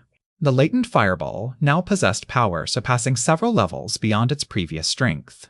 Vast waves of black fire streaked across the sky, nearly vaporizing air molecules into nothingness. He's only just advanced and hasn't recorded the spell model for his rank 2 magic. Watch out for his poison innate spell. Caborn and Desmond exchanged wary glances. One summoned torrents of lightning, while the other unleashed grayish-black tornadoes hurtling toward Leyland. Lightning, tornadoes, and black flames clashed violently, splitting the air with bursts of silver spiritual power. A colossal spiritual force maelstrom erupted, as the rank 2 Magi unleashed magic far beyond the capabilities of rank 1 Magi. The Four Seasons Garden's headquarters crumbled into rubble. 3 massive silver hands, each over 10 meters long, wrestled like titanic beings from ancient times. Toxic bile. The battle raged for over 10 turns, and with a glint in Leyland's eye, a formless ripple of poison surged toward the 2 rank 2 Magi. This time, even the air trembled. Be careful of his poison attack. Caborn and Desmond recoiled as if seeing a venomous serpent. Duang Wang. The formless ripples smashed into the Magi's innate defensive spell formations, producing sounds of corrosion. A strange glint flickered in Leyland's eyes, and the ripples coalesced into transparent hands reaching for Caborn. Tuana for Tavern. To match Pack, the innate defense before Caborn shattered under the attack, leaving a gaping hole. Ah, Omni Decay! Caborn's face twisted in anguish as he chanted the incantation. Black tornadoes spiraled outward, forming a blooming black flower bud. The transparent hand and black flower collided, their attacks dissipating into stray energy. A transparent tear split the sky, and black spatial cracks spread outward. Leyland and Caborn struck in opposite directions. At that moment, a sinister smile flickered across Leyland's lips. With a sweep of his hand, a cloud of red powder erupted into the air like a burning haze. Scorching touch. 2 lines of fiery energy streaked forward, vanishing in an instant to appear before Caborn. The attack's energy fluctuations caused his face to contort. Rank 2 magic? How is this possible? Hasn't he only just advanced? Prince.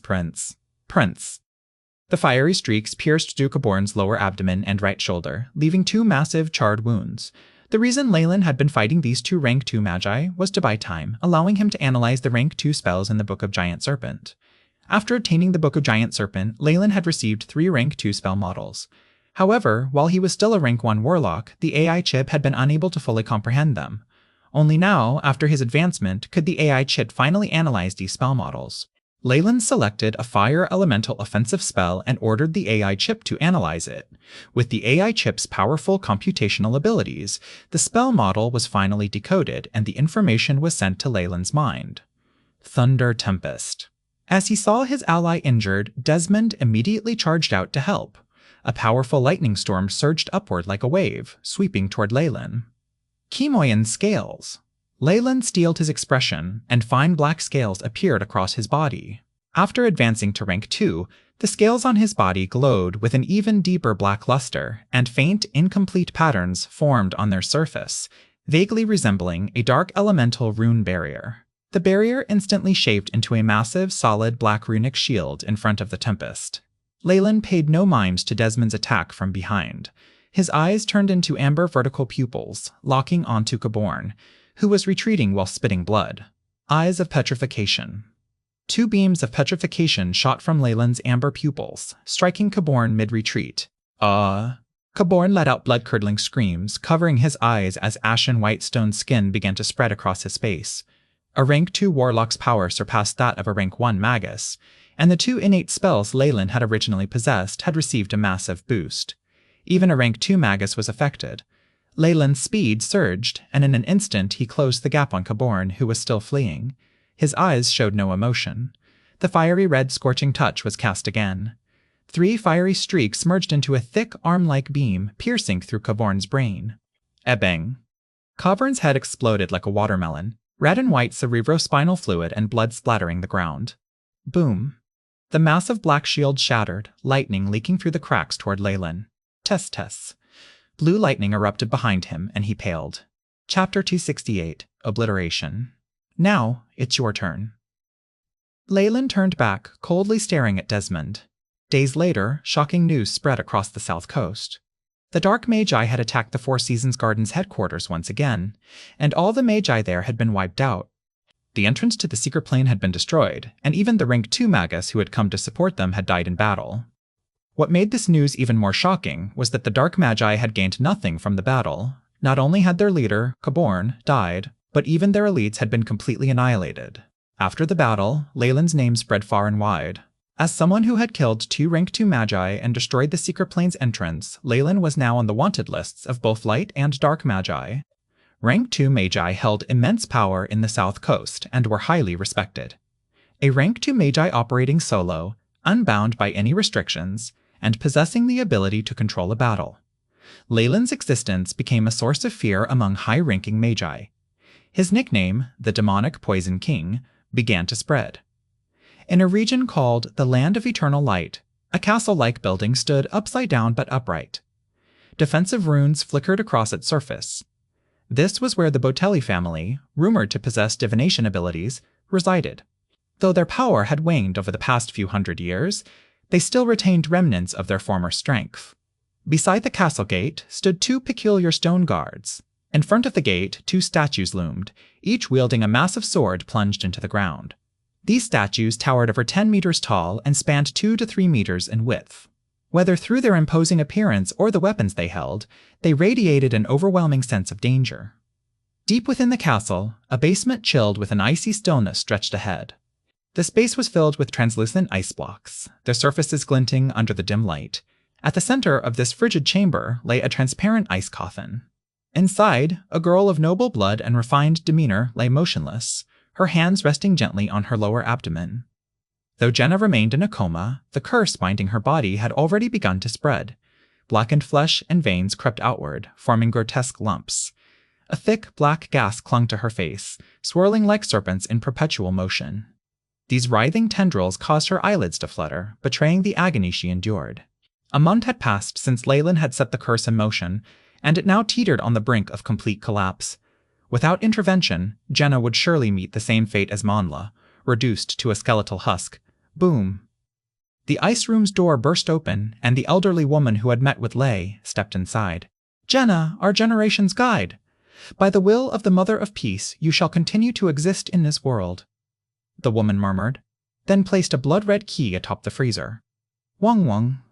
A burst of crimson light erupted from the key, seeping into the ice coffin. The red glow enveloped Jenna's body instantly. Under its radiant light, the black gas on her face began to dissipate. The curse's oppressive force waned visibly, its terror fading before the woman's eyes. Leyland's talisman to undo the curse is effective, as expected. She gazed at the glowing freezer, her expression brightening.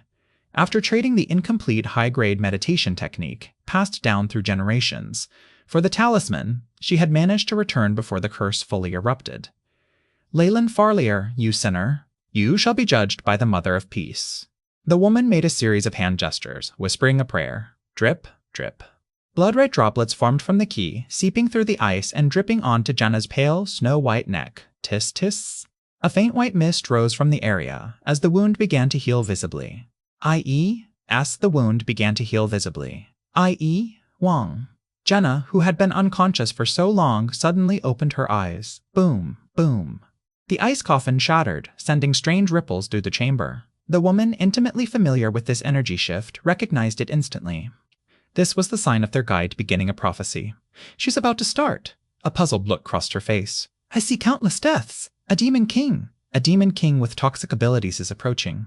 Jenna's eyes rolled back, revealing a pale white glow. A weak, gasping voice emerged. "Toxic? A demon king. Could it be?" The woman's expression shifted, her mind racing.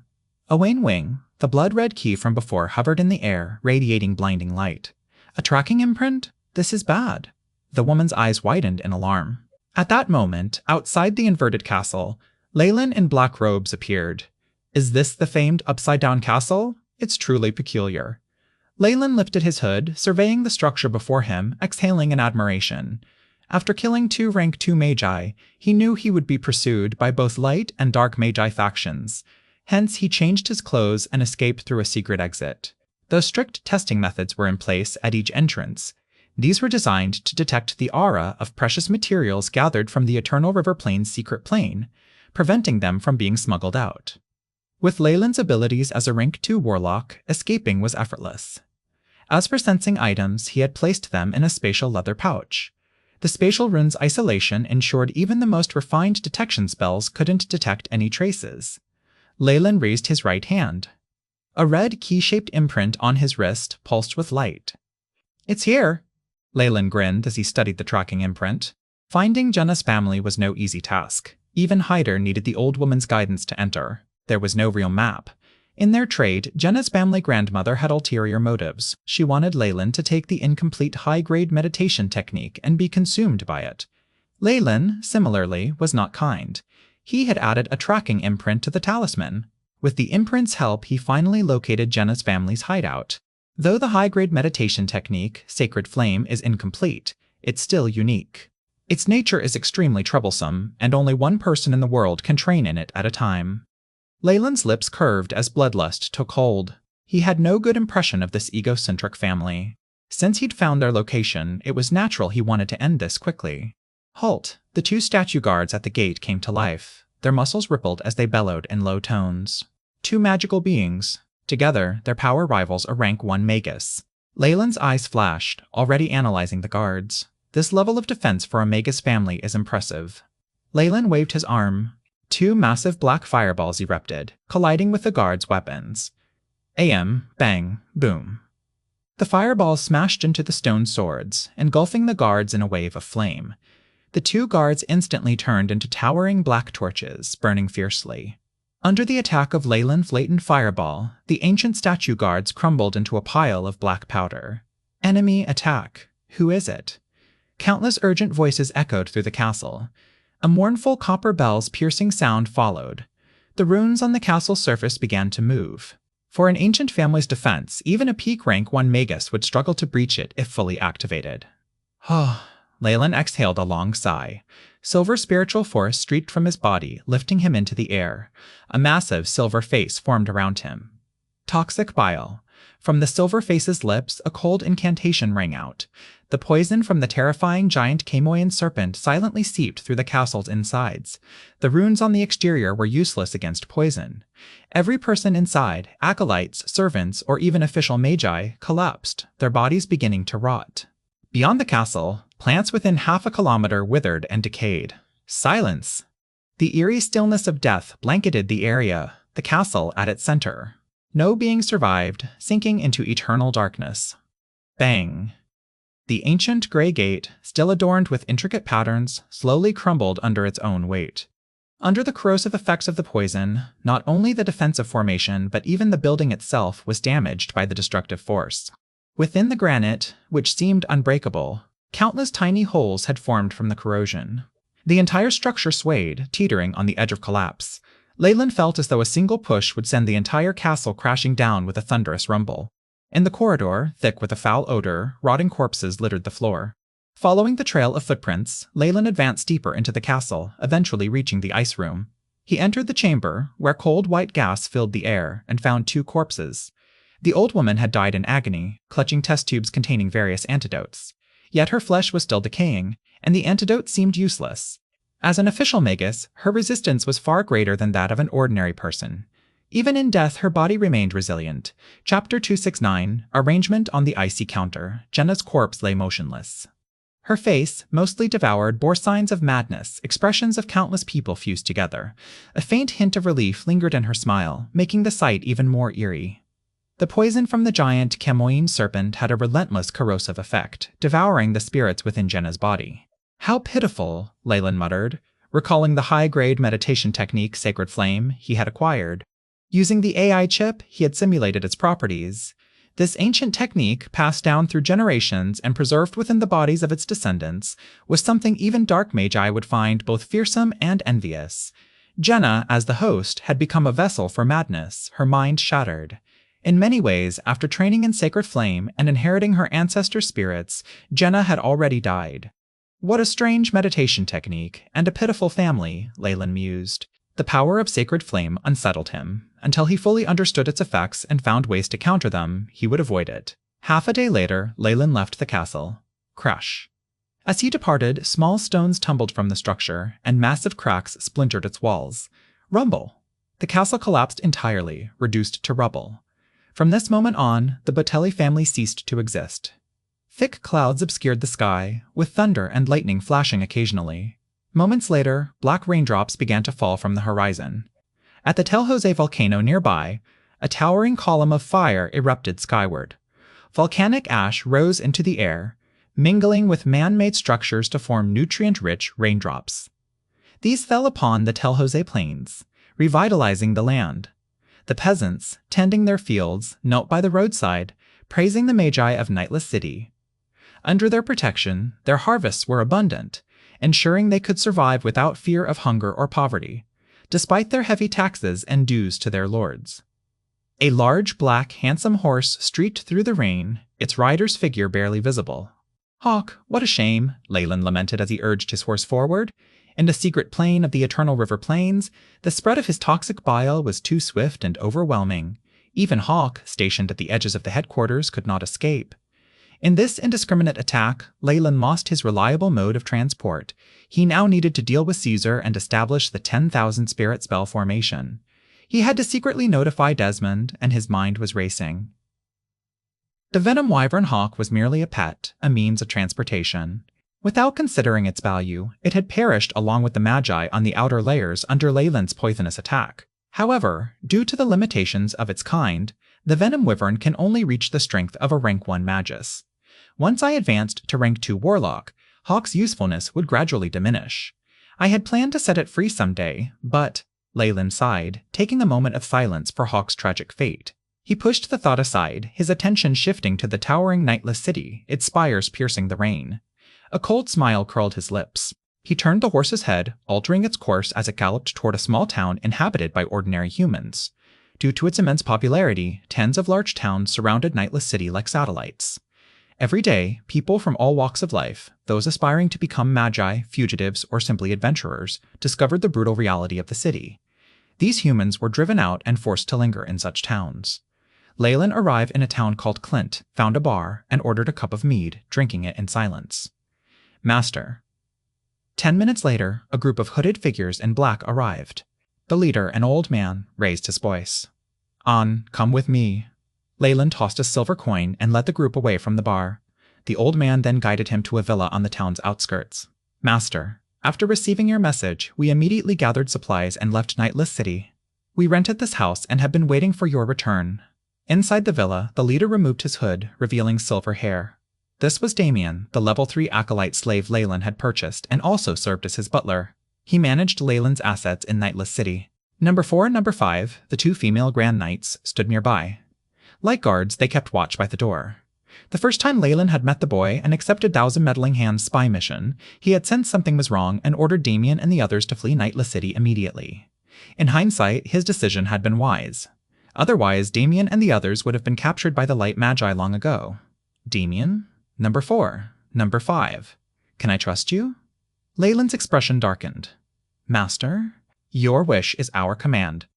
Hearing the question so seriously, Damien and Number 4 and Number 5 immediately knelt, chanting the reply.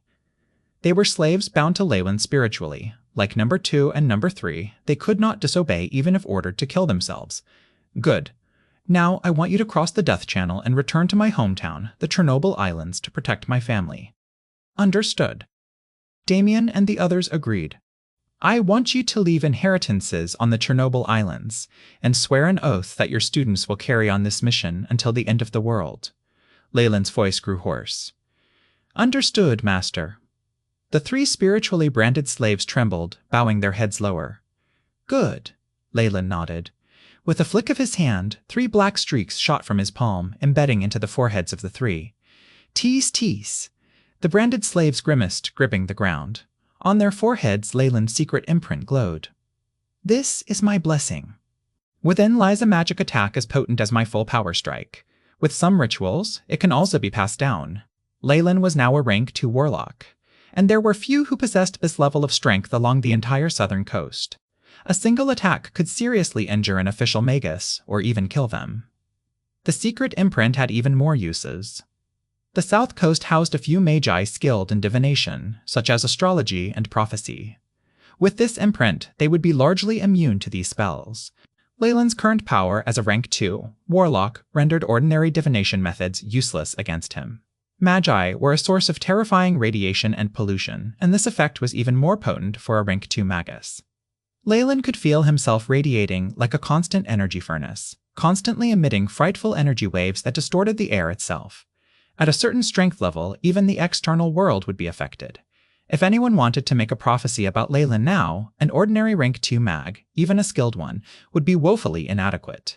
At least a rank 3 Magus proficient in divination would be required. With the protection of the imprint, the 3 of them could find a safe place to locate and safeguard the Farlier family. Leyland didn't expect them to withstand attacks from Dark and Light Magi. All he wanted was for them to protect the Farlier family from dangers in the Chernobyl Islands.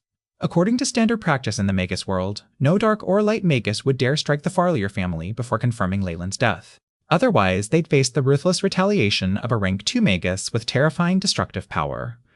This level of attack was something even the lighthouse of the Night Home to a rank 3 Magus would hesitate to confront.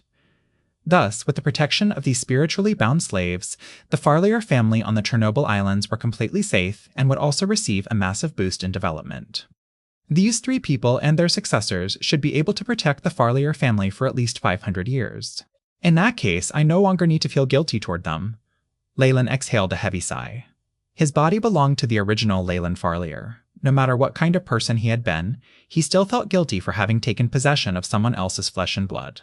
But if he had to return and acknowledge a group of strangers as his relatives, or even his parents, he would never do that. In the end, ignoring them was his best choice. If that failed, he could always wait a few hundred years until everyone he knew was gone, then offer their family some advantages.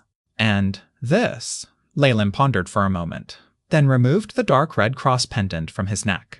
This was the middle-grade magic artifact he had carefully crafted, the Fallen Star Pendant.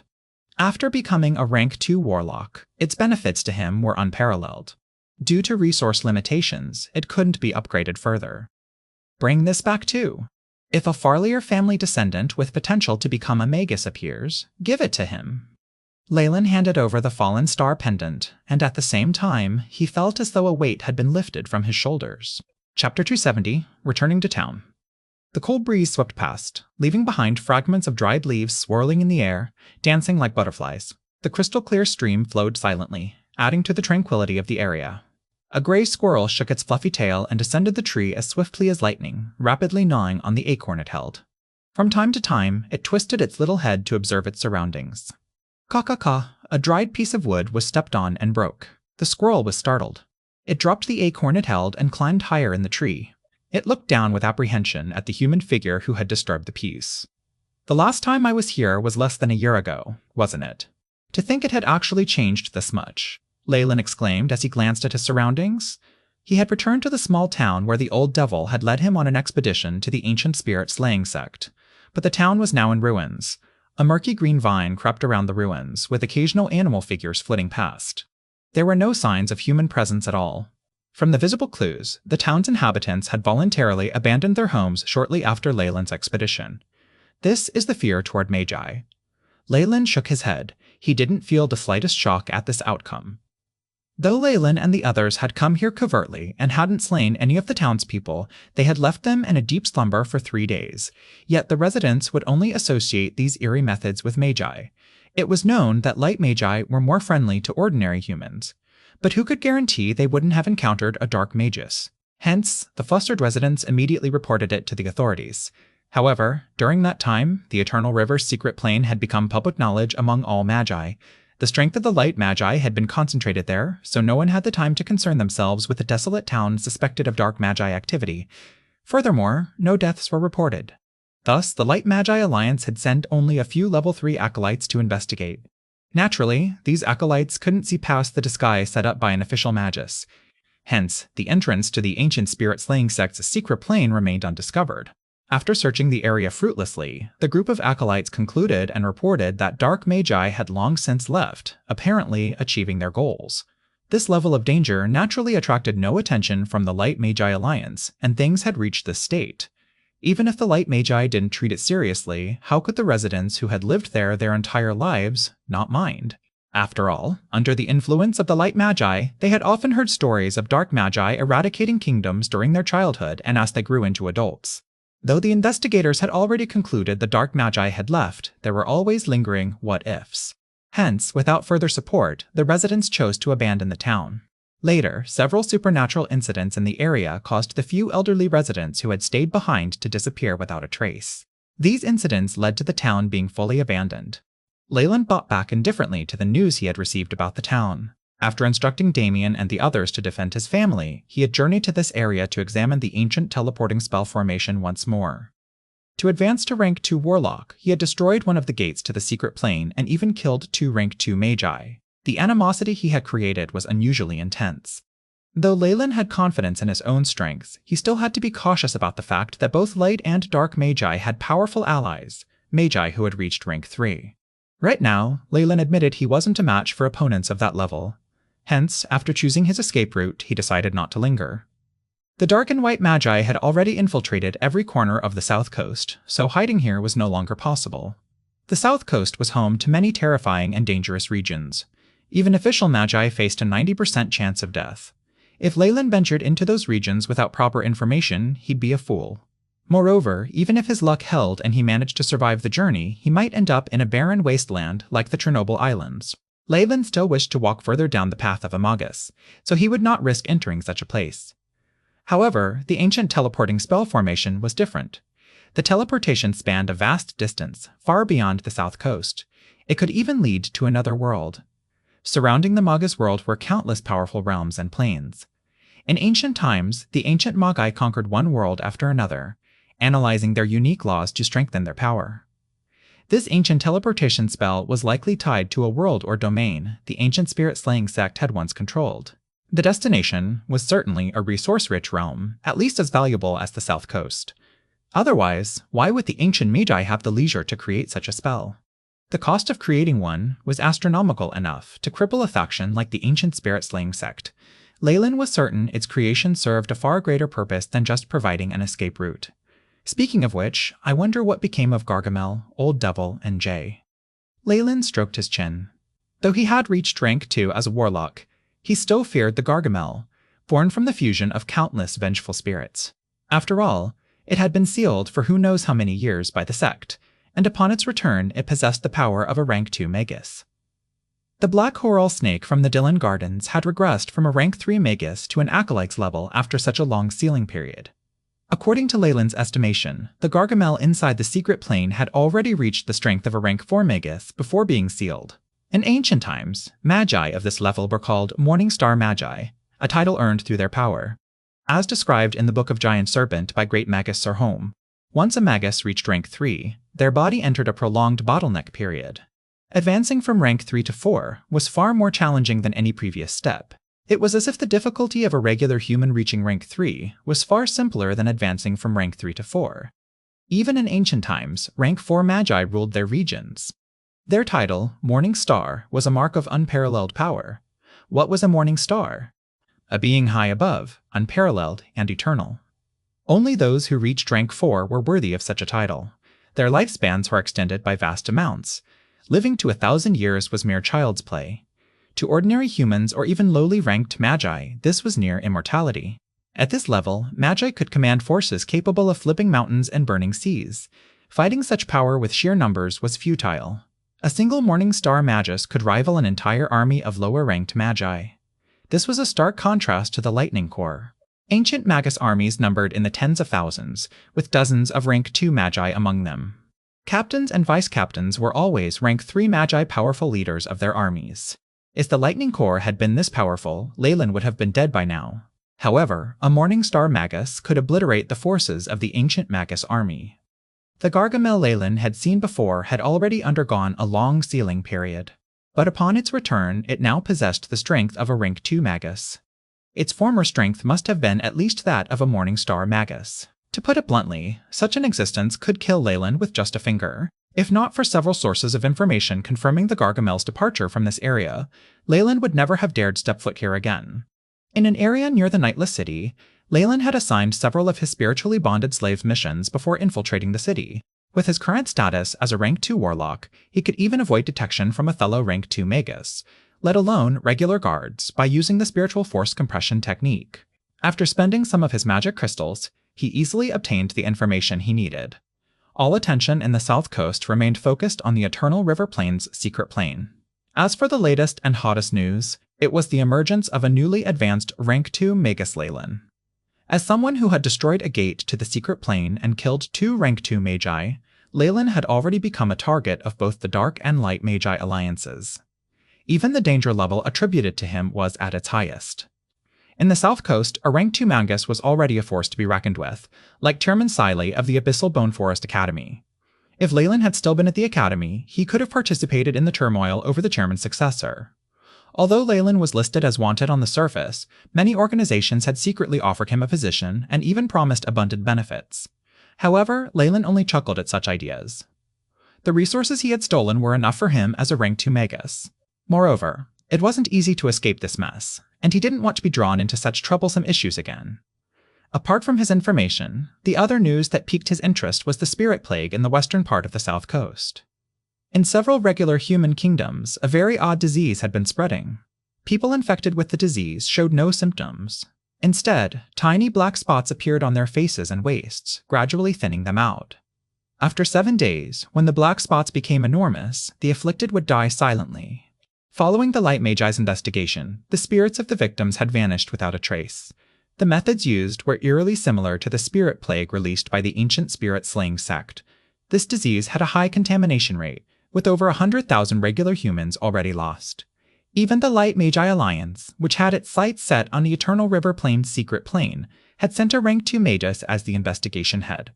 The most valuable information they had uncovered was the discovery of traces belonging to the devout of the ancient spirit-slaying sect in areas with the highest contamination rates. As for their leader, it was none other than the Gargamel. Chapter 271, Materialization. Heh! It's harvesting spirits to recover its strength, huh? Leyland had figured out the purpose behind this Gargamel's actions. This Gargamel, which had apparently regressed from the Morningstar Magus rank, was likely gathering a massive amount of human spirits to regain its former strength. As a collective body fused from countless vengeful spirits, the Gargamel didn't need to meditate to increase its spiritual force. Instead, it required absorbing vengeful spirits. The more fear and anguish the spirits carried, the faster the Gargamel could recover its strength. Once it had gathered all the spirits it required, the Gargamel would reclaim the power it once wielded. For the South Coast, this was a catastrophe. To regain its strength, the Gargamel needed to absorb the spirits of at least 30 million ordinary humans. This number equaled 1/3 of the South Coast's total population, something the Dark and Light Magi would never agree to. Moreover, no one could be certain what the Gargamel would do once it reclaimed its strength. Leyland sneered. But what does this have to do with me? I'll leave this problem to the respective chairman of the Dark and Light Magi Alliance. He wasn't a saint, nor was he like those lunatics from the Botelli family who had taken on the role of the world's protector. With his memory, Leyland was intimately familiar with the world's protector. With his memory, Leyland was intimately familiar with the route to the small town. He walked toward what had once been the town center, where the 2-story wooden house stood. This location was remote, with cobwebs and dust lining the entrance. The appearance made it look unstable, as if a breeze could blow the house down. Yet Leyland wasn't fooled by such an illusion. He raised his finger where a white glow of light converged.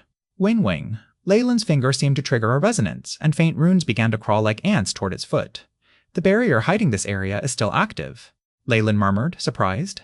Moments later, he ascended to the 2nd floor, where an oil painting of an upper-class lady hung. This was the entrance to the secret plane Leyland had long since destroyed. This secret plane was small-scale, and its spatial barrier was weak. If it had possessed the strength of the secret plane in the Eternal River Plains, the Gargamel would still be trapped here. Leyland reached out his right hand to touch the rough, black wall. A thin layer of gray-black material with a granular texture coated the surface. His expression was grim. Beyond a sensation of his fire energy being affected, there was an additional spiritual force. It was so subtle it could only be detected by someone extremely cautious. It gave Leyland a vaguely familiar feeling. This spiritual force is laced with evil intent. There's no doubt, it's the residual spirit of that Gargamel. It had already escaped, though he could have surmised the Gargamel's escape from the information he'd received. Leyland only felt relief after confirming the evidence with his own eyes. Yet it even set up an alert barrier, huh? It seems it was meant for me, Leyland grinned. This Gargamel's methods were highly covert. However, they were only effective against regular magi. The Leyland of before might have noticed it using the AI chip, let alone now, with the strength of a rank 2 Warlock. This Gargamel's tricks were useless against him. Moreover, Leyland's power had surged dramatically. The Gargamel had only set this alert to match the strength it had first witnessed in Leyland. Such a miscalculation was inevitable. AI chip, scan, Leyland ordered. A layer of scanning ripples, visible only to Leyland, spread across the field. After advancing to rank 2 Magus, the AI chip had undergone a massive upgrade. The scanning task was completed in an instant. A concealed spiritual force was detected, left behind by a rank 2 creature. The type matches an ancient spirit's 2nd form barrier. Analyzing, the AI chip's voice intoned. In its database, the AI chip held an immense collection of images and information. Furthermore, after Leyland had gained control of the Four Seasons Gardens headquarters in the secret plane, he had obtained all the data available to him and stored it in the AI chip's database. Right now, Leyland could be called a true scholar, an existence extremely rare on the South Coast. A silver thread of spiritual force emitted a unique glow, rich with a strong yet mysterious quality. It stretched from between Leyland's brows, spiraled in midair, and writhed into the shape of a rune before imprinting itself onto the wall. Oskacha. With a sound like something shattering, the alert-type barrier left by the Gargamel was completely destroyed. As a rank 2 Warlock, breaking such a barrier was effortless and would not raise the other party's awareness. The might of spiritual force materialization is definitely not ordinary. The corners of Leyland's lips curled as he felt the firmness and power of his own spiritual force. A rank 2 Magus had definitely reached a higher realm than a rank 1 Magus. Between these levels, they not only mastered superior control over their own body modifications and gained various powers, but could also choose from diverse paths and specializations to advance further. However, there was one ability all rank 2 Magus had to cultivate: the materialization of their spiritual force. This process involved shaping a faintly discernible spiritual force from nothingness using energy particles. Such materialization could only occur once their elemental essence conversion reached at least 80%. The power of spiritual force materialized through energy particles far surpassed regular spiritual force. It was also one of the key criteria for advancing to rank 3. Breaking through to rank 3 required a minimum amount of spiritual force and a specific threshold for a rank 2 Magus to materialize their spiritual force. Right now, Leyland was only at the starting point of his spiritual force materialization, but he had already noticed its advantages. Spiritual force, in fact, acted as a catalyst for spells. When enhanced through a spell model and conversion, it would draw energy from the surroundings. At the moment, the spiritual force acting as a catalyst had been strengthened. No matter which spell was cast, its power would be amplified. Thus, a rank 1 spell from a rank 2 Magus would far surpass one cast by a rank 1 Magus. Fortunately, I made preparations to overcome the isolation of the secret plane. After expelling the Gargamel's spiritual force, Leyland examined the already broken entrance, assessed the surroundings, and retrieved various items from his spatial pouch. Through past instances of extortion and plundering, Leyland had accumulated a vast cache of resources that would even astonish a rank 2 Magus. The insatiable bottomless pouch was nearly full of ingredients. Setting up a spell formation was no problem. Leyland's movements were swift as he pulled out multicolored gems and other bizarre items from the pouch, placing them on the floor. He also used silver powder to draw a triangular magic symbol on the ground. Shua, shua, shua. Leyland's right hand transformed into claws, and several key spots in the spell formation were hollowed out to form the necessary shapes.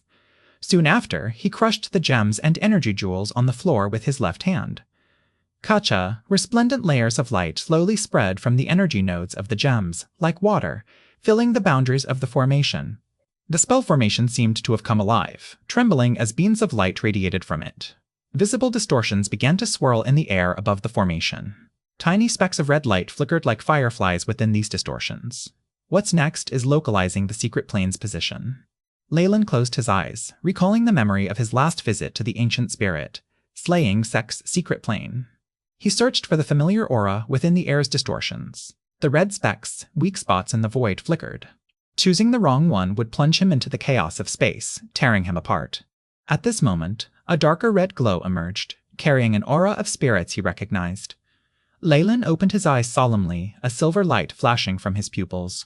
"It's in here, Sword of Minthus." Leyland raised his right hand, clenched his fist, and slashed downward. In the blink of a silver light, a transparent longsword materialized in his grasp. The slender blade struck the darker red glow. Akaha! The slash was as swift as lightning. In moments, the dark red light exploded, forming a pitch-black tunnel. Without hesitation, Leyland dashed into it. Moments later, after traversing the darkness, he emerged once more in the ancient spirit-slaying Sek's secret plane. Woo! Leyland rubbed his forehead. Opening the isolation tunnel of space is indeed troublesome. Pinpointing it through the chaos of space is no easy task. He assessed his surroundings. The entrance was not far from where he had arrived before, and he still remembered this place. Yet, the surroundings had been ravaged by a hurricane of over magnitude 10. Everything lay in ruins. Gargamel must have thrown a tantrum here. I hope the teleporting spell formation is still intact. Leyland sat cross-legged on the floor. Hisses? A thick black mist coiled behind him, transforming into countless tiny black snakes with glowing red eyes. Go forth, he whispered. The snakes scurried through the area as Leyland closed his eyes, channeling his spiritual force to sense the secret plane's secrets. With his pre-recorded map of the plane, the search was far simpler. Chapter 272. Mending. Previously, on the peak of the mountain where Gargamel was sealed, Leyland had created a map. Later, he discovered it was the main map of the ancient spirit-slaying sect crucial for his escape. Now, he needed to explore the area and compare it to his map. Time passed slowly, revealing the state of the secret plane before him. The spirit-slaying sect's plane was in ruins. All mechanisms lay destroyed, and no single building remained intact. It seemed Gargamel, sealed here, had harbored deep grievances. The mountain of white bones and the lab's materials were gone.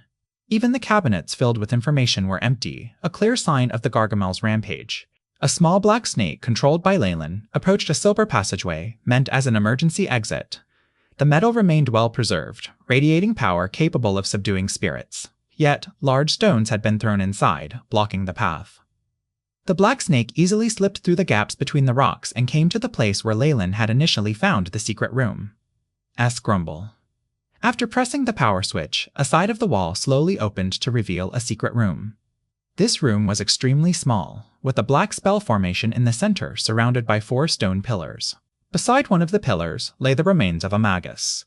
SSC, the little black snake, circled the spell formation and suddenly began to hiss.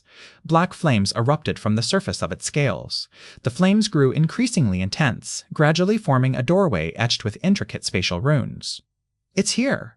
Leyland emerged from the door of flames. Upon seeing that the spell formation had not been damaged, he looked satisfied.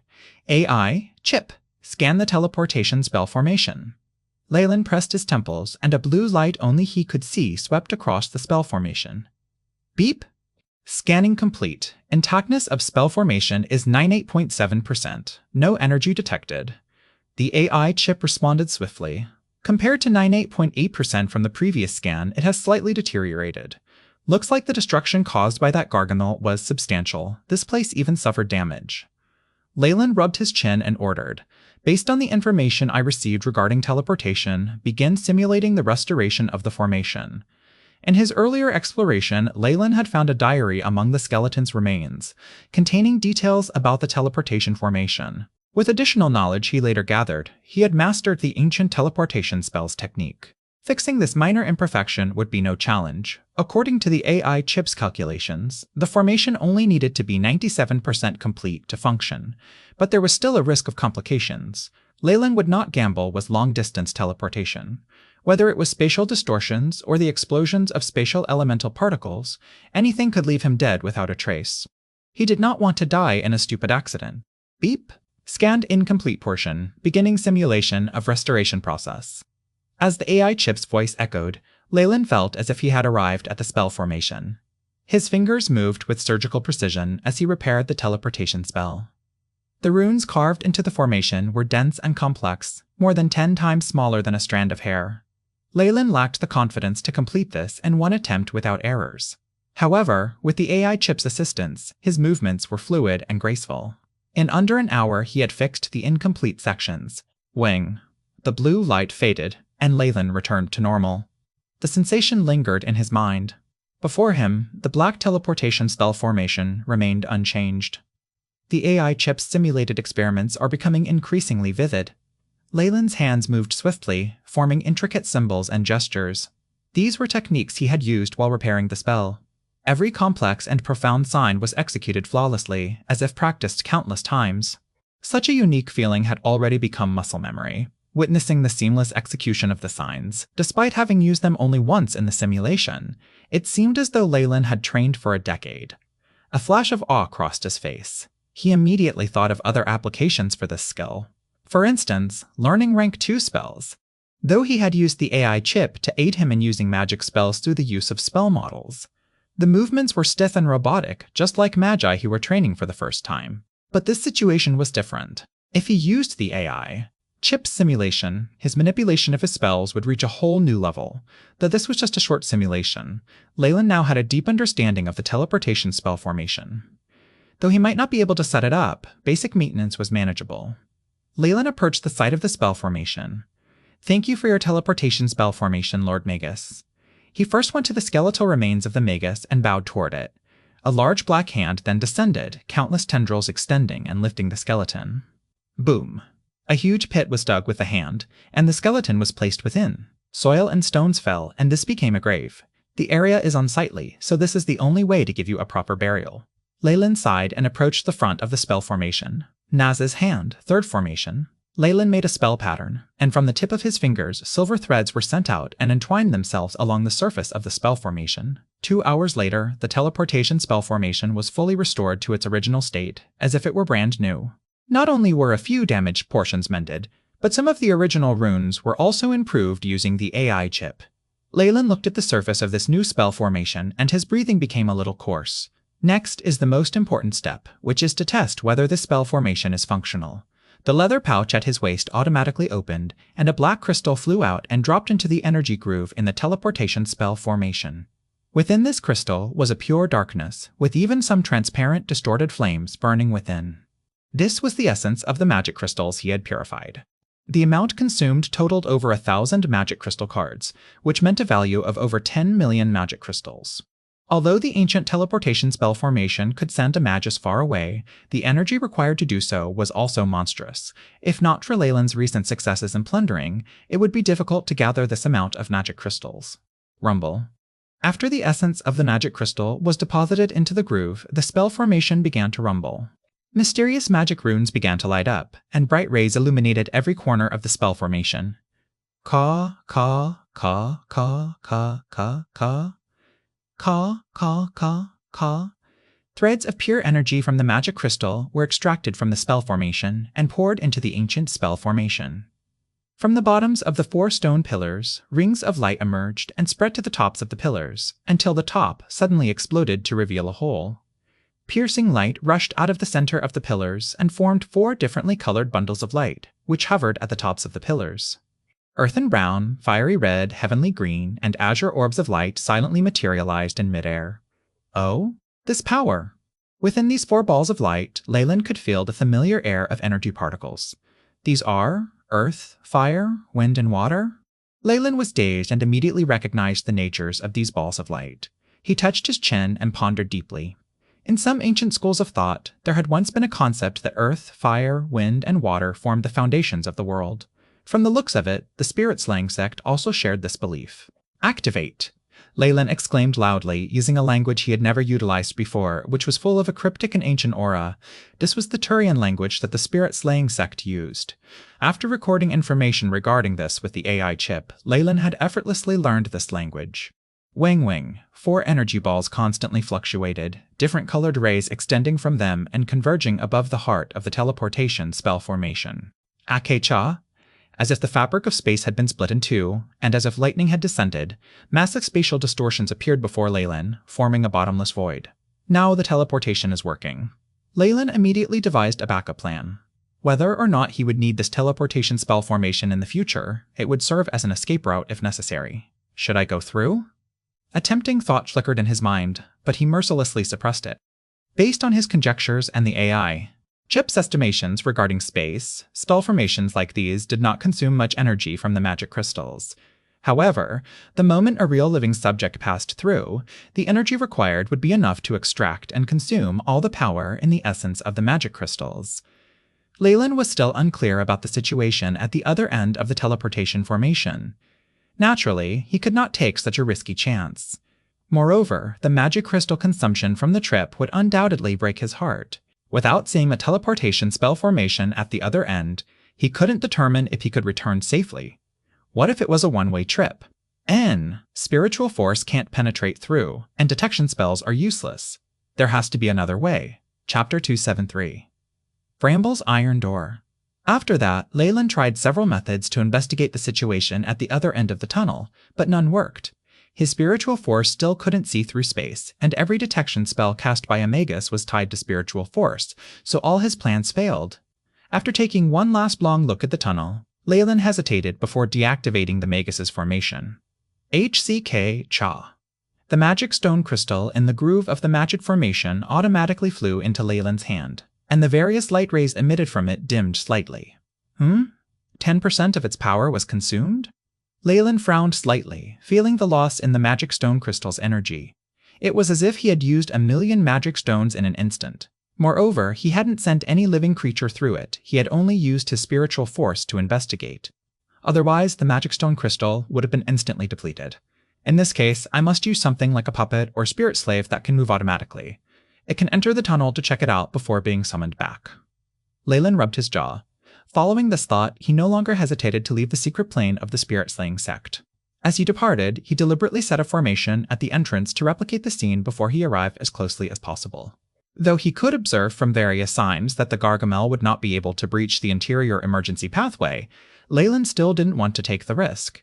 With the AI chip's meticulous calculations, even if the Gargamel came here personally, it would not discover anything. This meant his personal safety had greatly increased. After laying down the formation, Leyland left the area. Bramble's Iron Door, located in the western part of the south coast, was a large-scale Magus market. The reason for its name was an enormous iron door nearby, completely covered in thistles and thorns. Behind it lay a medium-sized Magus secret plane. In the south coast, secret planes were mostly controlled by various large Magi organizations. However, this particular resource secret plane was controlled by the Wandering Magi Alliance, the Iron Crown. Since the Dark and Light Magi had suppressed them both openly and secretly, many Wandering Magi who had long sat on the fence finally chose to rebel against the major alliances. The Iron Crown was a power forged from these Wandering Magi. In this location, numerous Wandering Magi had gathered, taking charge of nearby domains and even controlling a mid-sized secret plane. Though this secret plane paled in comparison to the Four Seasons Garden's vast secret plane, its existence was still extremely rare and precious. The Iron Crown's presence was like a torch in the dark, drawing in Wandering Magi and acolytes from across the south coast and steadily expanding its reach. However, it had reached this point only. As a Magi alliance, it had always been weaker than the powerful Magi alliances. When dealing with the outside world, it maintained a neutral stance. Moreover, it had only recently grown strong enough to be just slightly more powerful than the Abyssal Bone Forest Academy. The Dark Magi organization, the Abyssal Bone Forest, was ranked as a mid-tier power. It was unclear what the higher-ups of the Dark and Light Magi organizations were thinking. Perhaps they had simply decided not to interfere, allowing the Iron Crown to continue existing. This place had become an enormous bazaar for all Magi. Because the Wandering Magi maintained neutrality, it had become the South Coast's irreplaceable free market. Whether dark or light, affiliated or unaffiliated, all Magi could freely enter this place. With the Iron Crown overseeing the area, security was exceptional, as no serious incidents had occurred, earning it a strong reputation. Leyland climbed to the summit of the mountain and gazed in awe at the unfortified gathering city on the flat plain nearby. Is that the Bramble's Iron Door? Its scale is almost comparable to the Nightless City. He used his high vantage point to survey the area. He could see flat summits and large infrastructure spread out like a spiderweb radiating from numerous pathways. What amazed him most was that the gathering city lacked fortified walls or guards. Leyland could casually observe various Magi moving about in transportation devices, traveling in all directions. He had never felt this kind of atmosphere in the Nightless City. When the Iron Crown was first founded, it was born from blood and flames. Initially, the 13 Wandering Magi had their hands stained with the blood of the Dark and Light Magi to run this place and create a home for Wandering Magi. Leyland sighed, put on his hat, and headed toward the Bramble's Iron Door. The Gathering City's specialty was its lack of obvious boundaries. Once inside the perimeter of the Bramble Iron Door, Leyland saw a variety of stalls along the roadside, set up by Wandering Magi. He also spotted acolytes, Magi, and even humans repairing the stalls. I wonder if I'll be able to find the materials I need here. Leyland mused about his reasons for coming, gathering information, restocking his most used ingredients, and testing his luck to find detection spell models. If he couldn't obtain them, he would purchase puppets or spirit slaves to explore the plane. Leyland walked without a destination in mind, but his gaze suddenly locked on to something. At the side of the main road, a group of Magi had gathered, studying a public notice. Various images and text were projected onto an enormous black wall, ensuring even those hundreds of meters away could see it. The words were blood red, with Wanted List written in large bold letters. Below the title, images of the Magi, their danger levels, and bounty rewards were displayed. Leyland had seen this before in Nightless City, but here he was listed at the top of the Wanted List, labeled as incredibly dangerous. His valiant achievements killing 2 great Rank 2 Magi were recorded. What stunned him was that his picture had shifted position. He was now replaced by an unfamiliar Magus. It seems something major happened during the time I disappeared, he muttered. Leyland's curiosity piqued, so he stepped closer to read the details. On the south coast, most of the wanted individuals were soul gatherers, like the Black Magus who had slain cities and erased nations.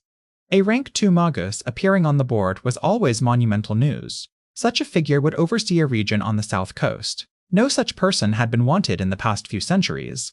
Rank 2 Magi on the list were rare, and none had ever been caught. Yet, within these few months, 2 Rank 2 Magi had suddenly appeared, drawing the attention of countless Magi. That was right. The Magus standing before Leyland was one of them.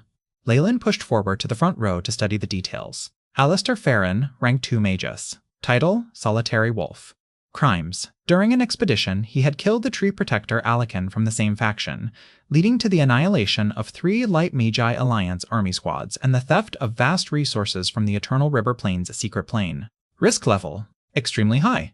Any Magus with information about his location, and reporting it to a nearby Light Magi Alliance member, will be rewarded with 1,000,000 magic stones. Killing the target grants 1 billion magic stones or equivalent resources. In the wall's image, Alistair had a mix of gold and white hair, appearing as a young man smiling candidly. His eyes held the wisdom of years spent. He exuded an unusual personal charm and a scholarly demeanor. After becoming a Magus, Magi could undergo local surgery to alter their appearance. Rank 2 Magi could make more extensive changes to their bodies. Since Alistair had killed 2 level 2 Magi, he was clearly at least their level. After all, he couldn't be young. Few could be as perverted as Leyland, who had reached rank 2 before turning 40. In fact, when he achieved that rank, the entire South Magi realm had hailed him as an unprecedented genius. The Abyssal Bone Forest Academy had even expressed regret over their initial actions. However, there were 3 level 2 Magi. They must have been the guards of the Light Magi Alliance at the Eternal River Plains' secret plane. It looks like something significant happened there again. Leyland rubbed his chin, fascinated by the Eternal River Plains' secret plane. It was vast, its resources endless. It wasn't something that ordinary ancient magical organizations could establish. According to Leyland's hypothesis, those who built it should have been an alliance of a few Morningstar Magi.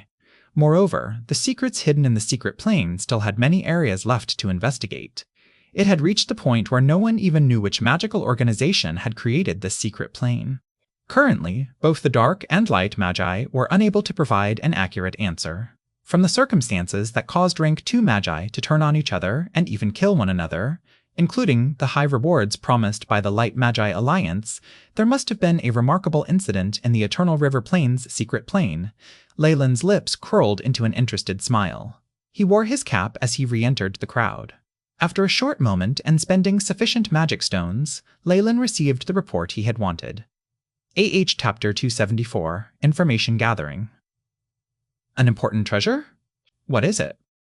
Leyland had now transformed his appearance into that of a middle-aged man. As he stared intently at the human figure made entirely of black fog, discontent flickered across his face. We don't know either, but it's definitely extremely valuable and highly tempting for rank 2 Magi. Upon seeing that treasure, Alistair betrayed the Light Magi Alliance without hesitation and plotted against Alex and Juna, then snatched it away. The voice of the figure in the black fog was hoarse, and its body seemed on the verge of vanishing at any moment. All right. One last question. Where is he now? Leyland exhaled heavily and asked, I'm not sure. Someone seemed to have found traces of him in Nightless City. We made a guess about where he's going, and he's probably fleeing toward the Endless Ocean. Upon hearing this, Leyland shook his head. The Endless Ocean lay on the east side of Nightless City, directly opposite the Bramble's iron door. Even if he chased after him now, he'd never catch up. Also, dispatching a large group of people for a piece of uncertain information was clearly not worth the effort. There were surely many Magi after Alistair. Rumors even hinted at a rank 3 Magus being involved, and Leyland had no intention of getting involved. He himself was a major fugitive. Do you have any more questions? The figure in the fog asked. No. Leyland stood and left the room. Clang. The massive door rumbled shut, plunging the room into darkness as the figure in the fog gradually dissipated. Dear customer, you have asked a total of 2 A-level and 3 B-level questions. The total cost comes to, after Leyland exited, a woman dressed in revealing attire emerged, her hips swaying seductively. She looked like the boss of a tavern. Her ample breasts pressed against Leyland's chest. All right, I understand. Leyland seemed to taunt her as he smiled, and a small black pouch with gold edges arced through the air, landing precisely between the woman's ample breasts and making her pout playfully. After rejecting her attempts to keep him, Leyland quickly left. Whalala! The bricks on either side of the door shifted, revealing a secluded and dirty path. In the distance, the sounds of magi arguing could be heard. Leyland turned back only to find the door had vanished without a trace. A regular wall stood in its place, and the location where he had first entered was completely different from where he now stood. These information-selling magi organizations clearly had perfect mastery over concealment techniques.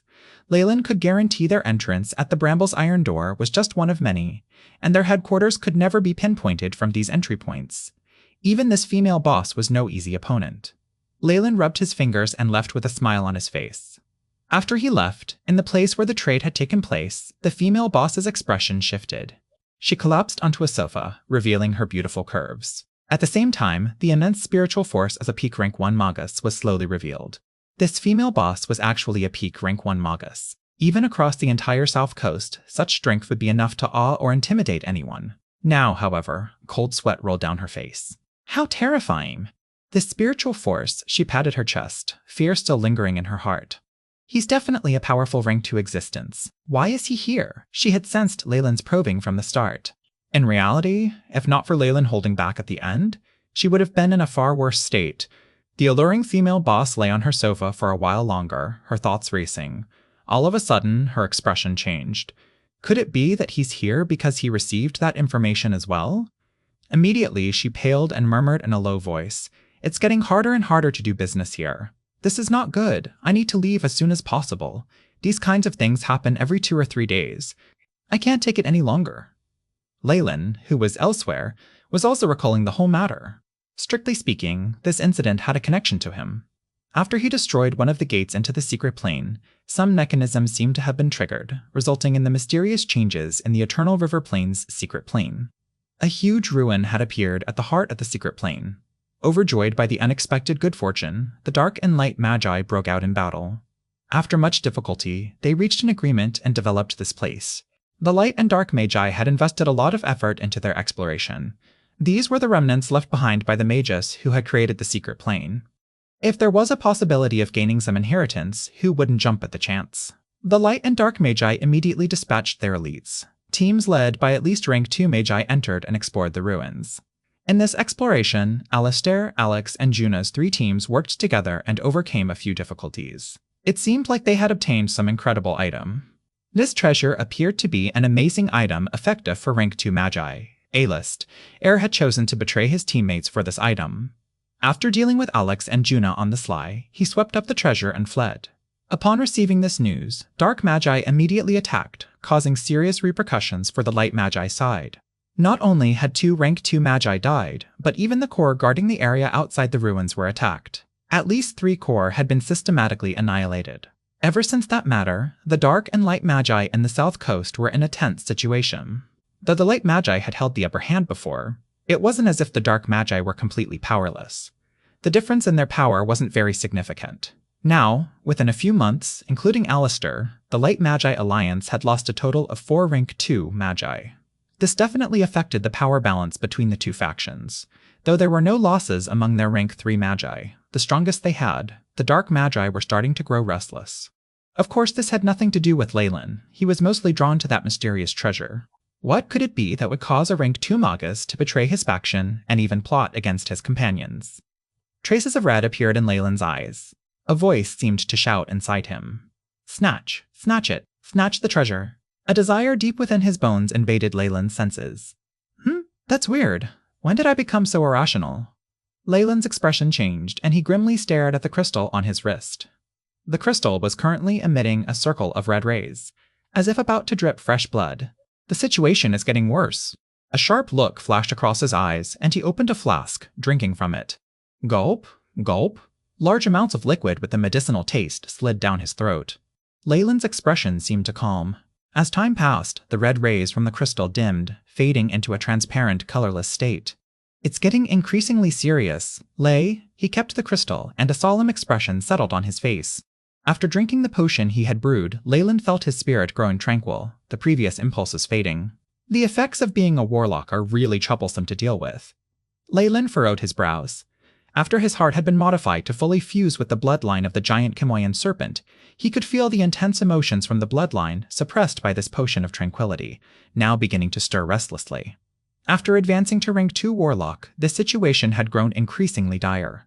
Leyland now had no choice but to set up an early warning spell on his wrist. This colorless crystal was a ward he had created. The moment bloodline-induced emotions began to affect his rationality, the crystal would immediately emit blood-red rays. The graver the issue, the more piercing the red rays on its surface would be. Leyland now had no choice but to prepare potions of tranquility and keep them at hand, occasionally drinking some to prevent the emotions from clouding his mind. After all, for him to have come this far, the AI chip was an important factor, the other being a clear mind. If he lost this factor, no matter how powerful he became, it would be a tragedy. These emotional issues of warlocks were definitely complications in ancient times. Though the great Magus had come up with this potion of tranquility, it can only treat the symptoms, but not the root cause. I need to find a way that can permanently deal with it. Leyland looked grim. As for that Alistair, it's not my place to think about him. Plus, he's so far away. After regaining a clear mind, Leyland touched his chin. Of course, if he's so blind as to offend me, then that's a different matter altogether. After thinking this through, Leyland donned his hood once more and left the deserted alley. A few hours later, Leyland emerged from a large building constructed from gold and silver, his face bearing a helpless expression. Behind him, a Magus, presumably the owner, watched him leave, his expression apologetic. This was one of the top 3 commerce centers in the Bramble's Iron Door, and Leyland had just purchased some items. It was a pity that, aside from replenishing a few frequently used materials, there was no mention of the long-distance detection spell Leyland had been hoping to obtain. As for a method to solve the warped emotions from his warlock bloodline, Leyland didn't even bother asking about it. Chapter 275, Trading Event. The inheritance of the Warlocks had been lost along the south coast for many years, so Leyland did not think he would be so lucky as to find a remedy so easily. Moreover, he did not want to reveal his secret weapon. I'm afraid I'll have no choice but to rely on the great Magus Serholm. Leyland scratched his chin, walking while he pondered this. As a rank 4 warlock at the Morning Star level, the great Magus Serholm must have had certain methods to withstand the emotional side effects that plagued them. The potion of tranquility he had previously used was proof of that. Leyland planned to find some remnants or ruins left behind by Serholm, hoping to discover something. Having already made up his mind, Leyland proceeded to the outer layer of the Bramble's Iron Door. He urgently needed information or news about the great Magus Serholm. From this, he could find ways to alleviate the side effects of his bloodline. Is our guest here planning to leave already? Just as Leyland was about to leave the Bramble's Iron Door, he was suddenly stopped by a strange man wearing a hood. Who are you? I don't know you. Leyland, now appearing as a middle-aged man with a dangerous aura, could sense this. The man he was facing definitely sensed it. He was like prey marked by an ancient creature, his legs trembling involuntarily. Wait. My lord, I have no evil intentions. The strange man began waving his arms. To prove his identity, he even produced a metal disc and showed it to Leyland. On the surface of the black disc, a symbol of the Iron Crown had been deeply engraved. There was no ornamentation, and the carving style was characterized by smooth, firm lines. Someone from the Iron Crown? Leyland's tone softened, and his aura calmed. He assessed the strange man, who was also an official Magus. What do you want from me, my lord? We from the Iron Crown are extremely respectful and humble toward the many powerful Lord Magi. To be honest, the moment you entered the market, we had already noticed you. The strange man bowed toward Leyland. Please come with me. Leyland scratched his chin and followed behind him. From this man's actions, Leyland could assume the Iron Crown had already discovered his true strength. After all, as the ruler of this area, a rank 2 Magus like him could easily disrupt daily life here if left unmonitored. The Iron Crown must have developed some form of probing methods. How did you find me? Leyland, who had been following the strange man, couldn't help but ask. After hearing this question, the hooded man proudly patted the pouch on his waist. Shoo! A black shadow instantly crawled up to his shoulder. This was a high-energy creature resembling a mole, with eyes that shone brightly like sapphires. As it looked at Leyland's body, it couldn't help but shiver, even wedging its tail between its legs. Pardon me. The hooded man patted the mole-like creature's head to comfort it. This is my lifelong magical companion, a crone mouse. Crone mice possess heightened awareness for powerful spirits. Hence, I was able to take charge and become the leader of the defense team of the Iron Crown. Leyland glanced at the mole on the leader's shoulder, a look of understanding in his eyes. To be able to make this creature, which has already gone extinct, your pet, it seems you have pretty good luck. A Magus's magical pet or companion wasn't just a mount.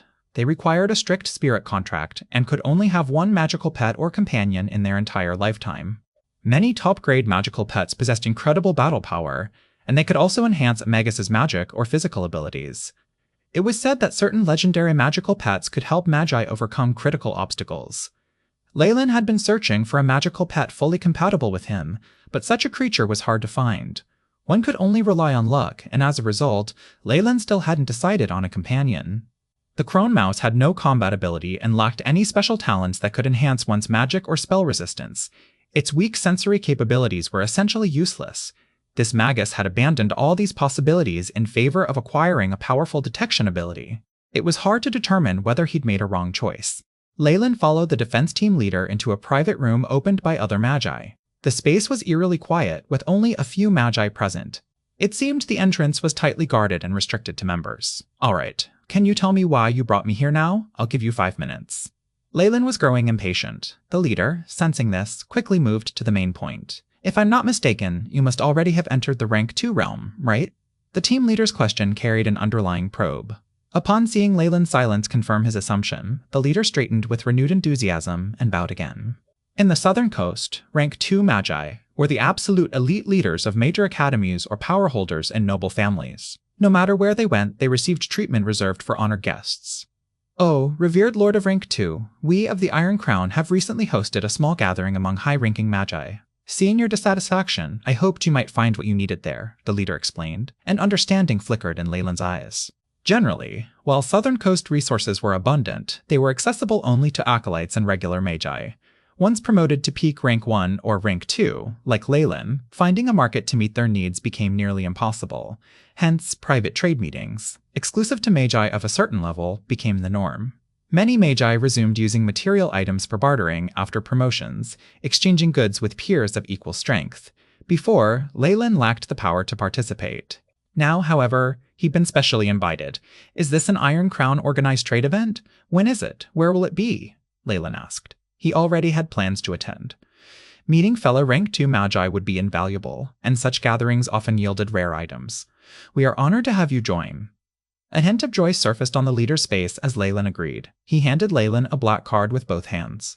"The event is 3 days away. The address is on the card. Simply present it on time, and you'll be welcome." Additionally, the Iron Crown sages wish to speak with all rank 2 Magi before the trade meeting. You'll not be disappointed. This leader's revelation seemed the most crucial part of the invitation. A meeting with them? Leyland was surprised. The Iron Crown sages weren't the founders of the organization, but they possessed the strength of at least peak rank 1 or even rank 2 Magi. Without this much strength, the Iron Crown would long since have been destroyed countless times over by Magi who had bad intentions toward them. "May I know what it is about?" Leyland fiddled with the black card in his hands. It was crafted from a type of crystal and felt cool to the touch. Even more intriguing were the rings etched onto it, which connected to form an intricate pattern resembling a large metal sword. "I can't really reveal the details, but I can tell you it has to do with the incident at the Eternal River Plains' secret plane." The leader of the defense team smiled, but Leyland felt his nerves creeping in. "The incident at the Eternal River Plains' secret plane? Was my identity revealed?" Black scales peeked through his skin beneath his clothes. Yet he quickly masked his reaction, asking without changing his expression, "Are you referring to Alistair?" "Yes. He's the lord who betrayed the Light Magi Alliance." At the mention of Alistair, the leader's tone still carried a note of reverence for a rank 2 Magus, causing Leyland to nod inwardly. Of course, this was due to his neutral stance. If this leader were a Light Magus, he wouldn't address him as a lord, or he'd face punishment from the enforcement team. Interesting, very interesting. After stepping out of the private room, Leyland ran a hand over his chin, a smile forming on his lips. He quickly vanished into the crowd. After finishing this business, the defense leader politely encouraged Leyland to enjoy the services provided here, which he did. It must be said that these establishments catering to high-ranking Magi were truly different, whether in terms of food, liquor, women, or anything else. Whatever Leyland could think of, they could provide, often with first-rate quality. For large organizations like this, any rank 2 Magus was worth roping in. In addition, Leyland's unfamiliarity to them had piqued their curiosity. The Iron Crown obviously had no reason to investigate his background, though some sort of observation or investigation was definitely underway. However, Leyland paid this no mind. This middle-aged man he currently appeared as was entirely different, and there was no information about him. By the time the Iron Crown might have uncovered anything or linked him to anything, he'd likely have been long gone. But Alistair? Leyland suddenly felt as if this was fate. He had already been prepared to let this man go, but somehow he was nearby Leyland again. He's believed to have fled toward the Endless Ocean, but in reality, he escaped westward. He's a bit cunning, but that's about it. The diversion orchestrated by a rank 2 Magus wasn't so easily seen through. From Leyland's guesses, there was probably a rank 3 Magus involved. Chapter 276 entry. After living in the South Coast for so many years, Leyland now had a basic understanding of the region. Geographically speaking, though the South Coast was said to be a coastline, it was actually a vast continent encompassing mountain ranges, marshes, plains, snowy regions, and all sorts of terrain. There were even a few hidden savage ruins that even official magi dared not explore. The largest population on this continent consisted of the native people. Roughly 100 million of these regular humans were divided into hundreds of dukedoms of varying sizes. Behind these dukedoms stood the dark and light magi who controlled them. The nobility and lords in power were basically descendants of many official magi. Periodically, major magi organizations in the South Coast would assess the spirit and talent of these noble families, recruiting them as acolytes. They would provide them with knowledge to continue governing for generations. While these academies also accepted peasant acolytes, the percentage was minimal. Only those of exceptional talent would be considered, and their lives were not guaranteed. Most light magi academies refused to recruit peasant acolytes. Only the dark magi would do so. Even with such a vast population, the number of peasants with spiritual talent remained alarmingly low. Out of over 10,000 plebeians, only one would be born with the rare talent to become an acolyte and later a magus. Even among these few, their abilities were rarely extraordinary. Third or fourth grade aptitudes required immense luck to achieve. This scarcity of talent led to the gradual decline of many academies. Rather than falling to enemy attacks, they faded away due to an inability to find successors. Their power dwindled over time, and eventually they vanished. Both dark and light magi carefully divided their domains, forbidding the recruitment of acolytes beyond certain boundaries. Their conflicting management philosophies left the populations under dark magi rule far less prosperous than those under light magi oversight. To compensate, dark magi organizations often sought acolytes from outside their territories. This pattern also applied to the Abyssal Bone Forest Academy. They eliminated so many acolytes each year that they couldn't recruit from the light magi's domain. This sometimes left them short on new students, forcing them to look elsewhere, such as the Chernobyl Islands. Despite numerous methods, few official magi existed in the southern coastal regions. The difficulty of advancing to higher ranks worsened this problem. Acolytes with only grade 1 or 2 aptitude rarely progressed beyond level 3. Becoming an official magus was even harder, and the promotion process was tightly controlled.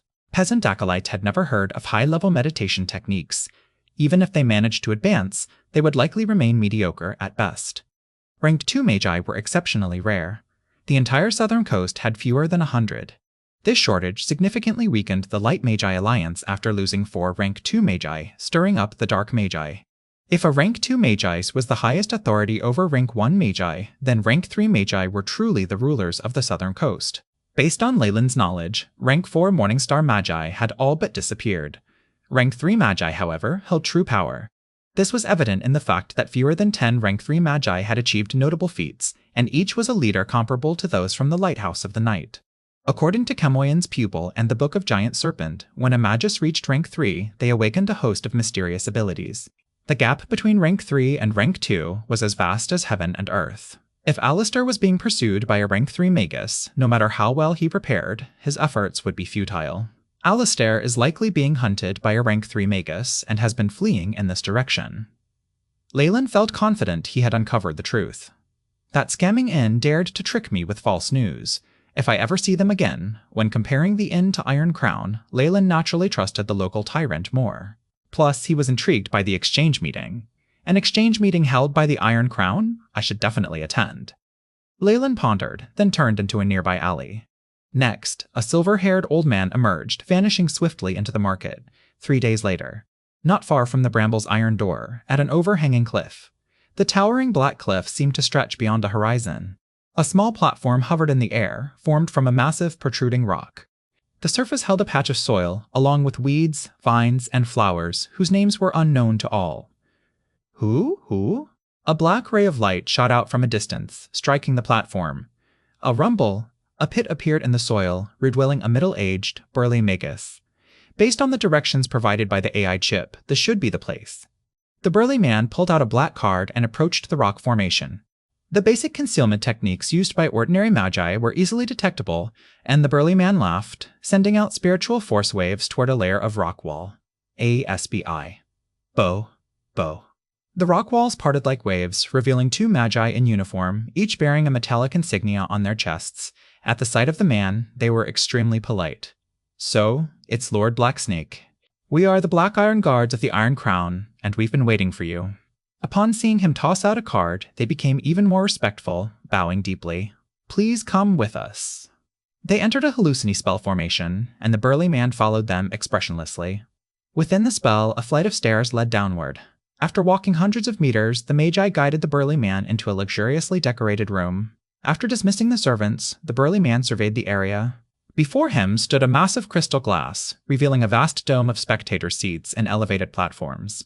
A few magi were already seated, their energy waves well concealed, yet under the burly man's gaze, nothing could be hidden.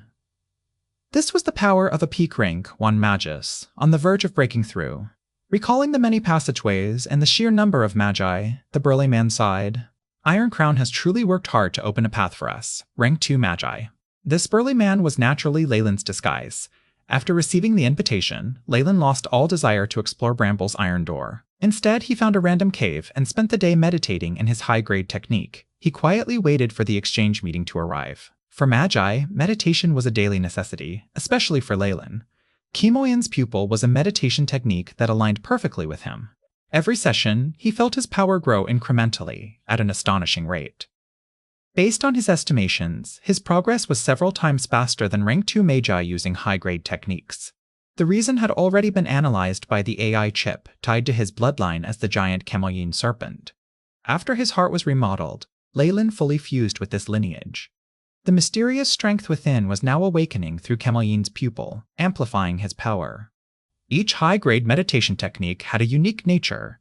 As a Magus trained, this could enhance their abilities in specific areas, increasing elemental resistance or even unlocking mysterious abilities. In Leyland's view, a technique like Kimoyan's pupil allowed a Magus to reshape their body through rigorous training. Their form would gradually resemble that of the ancient giant Kimoyan serpent. As for the incomplete sacred flame, a Magus would cultivate it to produce a special spiritual force. This force had no practical use beyond extending into the continent's vast consciousness, sifting through historical data to extract useful fragments and gain premonitions. However, this ability was highly uncertain, often failing to deliver results.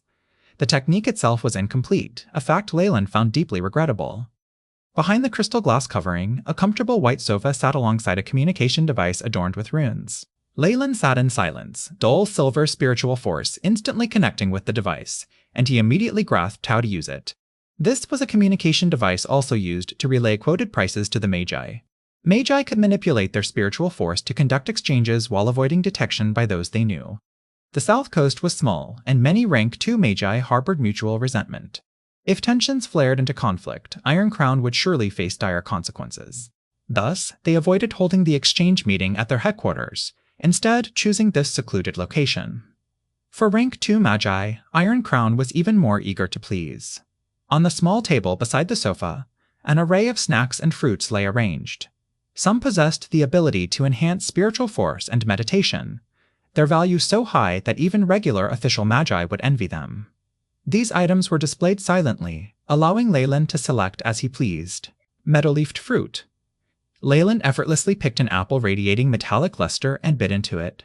The meadow-leafed fruit was a specialty from the secret plane under Iron Crown's control. It could condense spiritual power and amplify meditation, making it highly coveted by some official Magi. Yet Leyland barely sensed any effect. After advancing to rank 2 Warlock, most resources useful to rank 1 Magi had lost their potency. For items like this, Iron Crown's special product, it was merely a means to satisfy his thirst. Chapter 277. First Glimmer of Dawn, Ding, Ling, Ling. Accompanied by ringing bells, an old Magus suddenly appeared on the high platform. His golden attire exuded formal grandeur. Beside him stood 2 female servants, more striking than him, holding silver plates. They presented something resembling a root, offering it to the Magi below. Surrounding them were multiple enlarged projections. The Devil's Antenna is an object retrieved from the body of a beast possessing the strength of an official Magus. It has been preserved in liquid, its worth ranging from 200 to 500,000 magic crystals. It's a pity it's of no use to me anymore. Leyland merely scanned the item on the platform and lost interest. Before the trade meeting begins, is there a need for this auction? How pointless. Though Leyland found it dull, the item on the platform captivated the rank 1 magi below. Shouts of haggling echoed, and the auction buzzed with energy. Iron Crown's auctioned items were renowned for their quality and affordability, making them highly sought after by rank 1 magi. Magic artifacts, high-level slaves, precious materials, knowledge, and even spiritual force, enhancing potions were displayed one after another, allowing the magi below to compete and choose. These were clearly unappealing to rank 2 magi. Neither Leyland nor the other rank 2 magi in the VIP rooms bid. Leyland simply closed his eyes and rested, using the AI chip to simulate rank 2 spell models. Though the spell models of the 3 rank 2 spells from the Book of Giant Serpents already resided in his mind, he had discovered other applications of the AI chip's simulation methods while repairing the teleportation spell formation. Through the AI chip simulations, he could accelerate his understanding of spell activation and firing, refining one's robotic movements into greater agility. This was a function the AI chip did not have before, a capability created after its advancement. With this function, Leyland's understanding and manipulation of rank 2 spells could almost surpass that of rank 2 magi who had spent years accumulating knowledge. However, the number of rank 2 spell models I have is just too small. Leyland practiced Scorching Touch once more, furrowing his brow. A rank 2 Magus would typically be backed by a powerful organization, ensuring access to countless spell models accumulated over time. Leyland was different. He was now going solo. The difficulty of this path was worsened by the strict regulations for rank 1 magi in the South Coast, which were even harsher for rank 2 magi. Even during his time at Four Seasons Garden, he lacked the qualifications to access rank 2 spell models. From killing Caborn and Desmond, he had gained some experience and insights into using rank 2 spells. But what he lacked was the most critical element spell models. He only had these experiences as references. It's not possible to buy this sort of thing with magic crystals. Perhaps if I stay low for a while, I can try other methods. As the auction progressed, items appealing to rank 2 magi began appearing, with prices shouted from several VIP rooms. At this moment, the announcer's voice below caught Leyland's attention. Middle-grade magic artifact, Saber of the Dawn. This is a saber found in an ancient ruin. It is said its previous owner was a mighty branded swordsman. Starting price, 5 million crystals, or any precious materials of equal value. Leyland opened his eyes and focused through the transparent glass screen on the platform below. A dull gold metal longsword was displayed by the servants behind the announcer. The sword was about 1.5 meters long and 2 fingers wide. For branded swordsmen like number 2 and number 3, who used swords the size of regular humans, this was merely pocket-sized. A flicker of joy crossed Leyland's face. On the surface of the Rays of Dawn's longsword, there were strange runes, very similar to the ones he had branded onto number 2 and number 3. Looks like it's the real deal. He nodded, and a slither of spiritual force quoted a price through the communication device. 5 million magic crystals. A middle-grade magic artifact wasn't particularly valuable, but this longsword was evidently worth studying, drawing the interest of rank 2 magi. Almost instantly, a bid came from a VIP room near Leyland. 5.5 million. Leyland's face darkened as he glanced toward that VIP room. Unfortunately, all he saw was a blurred shadow. The glass in VIP rooms had been specially processed. Guests could see outside, but outsiders couldn't glimpse what was inside. 6 million. Leyland immediately raised the price. Besides his magic crystals, he also possessed materials from the secret plane and the wealth of 2 rank 2 magi. This generosity was natural, as it was obvious he had immense resources. Sensing Leyland's determination and wealth, nearby rank 2 magi stopped bidding, and the longsword became his. The guest in VIP room 7, please take note. Our staff is bringing your auction item to exchange. Please prepare magic crystals or items of similar value. News traveled through the communication device, and within 5 minutes, an expressionless man brought the servant holding the silver plate to Leyland's room. May I know where this longsword was created? After receiving the delivery, Leyland's eyes gleamed as he questioned them. My apologies. This belongs to the client, and it is our duty to keep this a secret for him. Though they were speaking to a rank 2 Magus, the staff remained firm in rejecting Leyland's demands. This demonstrated their professionalism and decorum. Very well, Leyland nodded, waving for the 2 individuals to take their leave. Next, he picked up the longsword on the table, and golden rays shimmered in his hand. A regular middle-grade magic artifact could no longer satisfy the needs of a rank 2 Magus. What was more useful was a high-grade magic artifact, or even a magic device. However, Leyland had no desire to use it. He was more interested in the runes etched onto the longsword. AI chip, scan and record the runes, then compare them with the runes of the branded swordsman. Leyland thought in his mind. Beep. Recorded runes, now comparing with the runes of the branded swordsman. The AI chip responded obediently. Right after, Leyland received the results. Similarity to fire elemental. Branded swordsman runes recorded by host body is 67.1%. Similarity to foundation metallic runes, 34.2%. Similarity to basic sharpness, 13.9%. Estimated to be the runes of the weapons of the branded swordsman. Estimated time required to perfect and alter, 294 hours. Like I thought. A gleam of triumph flickered across Leyland's face. The information he had on the branded swordsman was extremely limited. Even with the AI chip refining and supplementing details, he had only managed to uncover the fire elemental runic spell formation suitable for males. As for the runes for other elements and the weapons tailored for branded swordsmen, he had no clue at all. Now, with the appearance of this long sword of the rays of dawn, Leyland finally saw a glimmer of hope. He also had another thought. The Fallen Star Pendant, a magic artifact that had accompanied him for years, was no longer meeting his needs. He had therefore sent it back to his family. He now lacked an offensive-type magic artifact. Perhaps he could carve these branded runes onto a magic artifact by imitating those on the longsword, and create a weapon tailored for himself. Leyland touched his chin, pondering the feasibility of this plan. While Leyland analyzed the sword in his hands, a few magi were quietly discussing in the VIP room where they had competed for this magic artifact. Torp, why aren't you quoting another price? It's just 6 million magic crystals. That's nothing to you, right? A woman in purple gold magus robes spoke to a red-bearded old man, her bewitching aura surrounding him. The magic crystals aren't much, and I don't actually want that magic artifact that much. I just want to analyze the runes on it. I'm sure this kind of special magic artifact has very strict requirements for users. I've even come to suspect that those who aren't branded swordsmen will be unable to use this longsword. The ancient branded swordsmen have already vanished from the south coast for thousands of years. It's not worth it to spoil our plans for this item. The red-bearded Torp touched his beard. You are truly a master blacksmith. To be able to glean this much information from just a look, the woman seemed awed, then continued with growing concern. I keep having this feeling that the plan is much too hurried. Will he really come? Don't worry, he'll definitely be here. Torp spoke with conviction. We've put out bait this time that is definitely irresistible to him. In order to use that item more effectively, he'll definitely come. That's great. The woman patted her chest, then glanced at Leyland's room with some conjectures in mind.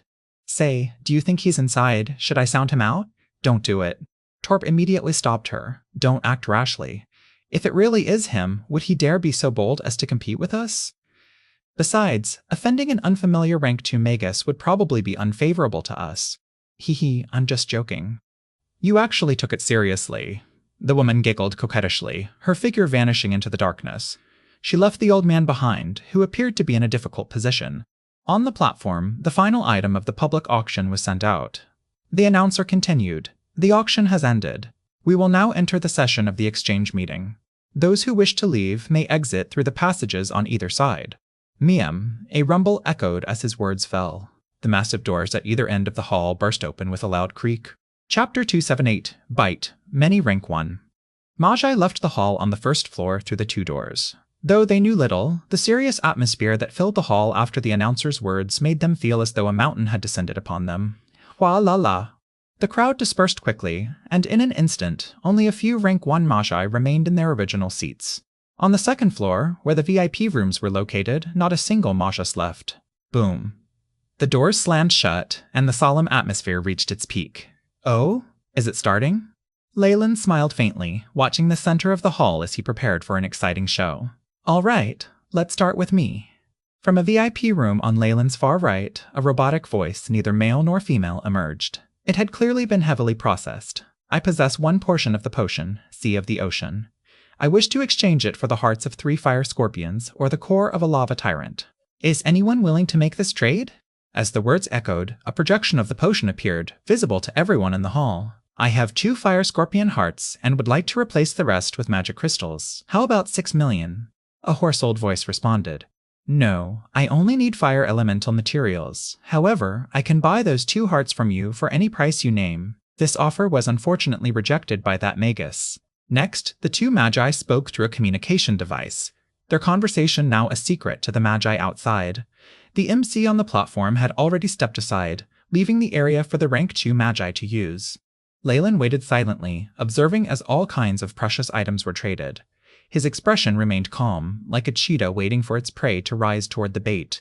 After discussions with Iron Crown and his own judgment, he could now confirm that this exchange meeting was a setup orchestrated by Iron Crown or the Light Magi faction to lure out Alistair. All the items being offered were ones Alistair could not resist. At this moment, an item that made Leyland's eyes gleam appeared in the hall. A high-level alchemy notebook recording terrifying information from the abyss. Those with insufficient spiritual power will see illusions when flipping through it. The previous owner had already gone mad and died, so the next buyer must be cautious. Along with this voice, a book, black on the outside and with blood-red eyes projected in the middle, was displayed. This notebook appeared extremely torn, with a few corners damaged, yet the red eye in the center remained sharp. Though it was just a projection, Leyland felt as if the eye was locking onto him, causing his insides to tremble. Additionally, he noticed something intriguing on the surface of the black notebook. Beside the red eye, countless veins and black runes ran across it. These runes twisted together, resembling little black snakes. This silver light flared at Leyland's palm, and the Book of Giant Serpent, stored in his spatial pouch, materialized in his hands. The runes on its surface were strikingly similar to those on the notebook. The Great Magus Serhom.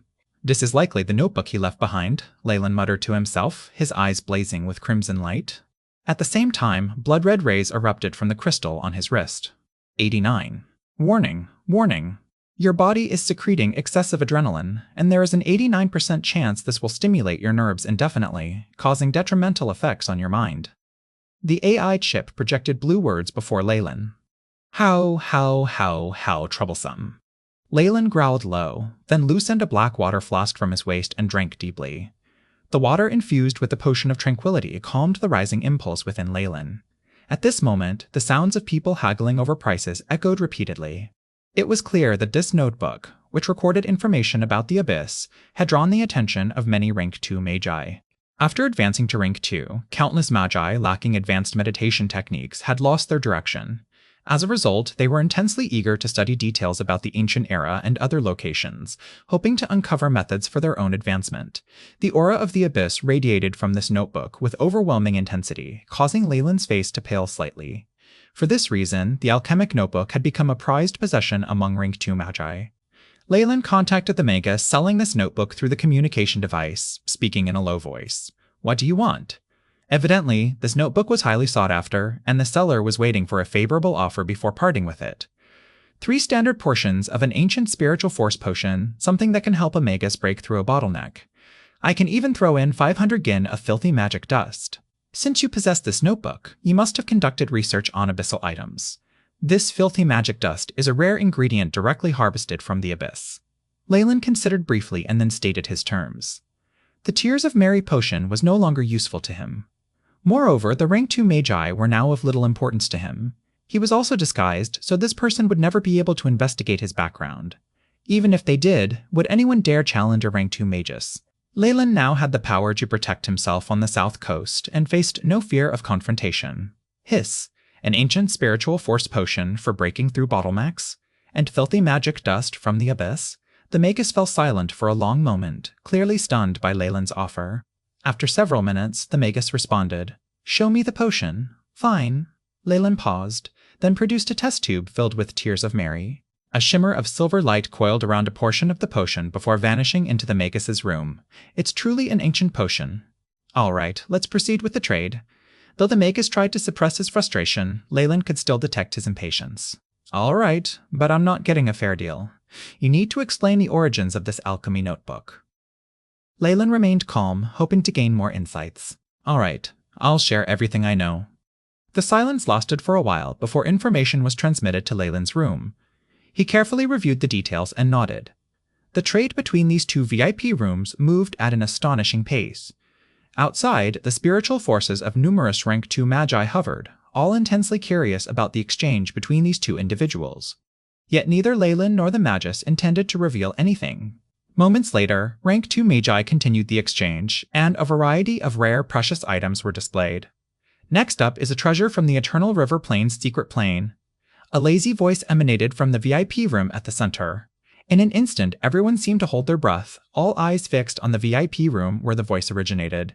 The secret plane had become a hot topic, with its rare materials fetching exorbitant prices.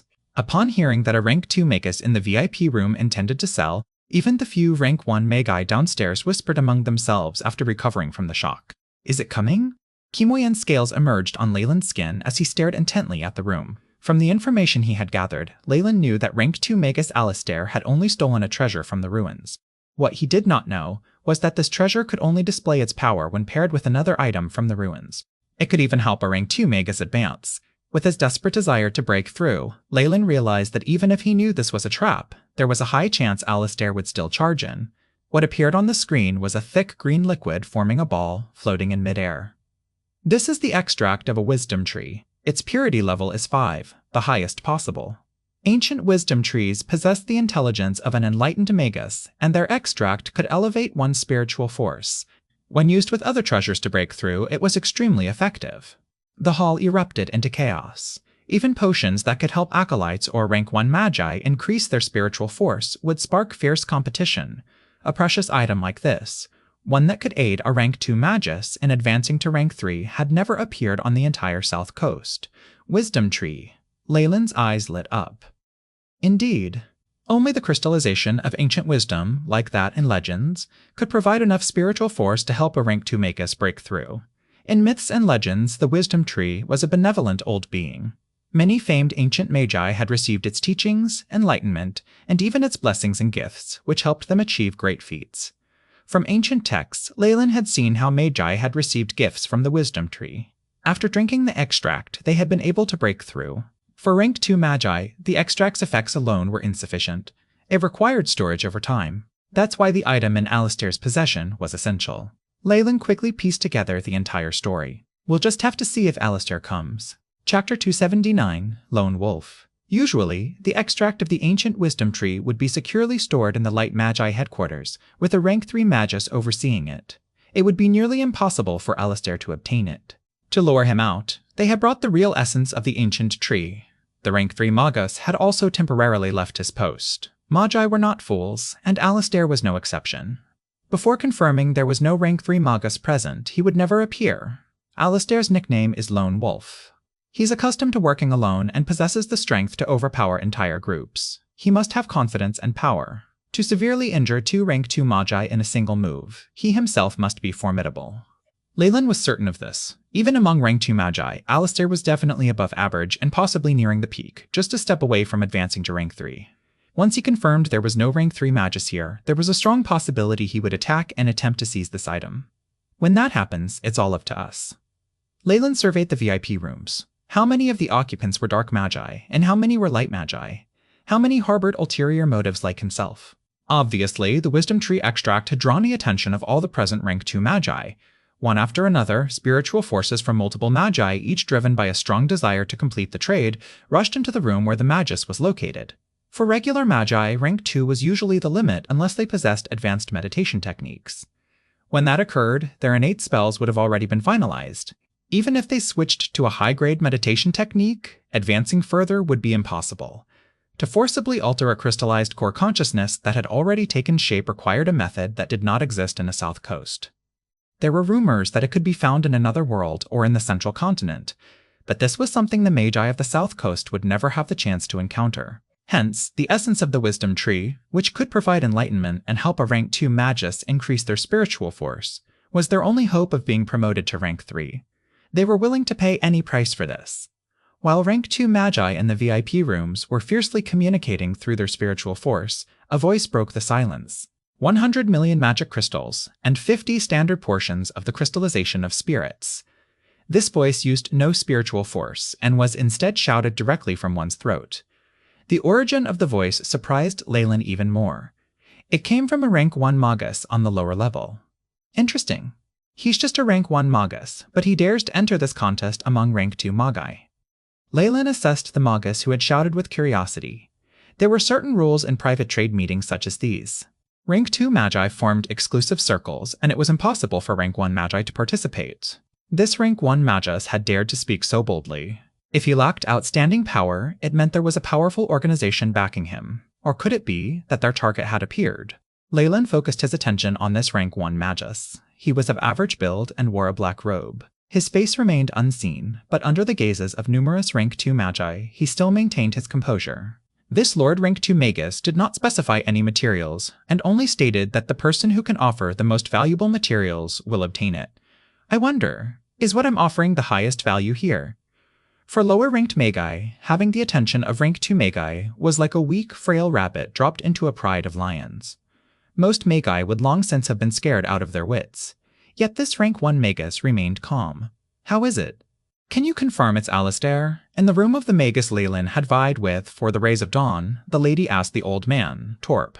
I can't tell for sure. The old man, Torp, with the red beard, stroked his chin.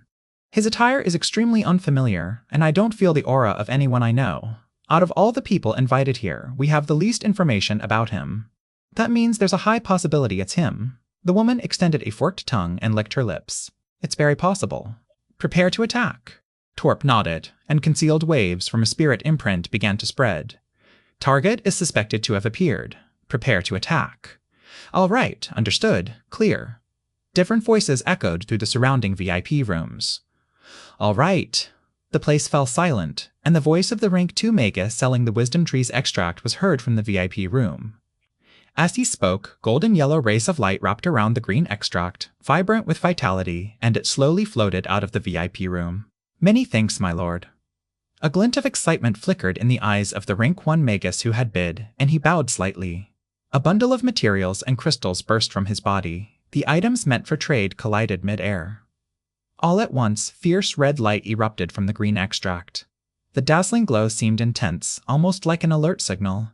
It's him! It's Alistair! Move! As if activating a switch, the VIP rooms belonging to rank 2 Magi exploded. Each and every Magus who had reached rank 2 boasted their strength, and immense energy waves constantly surged, causing an earthquake in the surroundings. Binding of Azora, a streak of golden-white light fiercely struck the area where the rank 1 Magus stood. Awoo!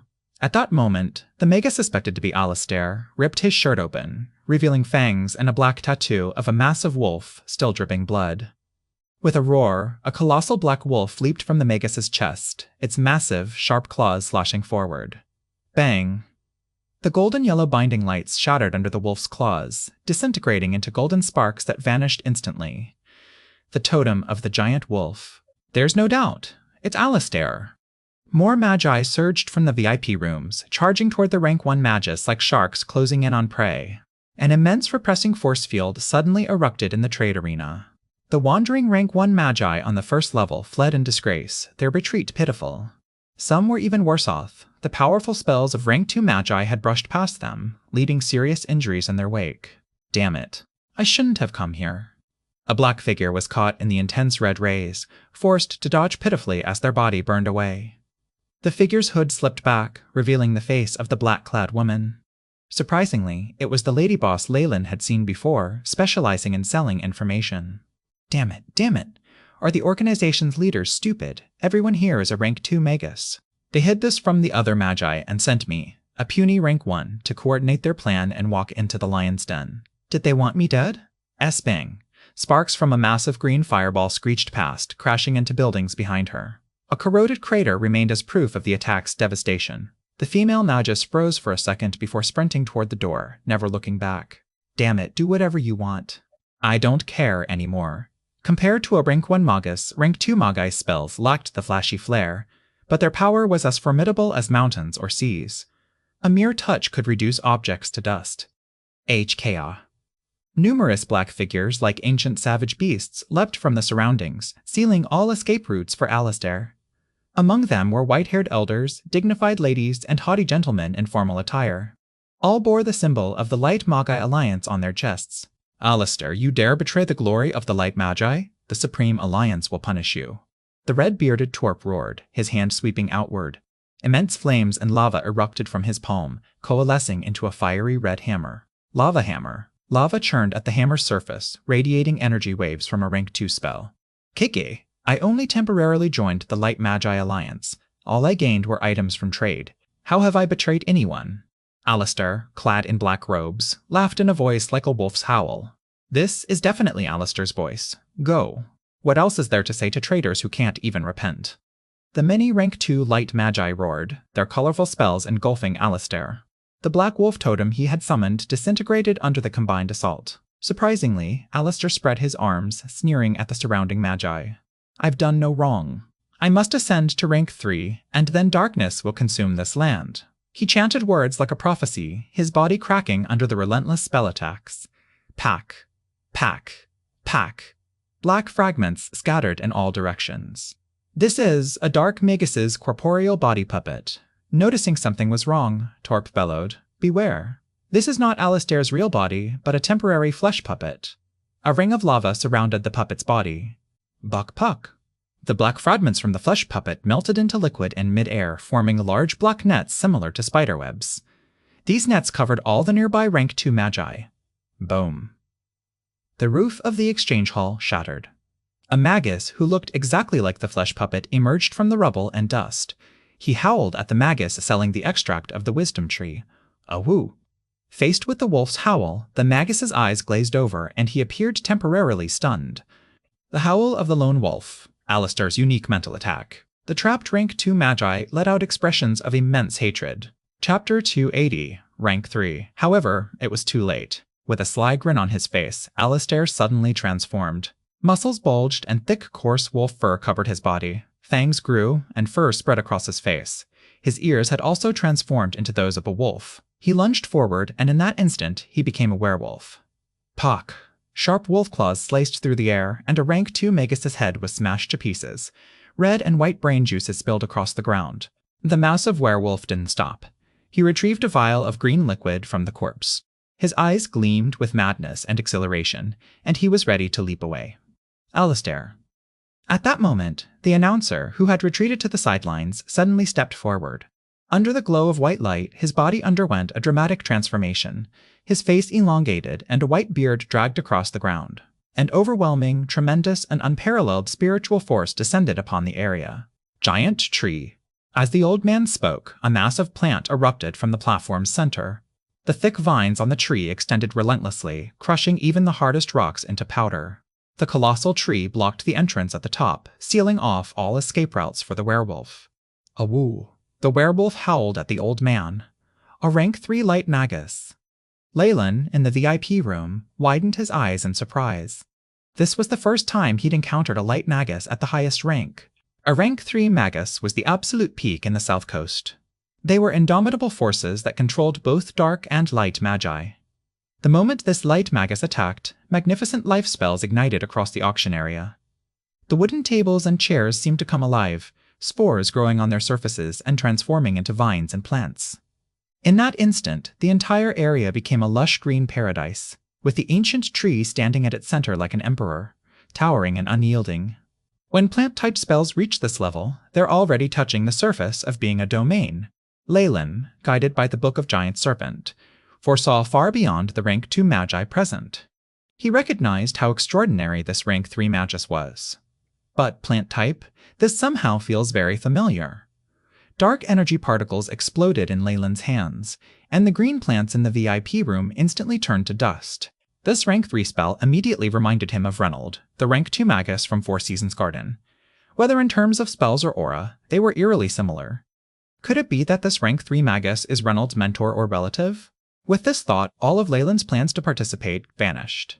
In the auction hall, very few magi had chosen to observe without taking action. Only 2 or 3 in the VIP rooms remained silent, unwilling to intervene. Alistair had dared to use a flesh puppet to hinder the light magi, risking his life to steal the wisdom tree's essence. Furthermore, he had almost succeeded. Leyland couldn't help but admire his decisiveness and patience. It was a pity that the suppression of a rank 3 magus rendered all his plans futile. No matter how well Alistair could handle rank 2 magi, he was no match for a rank 3 magus. Kaja? Within the green plant's boundaries, the massive black mucus nets were swiftly torn apart by vines from all the plants. The rank 2 magi who freed themselves quickly gathered behind the rank 3 Magus and quietly dispersed, trapping Alistair's transformed werewolf in the center. The furry werewolf in the middle howled at the magi, a cunning glint in his eyes. Something's wrong.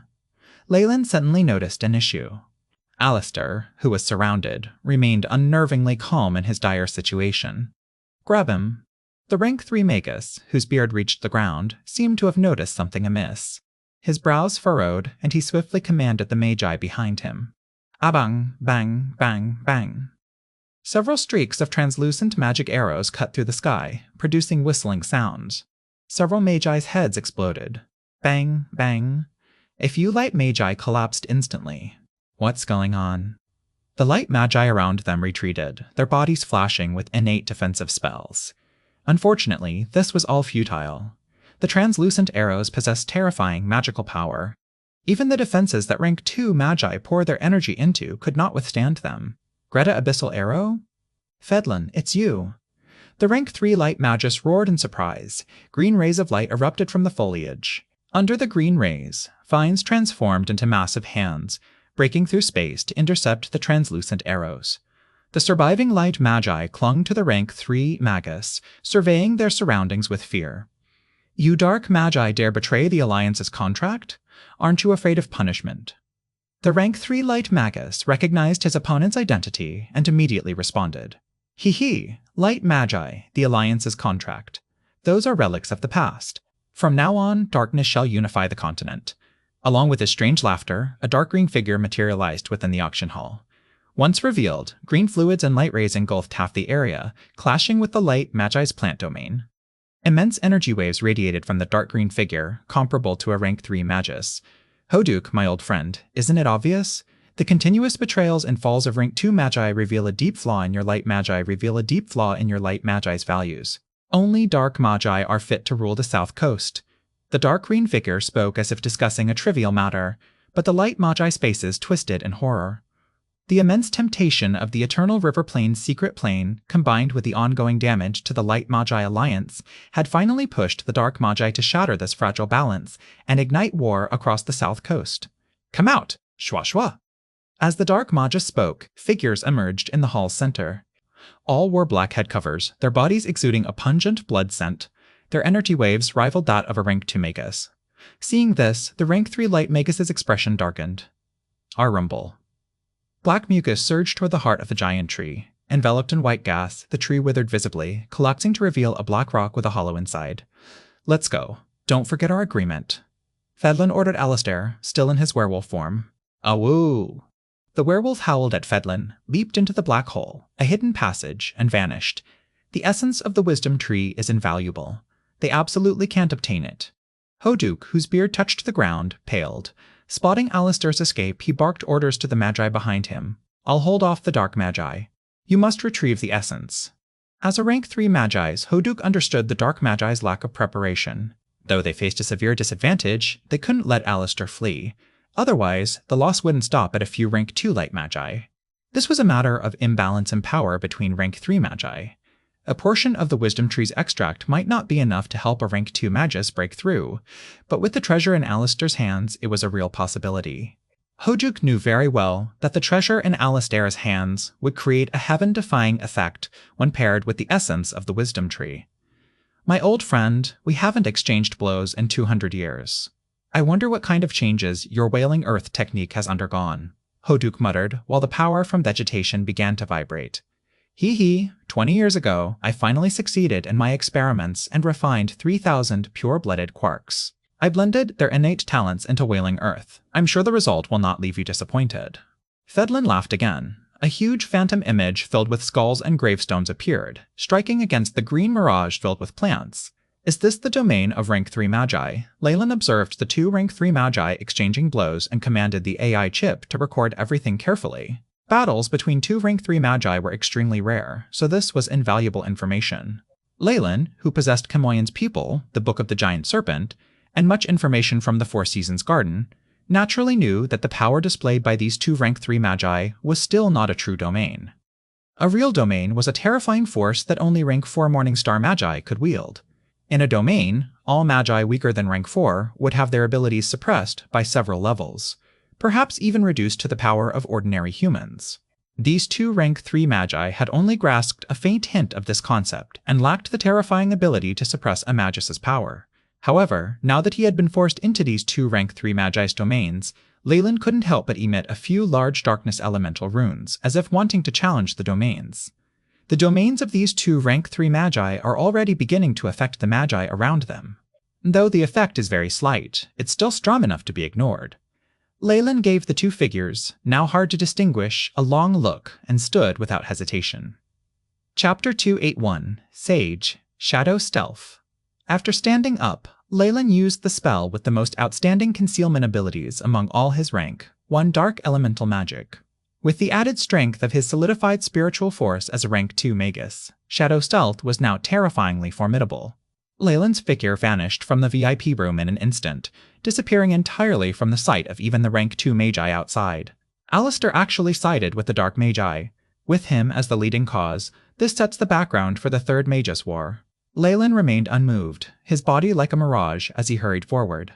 He's not my business anyway. I just need to know if he has anything I need in his possession. The essence from the Wisdom Tree must have some extraordinary effects for ancient magi to value it so highly. Though Leyland possessed a high-grade meditation technique, he wouldn't mind some extra assurance when attempting to break through. Olist! Alistair leapt, his powerful hind legs leaving 2 deep pits in the ground. With great momentum, he leaped out of the hole and began running wildly across the field. He's over there. Following closely behind was the group of rank 2 magi from the Light Magi Alliance. Upon seeing the situation, the leader immediately waved his sleeve. Wung wung. A concentrated volley of countless bugs erupted from his sleeves, and soon after, a massive gray cloud floated out from the large sleeves of his robes. Upon closer inspection, this cloud was actually composed of densely packed bugs. These bugs had 2 compound eyes, and their mandibles were fierce and sharp. A pair of translucent wings flapped at a high frequency, producing waves of an ear-piercing sound that left one feeling restless. Go! The Light Magus pointed at Alistair. The bugs chirped, shaking the heavens and forming the image of a human face without eyes. They chased after Alistair, who was still in his werewolf form. The huge human face streaked across the sky, appearing as a black cloud of gas in the air. It quickly caught up to the fleeing werewolf, opened its mouth, and roared at him. Awoo! The werewolf faced the heavens and howled, gathering 2 large masses of wind elemental energy particles. These transformed into wind blades, one horizontal, one vertical. They formed a massive cross shape and slashed toward the human face in the sky.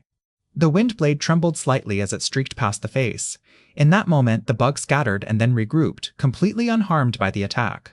Chi-Chi, along with the cries of the numerous bugs, a great gray flood erupted from the human face, engulfing the werewolf.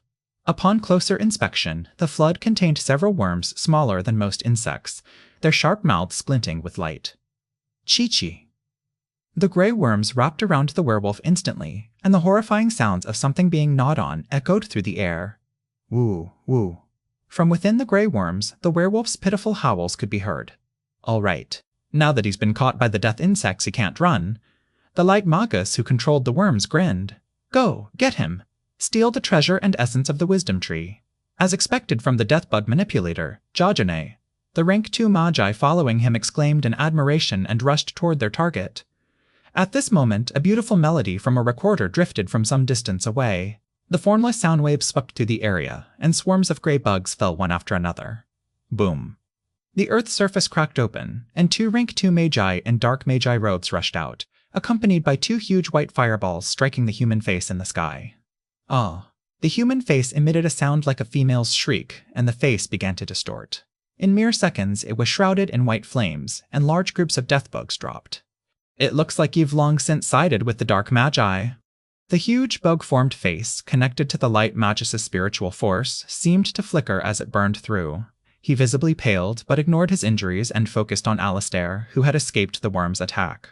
The werewolf was now in a pitiful state. More than half of his pretty fur had vanished, revealing patches of pink skin and flesh. His body bore massive wounds, exposing severely damaged muscle tissue. One could even see bone. SCG. The blood vessels and muscles on his wounds wriggled constantly, and layers of flesh covered the injuries, halting the flow of fresh blood.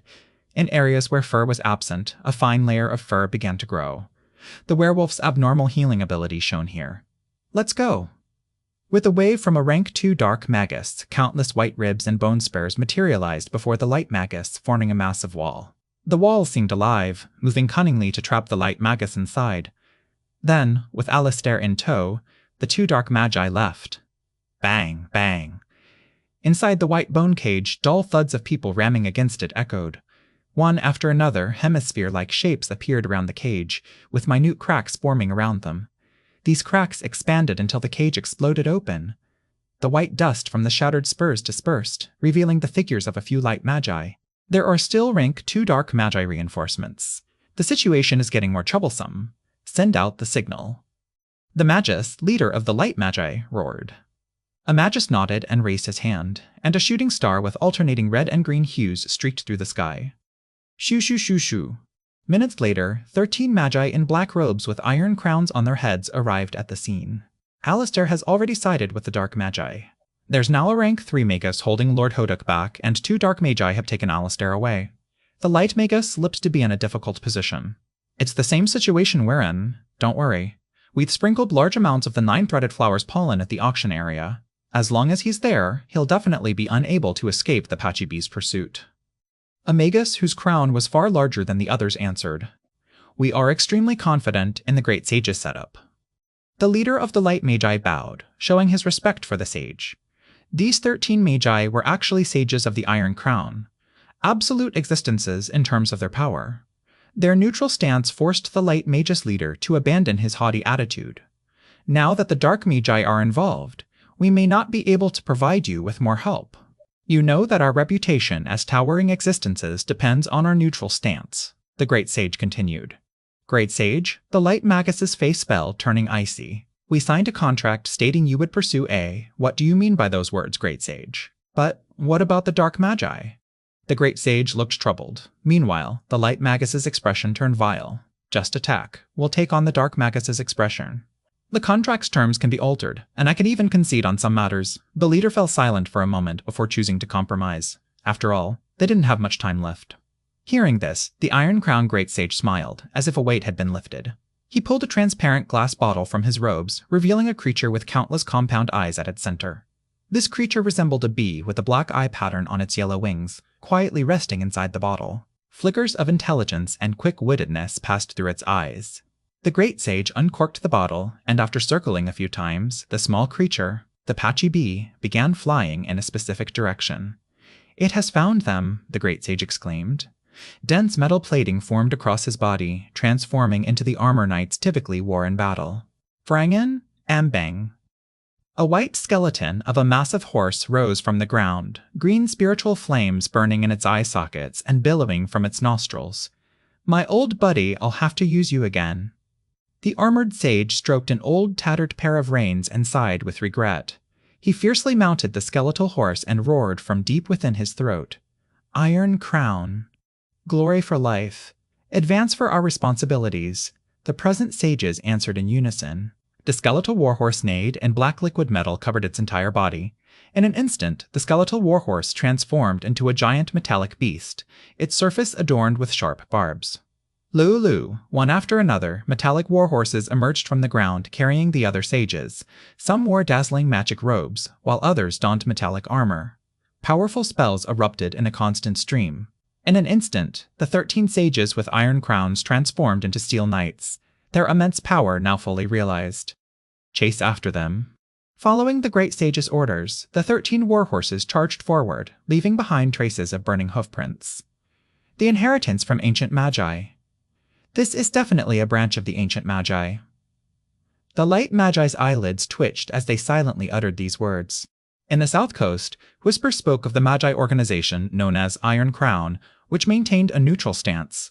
These 13 sages of Iron Crown had received the power of the inheritance from ancient ruins, allowing them to establish Iron Crown. Chapter 282, Obstruction, a full-body armor, and a spirit animal with formidable attack power as a mount.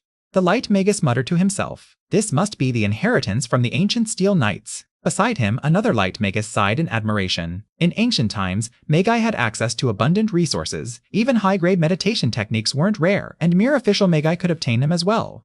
Many magi set aside their prejudices toward factions and sects, learning and improving together. They even formed a massive alliance, conquering world after world. That was the golden era of the magi, he repeated, his eyes burning with fervent passion.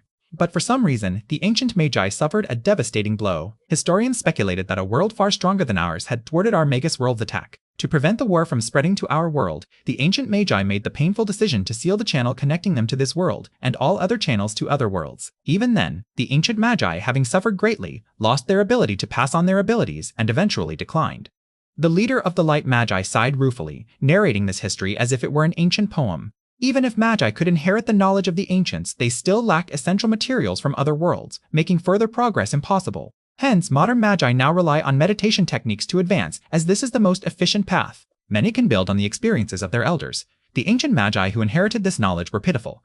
If they were lucky, they could find compatible resources to improve, but most remained stuck at rank 1 for their entire lives, the leader said. The ancient steel knights are said to originate from a world close to ours. It's a profession unique to the steel lava world. After conquering that world, the ancient magi altered our bodies using certain methods, resulting in a special evolutionary state the steel knights achieved. Without immense luck, their strength would stagnate forever, so you need not envy them. What should we do now? Should we accelerate our pace? A Magus with an inverted crimson cross in his eyes asked, "Whoosh, whoosh, whoosh, whoosh." While traveling, the rank 2 magi used their minds to continue the conversation. With their solidified spiritual force, their thoughts processed at a rate far faster than a rank 1 Magus. A single wave of spiritual force could transmit vast amounts of images and words. No, we must slow down. With a cold glint in his eyes, the leader of the light magi slowed. Let those iron-crowned steel knights charge ahead. A portion of the wisdom tree's essence and that treasure should be enough to push them to their limits. We'll follow behind them.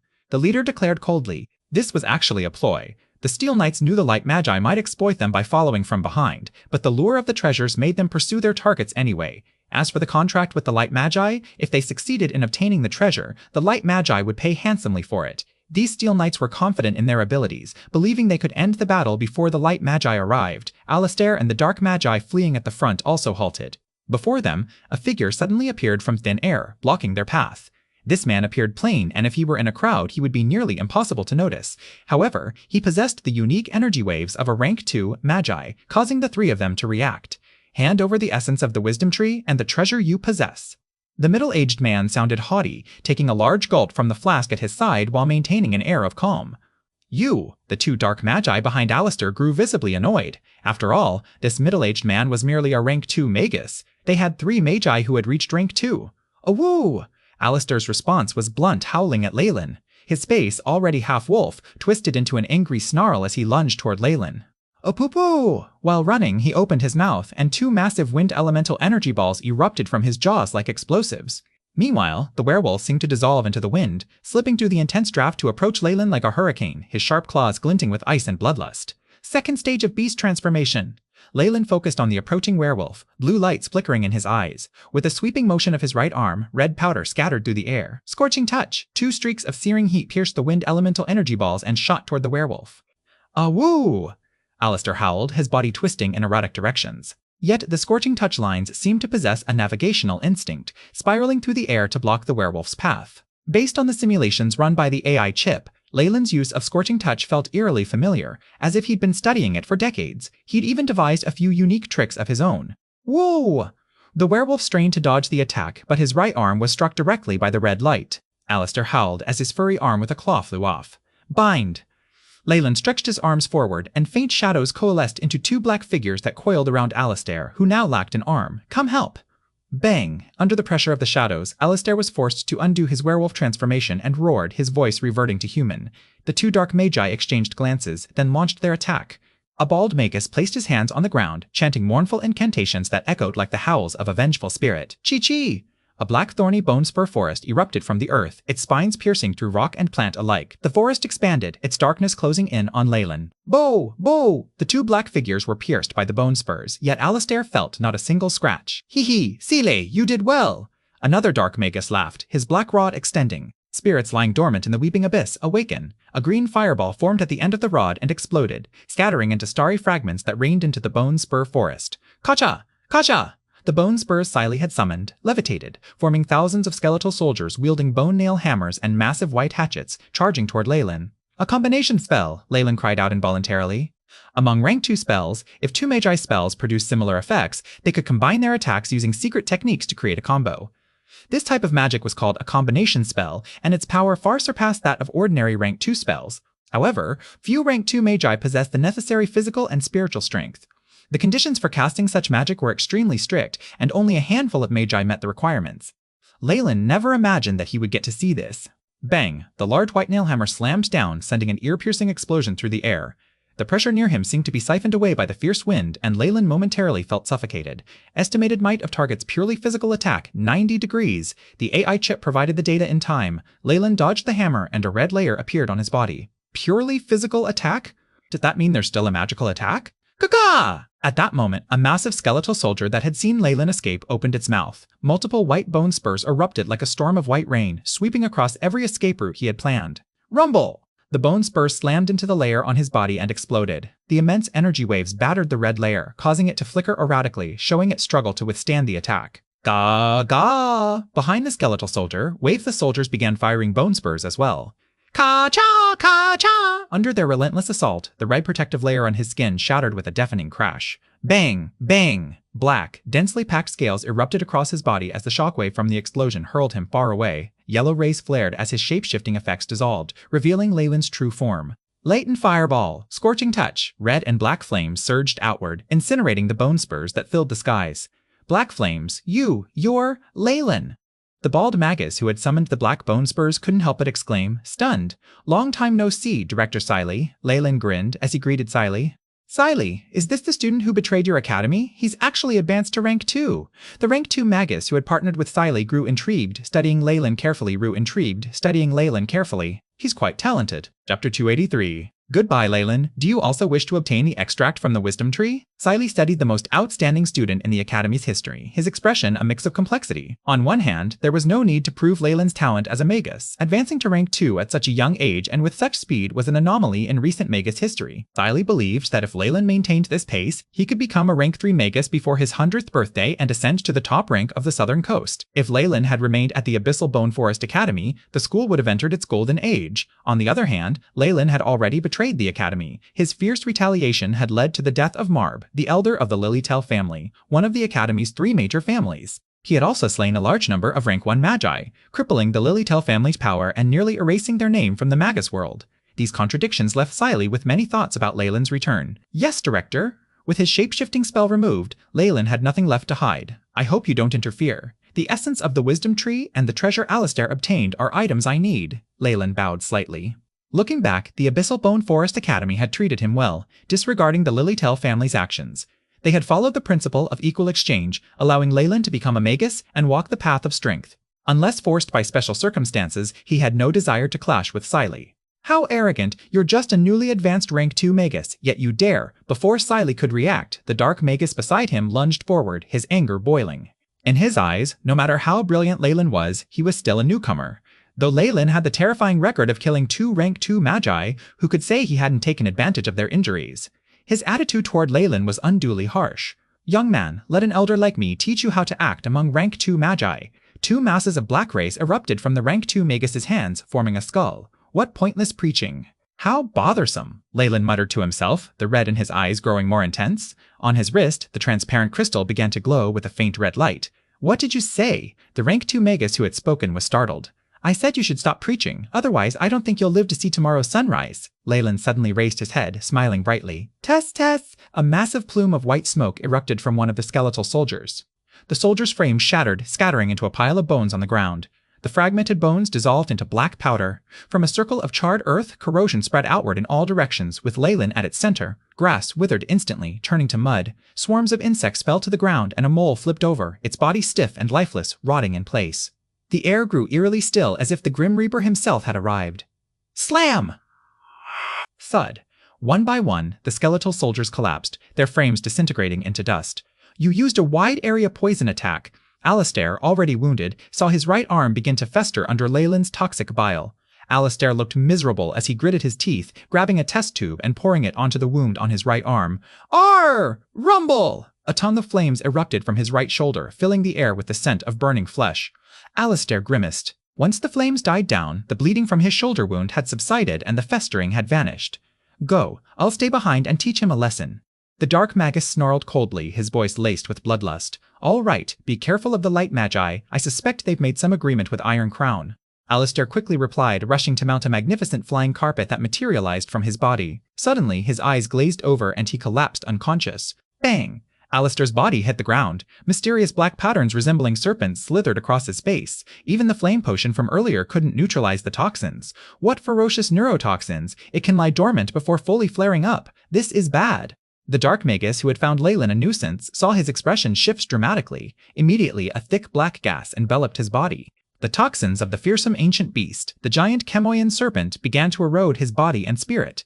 I told you before, you can't stop me. Like a grim reaper descended from the heavens, a spectral image of a massive python materialized behind Leyland as he charged toward Alistair, who lay motionless. After extracting the wisdom tree's essence from his lap, Leyland rummaged through Alistair's waist pouch and pulled out a crudely crafted wooden cup. Its surface was an aged dark yellow, etched with the unique patterns of the ancient tree. It also exuded a faintly sweet scent of vegetation. Though its appearance was unremarkable, Leyland could sense an ancient aged aura. Even as an inanimate object, the cup radiated an almost sentient presence. This is a wooden cup carved from the wisdom tree's bark. Leyland touched his chin. He was certain because, aside from the AI, Chip's tests, and his own theories, the wisdom tree's essence he now held was beginning to emit a faint green glow, an unmistakable sign. Bo, Leyland relaxed his right hand, and the green light vanished into the wooden cup. Like ice melting, the ancient tree's extract and the cup merged seamlessly. The cup was instantly enveloped in a layer of green light, its interior half filled with a transparent liquid. This liquid radiated an aura of vitality and intelligence.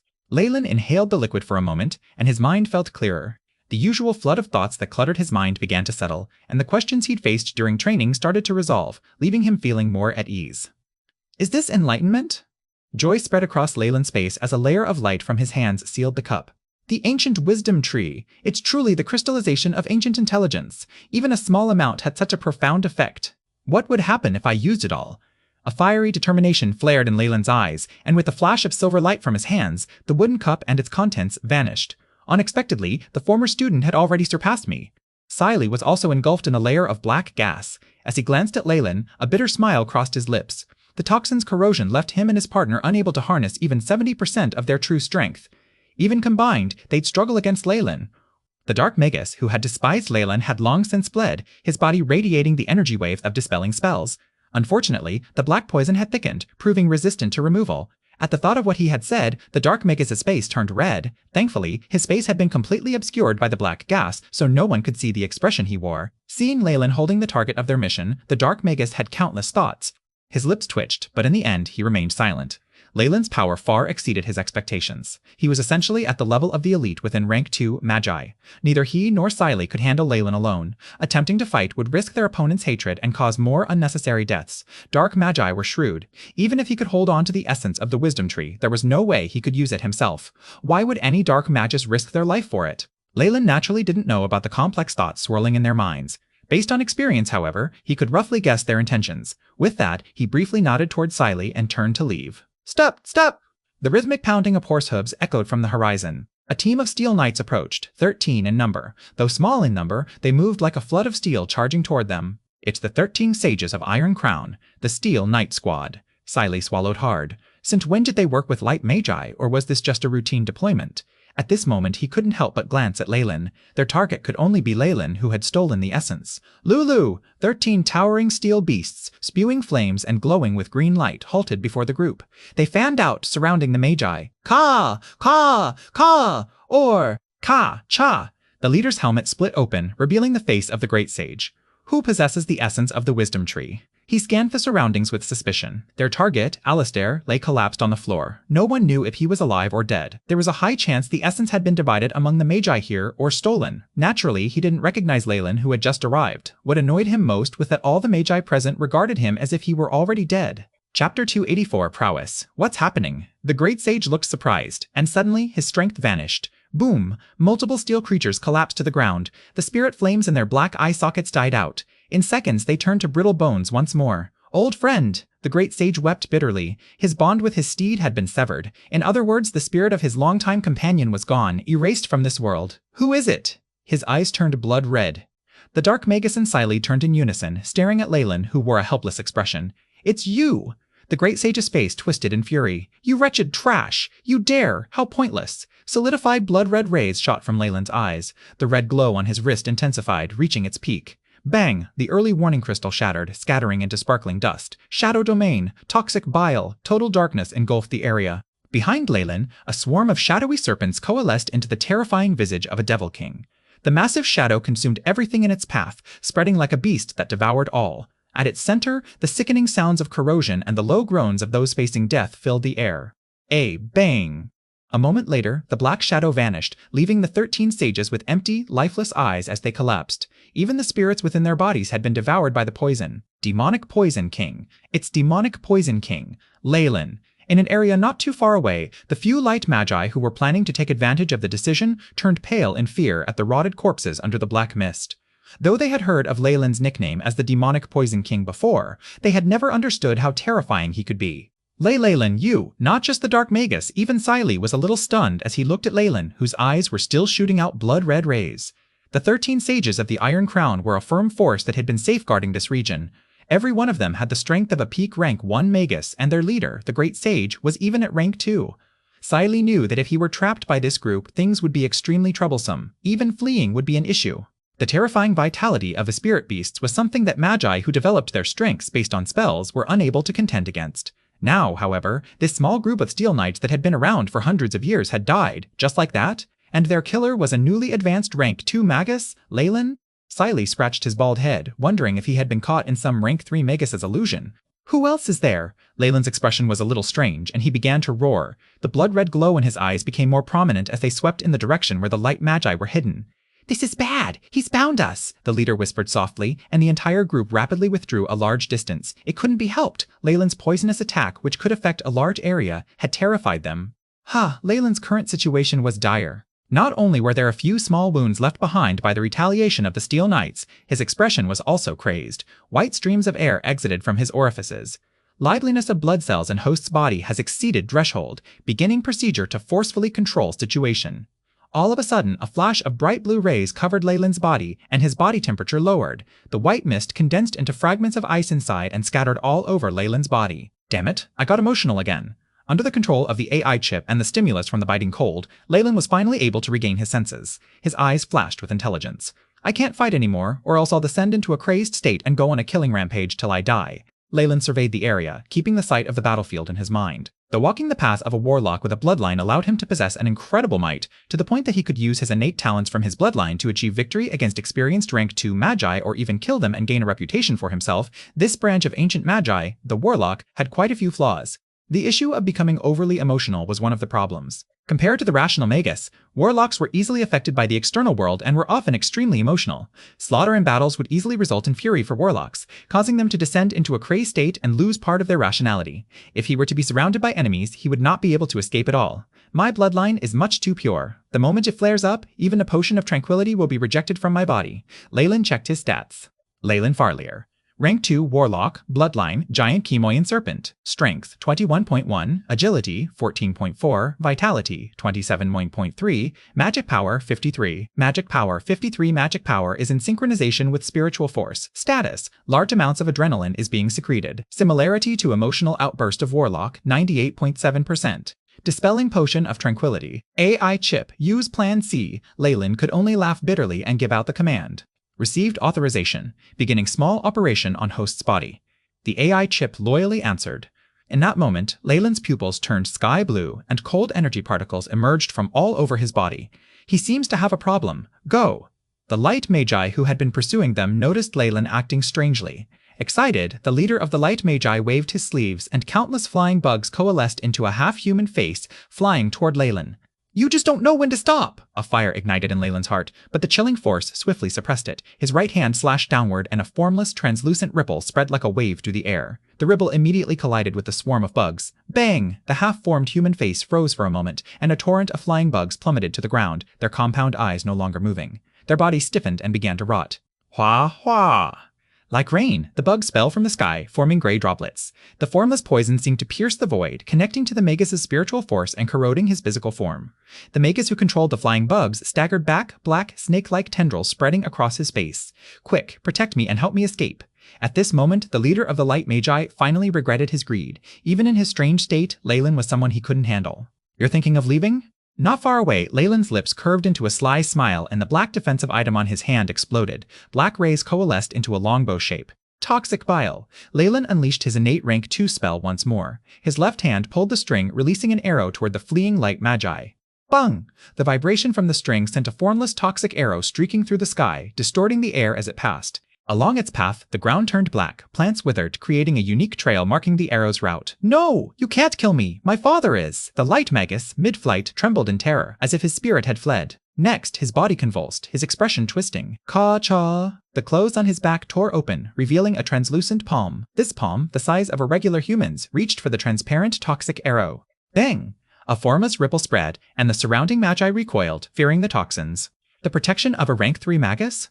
Leyland watched from a distance, his desire to kill growing stronger. Nobody can save you today, he pulled the string again.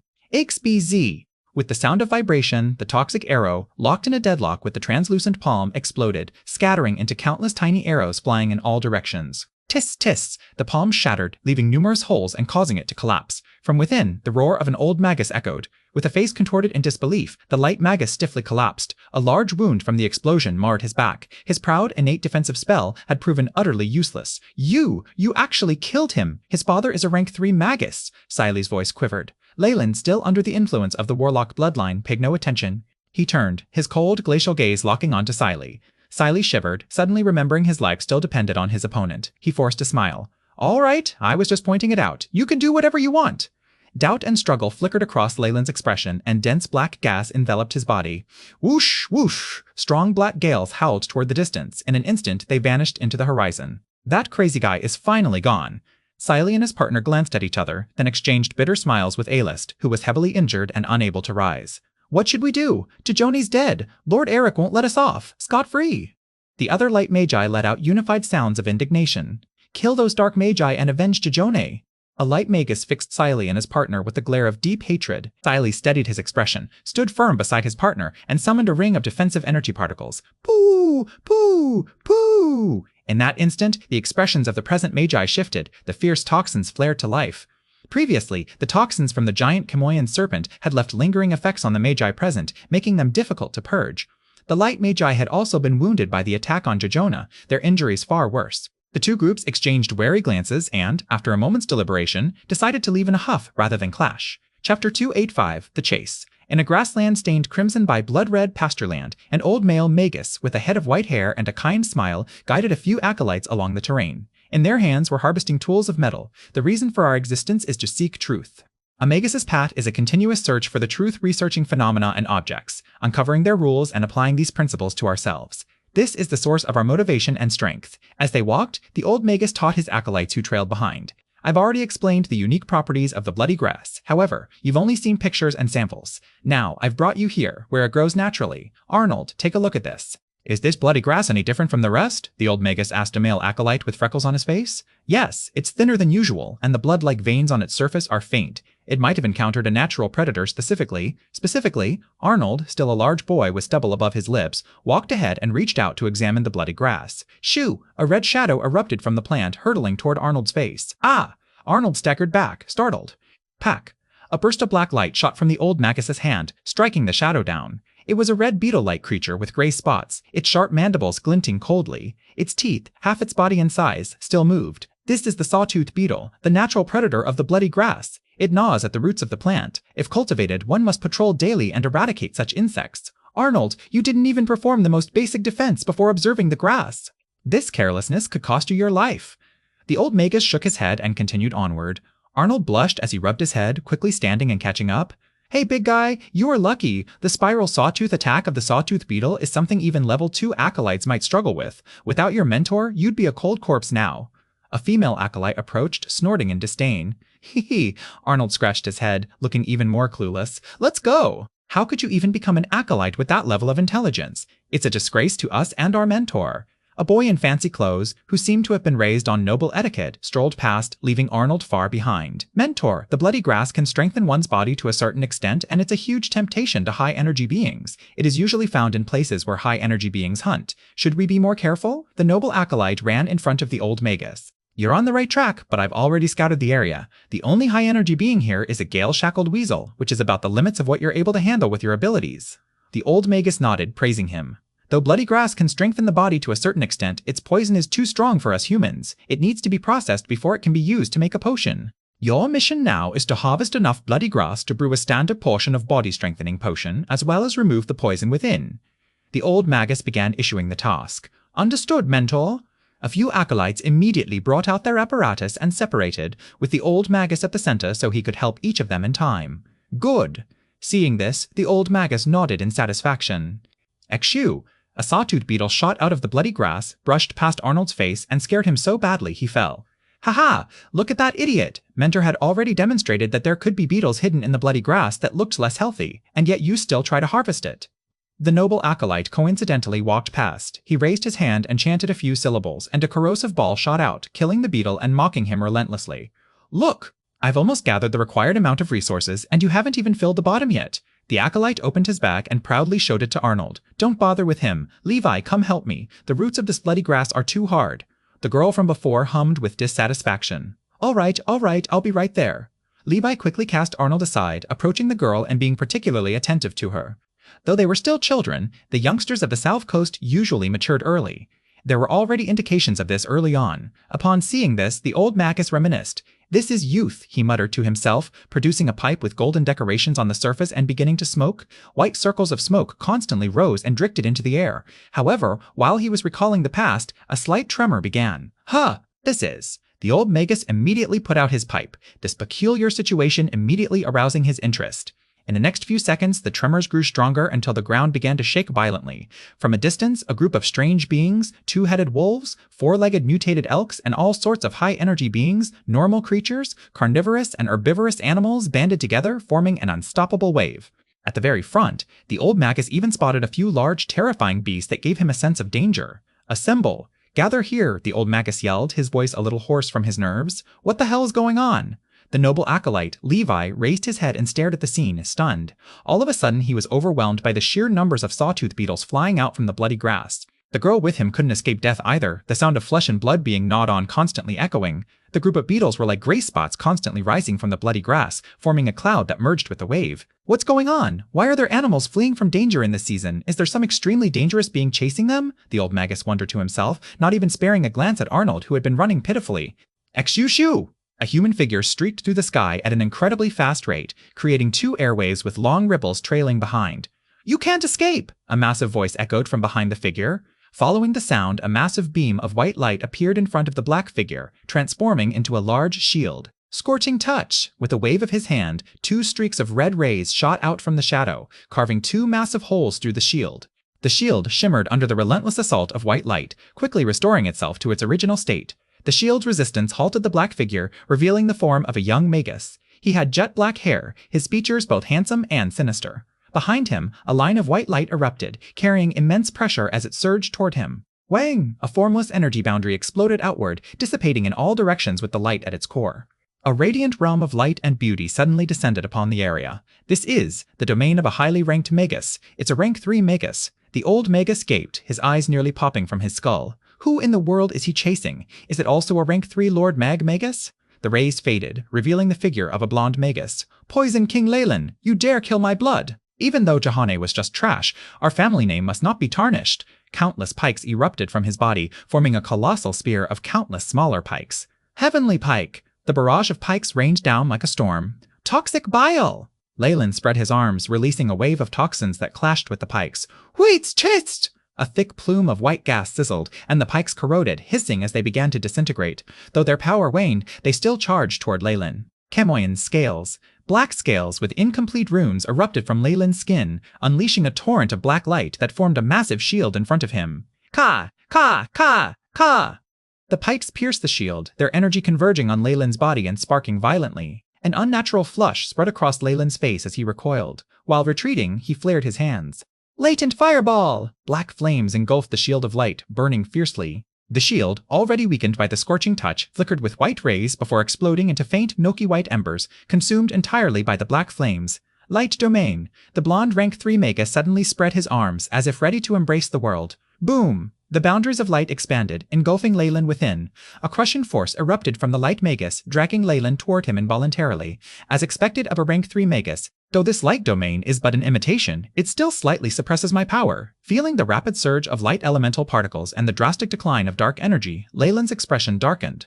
Die! A beam of white light, brimming with destructive force, surged from the rank 3 light Magus's hand, hurtling toward Leyland. Chapter 286, Possession. Activate gravitational spell formation at full power, 100 times gravity. Leyland pressed his temples and commanded. Wang Wang, a massive dark brown formation flared to life, rising from the ground and tearing through the milky white domain.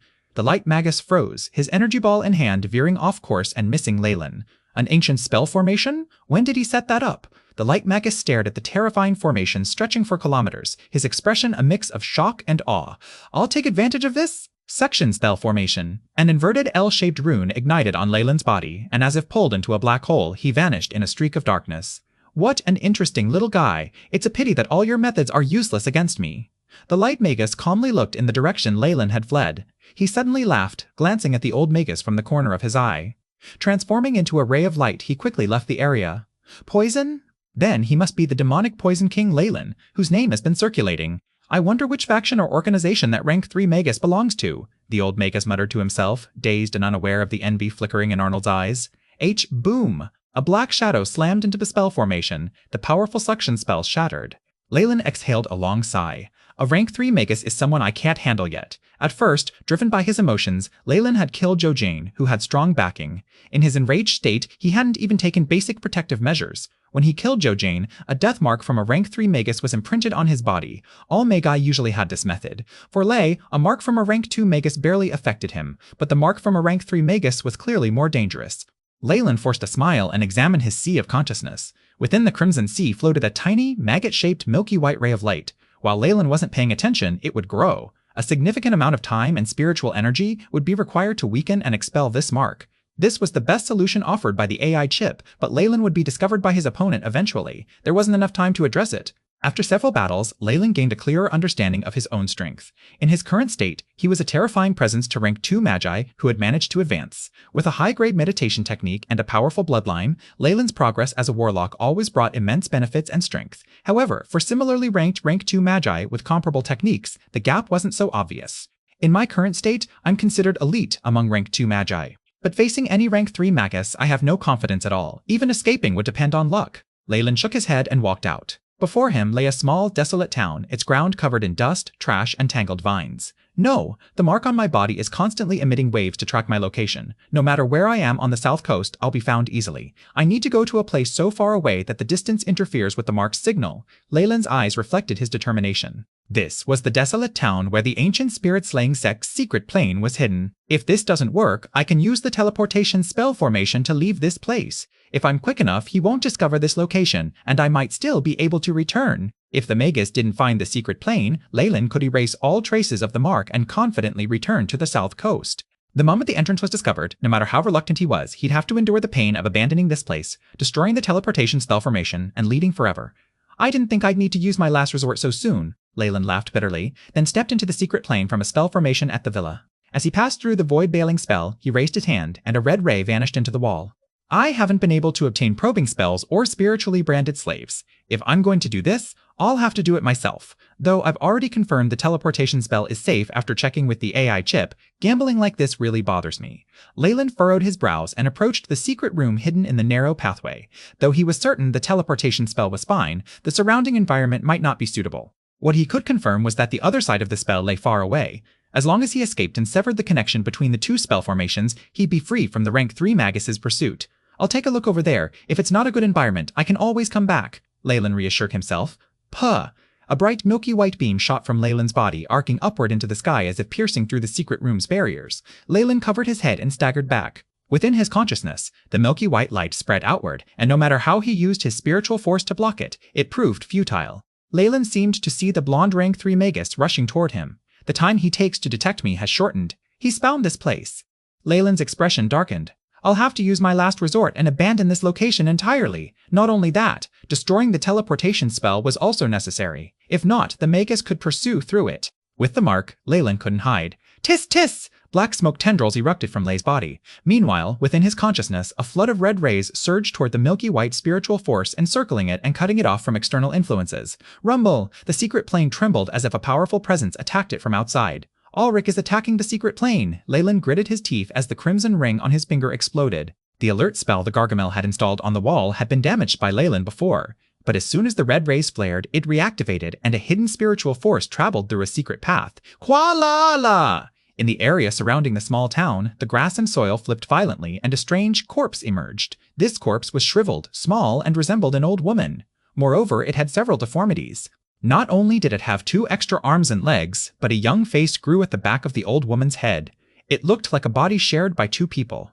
The alert system master setup has been activated. The only person who can find this place has to be Leyland. Wisps of green light burst from the old woman's eyes. It has to be him. Leyland? The escaped offering?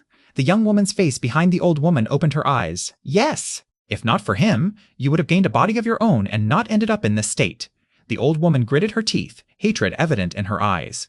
She was Old Devil, the female Magus who had secretly dealt with Leyland in Nightless City. She had tried to use him as an offering to the Gargamel to allow her daughter Jay to regain her physical form, but due to Leyland's escape, her wish had been fulfilled in a strange way. Somehow, the Gargamel had forcibly imposed half a corporeal body onto the old woman's frame and placed Jay's spirit within. Leyland had played a major role in their current situation. "I want to kill him!" Old Devil roared. "Have you forgotten Master's orders? He's an offering for Master, so only Master is qualified to claim him." Jay's eyes, behind Old Devil's head, suddenly glazed over as she muttered, "No, I wouldn't dare offend Lord Gargamel." The old witch knelt quickly and begged for forgiveness. "Then say your prayers and report the happenings here to the great Lord Gargamel." Jay closed her eyes after speaking. The next time she opened them, she seems transformed into someone entirely different. "Mother!" "My illness seems to be getting worse." After implanting the spirit, Gargamel mixed in a few elements into Jay's essence and established a consciousness core to oversee the old witch. Old Devil, whose daughter was under control, had no choice but to submit to Gargamel. "Oh, great Gargamel, home of all spirits! You are the master of all as well as the beginning and ending of all. Please listen to the prayers of your servant." The old witch retrieved a device resembling a communication tool and chanted a lengthy prayer from a scripture. Wing wing! After Old Devil explained the current situation, the communication device began to vibrate. "Yes, Lord Gargamel, it will possess me." The old witch was stricken with fear, but her body involuntarily knelt to the ground. After the modifications, her body was no longer her own. A powerful spirit brimming with evil thoughts used a special method to rush out of the communication device and possess the old witch's body. Old Devil's body trembled violently. Her eyes rolled back and white foam frothed at her mouth. Finally, her body was enveloped in a black spiritual form, transforming her into a towering black humanoid figure. The figure's face bore a mask resembling a devil's skull, complete with a horn, an unsettling sight. Chi-chi! The Gargamel that had possessed Old Devil's body made a sound and charged toward the secret plane. Chapter 287, Teleportation. Oh, a unique, diseased spiritual force, and spiritual power full of hatred and resentment. You are a Gargamel, the main cause of the plague in the West. The rank 3 light, Magus, Ulrich, immediately identified the Gargamel. Chi-chi! A loud roar answered. The human figure with a bone mask waved his cape, and a swarm of crazed, indistinct spirits pounced toward Ulrich. Many of them began to self-destruct mid-air. Rumble. The explosion's power unleashed toxins from an ancient plague, causing Ulrich's face to contort as he staggered back. "Light of Saints' glory!" he shouted, his voice unwavering like a bishop unafraid of death. His face radiated a dazzling light. A torrent of milky white divine light erupted from Ulrich's body, revealing the silhouette of a grand building behind him. As the spirits met the sacred light, black gases seeped from their forms and their wild expressions softened. Eventually, their faces settled into serene smiles and they threw themselves toward the building behind Ulrich. "It really is the Gargamel, with a body constructed of resentment." The light Magus roared and charged forward, ramming into the huge figure. The divine, milky white cleansing light clashed against the black power of loathing. At this moment, Leyland was placing a black magic crystal into an energy slot. Rumble, the teleportation spell formation activated, with rings of light brightening and 4 energy orbs representing earth, fire, wind, and water, hovering above the stone pillars. The red, yellow, green, and blue lights converged, sparkling brilliantly. "I never expected the rank 3 Magus to arrive so quickly." Luckily, I made some preparations.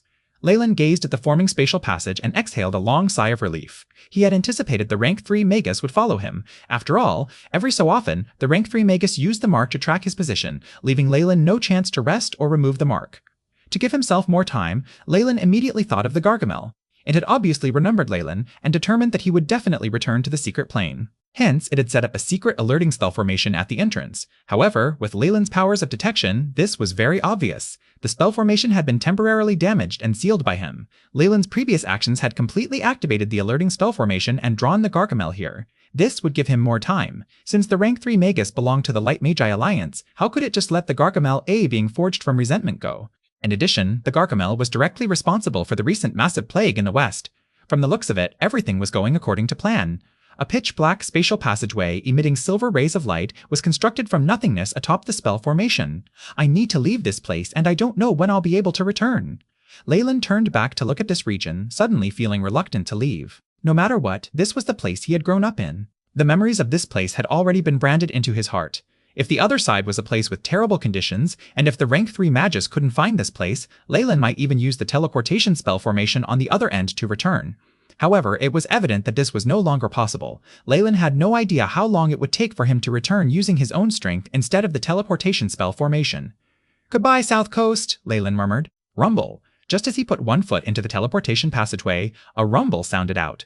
Everything around him began to shake, as if a magnitude 10 earthquake had struck. Voila! The roof of the secret room was torn open, and boundless sacred light flooded in. "Leyland, don't even think of running!" Ulrich roared, his body bearing terrifying injuries from spirits that had detonated on him.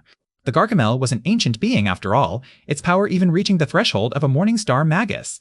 Though its strength had not fully recovered and it was merely using a borrowed body, it was still enough to trouble Ulrich. An ancient teleportation spell formation? Upon seeing the spell formation with its 4 glimmering colored lights, he shouted. As a rank 3 Magus, he had lived for centuries. How could he not know what an ancient teleportation spell formation represented? That meant another continent filled with endless resources and boundless benefits. "Stay here." Ulrich's eyes turned red as he approached the ancient teleportation spell formation. He would give up anything for access to this. He roared, 2 massive arms of sacred light grabbing toward Leyland. However, Leyland merely gazed at Ulrich coldly. 2 words escaped his lips. "Too late! Rumble!" A layer of chemoine scales covered Leyland's body. With a huge leap, the silverish spatial passageway swallowed him whole. Tis-tis. After teleporting one person, all the energy of the spell formation was drained. The various rays of light dimmed. The passageway disappeared. No, seeing the spatial passageway, which was gradually closing like a beast's mouth, Ulrich shouted, "Whoosh! Whoosh!" He appeared in front of the teleportation spell formation, fishing out a high-grade energy crystal and throwing it into the energy slot. "Quickly! Activate!" Though Ulrich didn't know the Turin language, he still had other methods. Under the solidified, milky-white holy rays that wrapped the spell formation, it began to work. With immense effort on Ulrich's part, the spell formation activated at twice the speed it had with Leyland. Faster! Faster! Faster! However, Ulrich was still not satisfied. He kept pouring his immense spiritual force into the spell formation. He knew very well that the moment Leyland reached his destination, he would immediately destroy the spell formation at the other side. When that happened, they would be separated by 2 continents, and his revenge for his son, as well as the benefits from the teleportation spell formation, would come to naught. All he needed now was a little bit of time. With the urging of Ulrich, a rank 3 Magus, the spell formation worked quickly. Rings of energy constantly ascended. Once again, a pitch-black passageway opened up. Exactly. That's how it should be, Ulrich muttered, his eyes alight with excitement as he watched the spatial passageway begin to open. Wang! Bang! However, just as it was about to fully open, the teleportation spell formation suddenly halted. The lights dimmed and the space cracked. The passageway vanished. This meant Leyland had already destroyed the spell formation on the other end. "Damn it!" Ulrich roared. Milky white holy light, visible to the naked eye, erupted from his body, reducing the items in the secret room to rubble. Next, a light beam struck the teleportation spell formation, turning it into a vast crater. Without the spell formation on the other side, this one was nothing more than a decoration. He wouldn't leave any chance for Leyland to use it again. Despicable. Repulsive. Damn it! Ulrich yelled. The agony of nearly achieving something only to lose it felt like a venomous snake gnawing at his soul. Shichi! At that moment, the wails of spirits who had died unjustly echoed through the air. The secret plane of the ancient spirit-slaying sect began to tremble. A pair of translucent black arms tore through the secret plane's barrier as if slicing through cloth and charged toward the center. The main body of the Gargamel has actually reached rank 3. Ulrich's face darkened. Before he could even lament letting Leyland escape so easily, his clothes fluttered despite the absence of wind, and he was lifted into the air, confronting the Gargamel. After Leyland entered the spatial passageway, regret flickered across his expression. The immense spatial power pressed against him from all sides, like several hundred tons of seawater, tearing his body apart. Chemoyan scales emitted sharp, explosive sounds, as if on the verge of shattering. If that happened, Leyland, who no longer had an innate defensive spell, would be reduced to pulp in the flow of space. I miscalculated. I overestimated my own body's capabilities and the defense of Chemoian's scales. Leyland's expression remained serious. This is a spatial passageway connecting two continents. The pressure inside is something even rank 2 Magi cannot withstand. There must have been an ancient method to avoid this, but I haven't found it yet. This can't go on. Leyland saw his Chemoian scales begin to contract. He pulled a red test tube from his pouch and smashed it. Poof! A defensive layer formed from the red potion appeared on his body, vibrating for a moment. After only 3 seconds, it shattered. A middle-grade defensive potion can only withstand this for 3 seconds? Leyland remained expressionless as he retrieved another potion. As a potioneering master, he had dozens of defensive potions in his spatial pouch, enough to last him a long time. Bang! The potion's layer cracked, quickly replaced by another. Leyland drained his reserves to endure the pressure. Eventually, the potions were gone, and the full weight of the spatial force pressed down on Chemoian's scales once more. Ah! Leyland shouted in a low voice. Spiritual force and magic were constantly being consumed as incomplete black runes formed a full-body shield from his scales. Ka-cha! Ka-cha! After a prolonged deadlock, Leyland's spiritual force was exhausted, and the defense of the Chemoian scales shattered into pieces. A tremendous pressure began to tear his body apart. Chapter 288, Injury. Under the strain of space tearing, bones cracked within Leyland's body, and fresh blood spurted out like a stream. Alert! Alert! Host body is currently in critical condition. Estimated time until cells completely fall apart from the pull of space. 8 seconds. The AI chip projected a paragraph of red words in front of Leyland's eyes. This is happening even with the sturdiness of my body. What method did ancient Magi use to deal with the power of space? Leyland's expression suddenly turned sinister. His veins bulged and his eyes turned red. Just as the AI chip counted down to the last second, the silver rays of light dissipated, revealing a pitch-black cave. Leyland's mind jolted, and he rushed toward the cave. Bo! As if piercing through a shapeless water membrane, Leyland arrived in a physical world. The immense pressure from space vanished. That was close. Everything was a blur in front of his eyes. With all his strength, he drew a red line, destroyed the runic sigil beneath his feet, and collapsed into unconsciousness. Whiff! Drip! The stalactite above him in the cave dripped light red droplets, falling onto the ground in a rhythmic pattern. Leyland's eyelids flickered, and he opened his eyes. Ugh! He clutched his forehead, feeling the pain radiating through his body. AI, chip, check my current stats. Leyland spoke internally. Leyland Farlier, rank 2, Warlock, Bloodline, Giant Chemoian Serpent. Strength, 15, 21.1, Agility, 414.4, Vitality, 19 and 27, 9, Spiritual Force, DO1, 124.3, Magic Power, Jua 1 4.3, Magic Power is in synchronization with Spiritual Force. Status, serious injuries all over body, exhaustion of Spiritual Force. The AI. Chip quickly relayed the information. At the sight of his condition, Leyland forced a wry smile. He had underestimated the dangers of spatial teleportation and hadn't made enough preparations. This journey through the spatial passage had nearly cost him his life. Not only had his overall stats declined, but his spiritual force had been nearly depleted. This state would likely spell the end for regular Magi. However, Leyland possessed shocking vitality and could still maintain consciousness. I really got seriously hurt, Alric. I will return one day. A cold glint appeared in Leyland's eyes as he shifted his gaze to his waist. Seeing the black leather pouch still there, relief flickered across his face. This spatial leather pouch was a high-grade magic artifact. Though it lacked defensive power, its defense was formidable. The spatial runes on its surface protected it, leaving it undamaged. Thankfully, this was the case. If not, all of Leyland's assets would have vanished into thin air. Any regular Magus lucky enough to survive my injuries would also require a significant amount of time to restore their strength. Their power might even drop a rank from the injuries. Leyland assessed his body's condition. Though he bore serious injuries, he could feel a cold stream of life-infused air emanating from his heart. As his blood circulated to his body, this stream began to mend his wounds. Though the process was slow, it was continuous. The regenerative abilities of a Warlock's bloodline are this powerful. Leyland's eyes gleamed with joy. With the potions I currently possess, I can even further increase the speed of my healing.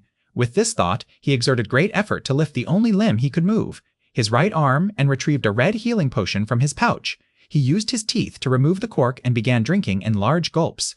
Rumble! A pink layer of light enveloped Leyland. The pink light enveloped him, and his grievous wounds began to mend at an alarming rate. I-cha! Caw! Crack! The sounds of bones colliding echoed from his body. His facial muscles twitched constantly, and he huffed through his nose. Even his breathing grew labored. After a few minutes, the pink light faded. Pock! Leyland soared into the sky, rising from his half-sitting position on the spell formation to stand upright. All my external injuries are healed. Though the internal damage is far more severe, it won't hinder simple movement.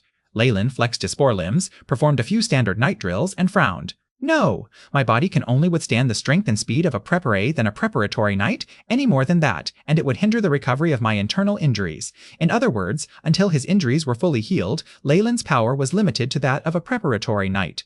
He touched his skin, retrieved armor from his pouch, and put it on. His Magus robes had been shredded by the space's pressure, reduced to tattered rags clinging to his body. Leyland simply tore off his ruined clothes. After inspecting his body, he turned his focus inward to his sea of consciousness. The state within was even worse. The massive spiritual force he'd expended had left his sea of consciousness nearly dry. The crimson color had dulled, and there was no trace of silver spiritual force left. Leyland's expression darkened as fine cracks had already formed in the walls of his sea of consciousness. If it shattered, the consequences would be far worse than a simple drop in rank.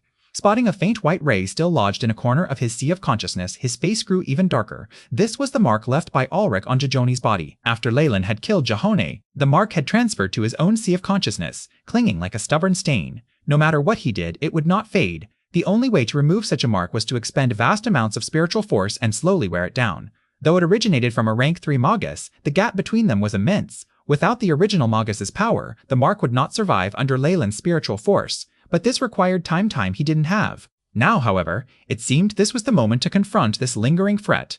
Leyland sat cross-legged, recalling the core principles of the high-grade meditation technique, Kimoyan's pupil. Meditation in your spirit. With your eyes, make eye contact with the giant Kimoyan serpent and gain its strength.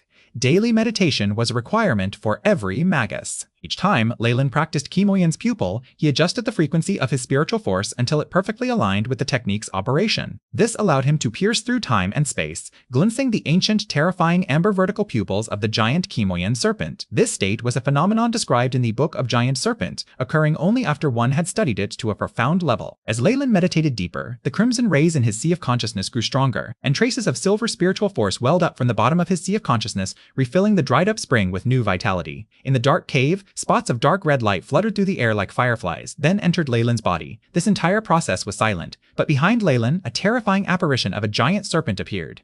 The massive body rotated, becoming more substantial with each passing moment. After one round of meditation, Leyland had recovered half his spiritual force. A look of satisfaction crossed his face. As expected of a high-grade meditation technique, in terms of improvement rate and recovery, it's the best on the South Coast. It's a pity there are only 3 levels. Leyland's face darkened with worry. Though Kimoyan's pupil was a high-grade meditation technique, of all the inheritance he'd received from the great Magus Serholm, only 3 levels of information remained. A high-grade meditation technique's level corresponded directly to a Magus's rank. In other words, unless he could find the remaining information about Kimoyan's pupil, his spiritual force would stagnate due to the lack of a meditation technique. Based on the information the great Magus Serholm provided, the second half of Kem.Oyen's pupil should be on the central continent. Where am I right now? Leyland stood up, surveying his surroundings. I'll go out and take a look. Hopefully, this is the central continent. Before anything else, AI chip, are there any remedies for the damage to my sea of consciousness and the mark left by the rank 3 Magus? Leyland asked in his mind. A flood of data, images, and graphs flashed past, and the AI chip processed everything at an incredible speed, quickly providing an answer. Based on the host's requirements and comprehensive calculations of current conditions, this is the best solution. Solidify a large amount of spiritual force in the host's sea of consciousness until all damage is healed and the mark completely disappears. Solidify large amounts of spiritual force? Leyland was surprised. This meant that until all his injuries were healed, he'd need to solidify a portion of his spiritual force in his sea of consciousness, rendering that part unusable. In that case, his overall strength would diminish significantly. How much do I need to solidify? Leyland glanced at the cracks constantly expanding in his sea of consciousness, his face falling as he asked coolly. Requires 51.2% of the host's spiritual force. The AI chip answered swiftly. In other words, before fully repairing all damage, he could only use the strength of a rank 1 Magus. Leyland stroked his chin.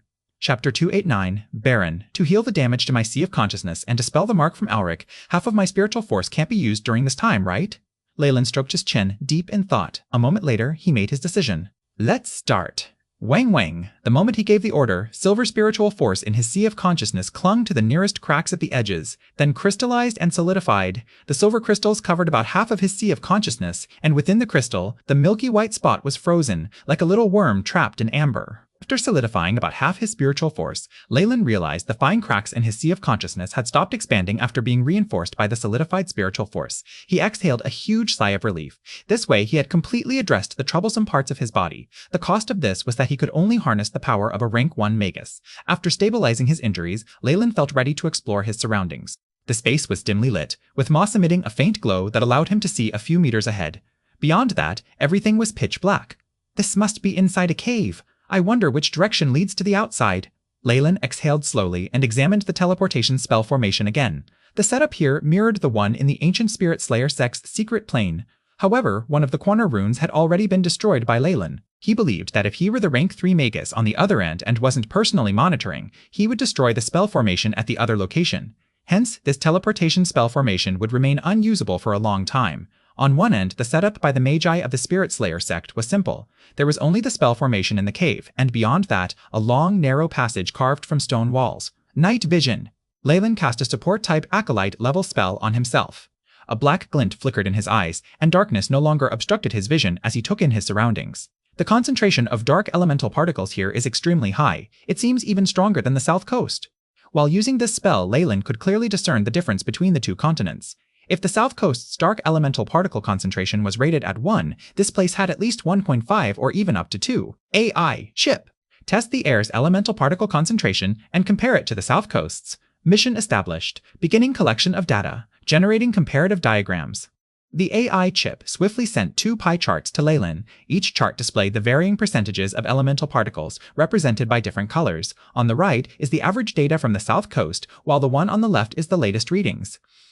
Leyland compared the differences between the two. The newest data revealed that dark, shadow, and death particles, along with other negative energy particles, had doubled compared to the South Coast. Positive energy particles like light, plant, and life were slightly lower. Also, the concentration of earth elemental particles is quite high, while fire and water are sparse. Leyland touched his chin, deep in thought. In other words, the elemental particle concentration here is roughly the same as the South Coast, though the composition differs.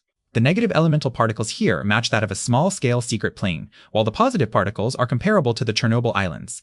Leyland made a few hypotheses and took a few large steps forward, entering the long, narrow stone passage. The passage was extensive, and it took him 10 minutes of walking to reach the end. At the passage's exit was a massive stone door, or rather, a large rounded rock blocking the way. Through the cracks in the rock, Leyland could hear faint whispers of wind entering. "I'll leave the stone door intact. If I need the teleportation spell formation again in the future, I can return." With a thought, he cast a rank 1 spell. Shadow Stealth. Black rays enveloped Leyland's body, and within them, he began to fade into transparency. The effect of Shadow Stealth was that the user would temporarily become hard to see and could blend into the smallest shadows. He could pass through most physical objects, but in this mode, he would be unable to attack. Otherwise, the stealth mode would vanish. Area of effect attacks using energy or sound waves were also the spell's greatest weakness. Now, however, this was simply meant to pass through a rock, so it was a simple task. The faint image Leyland created passed through the shadows of the cracks on the rock, and he emerged on the other side. Ha! This is... Leyland looked at the view outside and was stunned for a few moments. He was standing on a small hill formed from massive rocks with a vast plain stretching around him. There were also countless shrubs. A gloomy darkness enveloped the entire area, leaving no light at all. The sky was dim, as if it might collapse at any moment. Vastness, gloom, and a deathly stillness. This was Lei's first impression of the place. With his night vision, he had no trouble seeing his surroundings. This plant looks strange. Leyland picked up a dry twig from the ground. It has no leaves, and at most, only some thorns. Plus, it seems like all the plants I can see share this trait. Leyland reached forward with his right hand, capturing a small, mole-like creature from the ground. It emitted a constant chick-chick sound. Its eyes are small and seem to serve little purpose. It also looks like it has albinism. This must be a mutation caused by prolonged lack of sunlight, Leyland muttered to himself, clearing up his doubts. Pack! He tossed the mole aside and propelled himself upward using a dull, red light. He kept ascending, feeling pressure on his head. After an indeterminate amount of time, Leyland finally reached the end. This was a massive rock rampart. Its metallic sheen gave it the appearance of a celestial canopy. So the top of this place is the Earth's crust. Leyland descended slowly, his expression still showing his shock.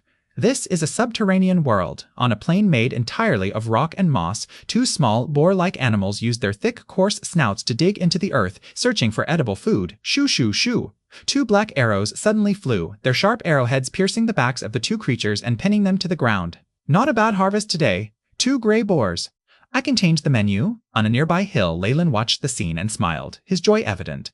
10 minutes later, he used a wooden frame to make a fire. On top of it, the skinned and washed gray boars were roasting, grease dripping from their searing skin. A rich aroma mingled with the scent of pine wood, and Leyland's forefinger twitched with anticipation. It's been around a month since I left the large rock hill where the teleportation spell formation is.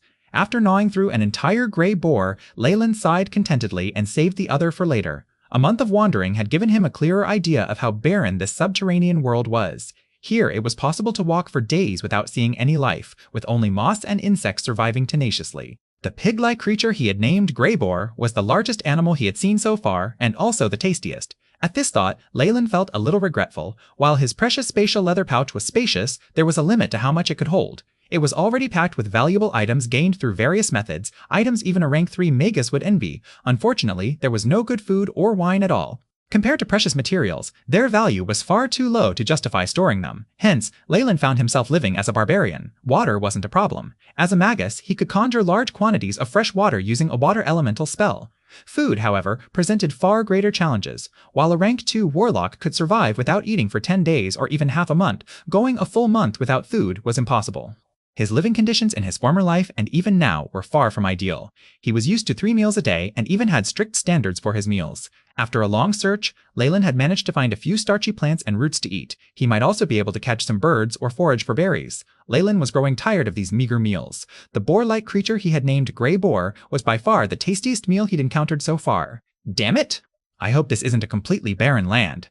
After walking for a full month, besides the desert, Leyland had also seen some plains. He began to suspect something was wrong, as even large animals were rarely spotted. Honestly, he had never realized how precious sunlight was until now.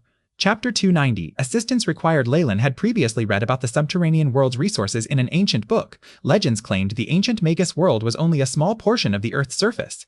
Before shifting their focus to other worlds, the ancient Magi had aimed to conquer the subterranean realm. These Magi wielded immense power. Even the sun and moon would pale in comparison. Many native races had been subdued, and the Magi had exploited layer after layer of the subterranean world to amass endless wealth and resources. Records state the ancient Magi had exploited 7 layers of the subterranean world. It was said the deeper one ventured, the stronger the native race became. At the Earth's core, an extremely terrifying female entity was said to dwell, yet the Magi had pressed on, eventually claiming the subterranean world as their conquest. This marked the golden age of the ancient Magi.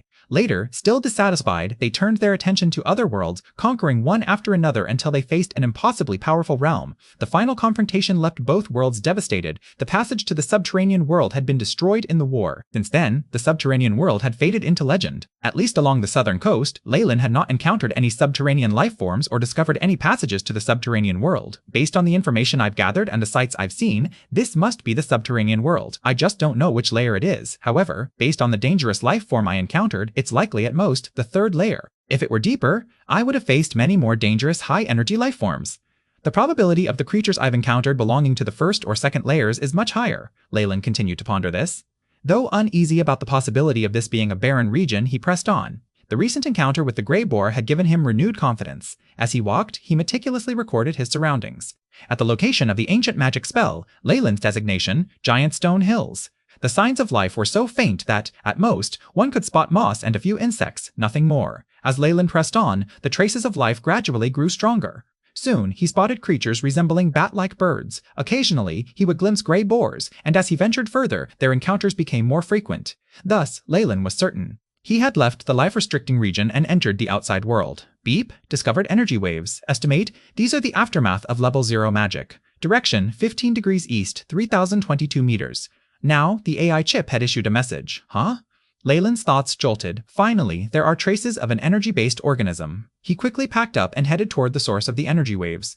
Though his body still bore a severe injury, and his solidified sea of consciousness had reduced his power to that of a level 1 Magus, he ignored the trivial setback. He rushed toward the energy disturbance. What met his eyes was a clash between 5 individuals and a high-energy organism. These 5 appeared to be a standard squad. 2 men in leather armor, positioned at the front, served as human shields, their huge iron swords swinging in unison. At the very least, they wielded the strength of Grand Knights. The remaining 3 wore plain gray robes, reminiscent of Southern Coast magician apprentices, but with an old-fashioned design. Humans and their acolytes! Leyland's mind brimmed with excitement. The 5 acolytes faced an organism resembling a massive grey boar, but its physique was nearly a dozen times larger. 3 pairs of crescent moon-shaped teeth jutted from its snout, and thick fur covered its body. It was smeared with pine resin, mud, and other grime, forming jagged, armored lumps like a battle tank. The level 0 magic used by the apprentices had left only burn marks. It had failed to penetrate even the outer defenses. Hoo-hoo! 2 puffs of white gas erupted from the creature's nostrils. After pawing the ground, it lunged forward, its entire body surging like a derailed train. Ah! The ground trembled, sending one Grand Knight stumbling. He slipped, sent flying by the monstrous boar. Blood spurted from his wounds on the waist and back like a spring's rush. Watching this, the other Grand Knight bellowed and retreated, exposing the 3 apprentices. With the Grand Knight gone, the boar locked its bloodthirsty gaze on the acolytes. The 2 female apprentices froze, retreating step by step. Thud, thud! They tripped over something, crashing to the ground. Despair etched their faces. The remaining male apprentice stepped forward, his expression resolute. He shouted, raised his hand, and launched small fireballs at the boar's snout. Pat! Pat! The creature's nose blackened, but its charge never wavered. On the contrary, the boar had clearly been enraged by the male apprentice, and its charge had quickened slightly. That male apprentice smiled helplessly, then turned his head toward the 2 female disciples behind him and muttered something. His demeanor suggested this youth was unafraid of death. Hoo-hoo! The wild boar closed the distance, and the 3 apprentices could now clearly see the blood vessels in the boar's eyes and the thick pores beneath its fur. Of course, what they would find impossible to forget was the cold radiance of the boar's 3 pairs of snow. White, fierce, crescent moon-shaped teeth. Shadow binding. At that moment, Leyland appeared, and several shadowy tentacles extended from beneath the boar's belly, transforming into hands that firmly dragged the boar by its front hooves. Ho! Ha!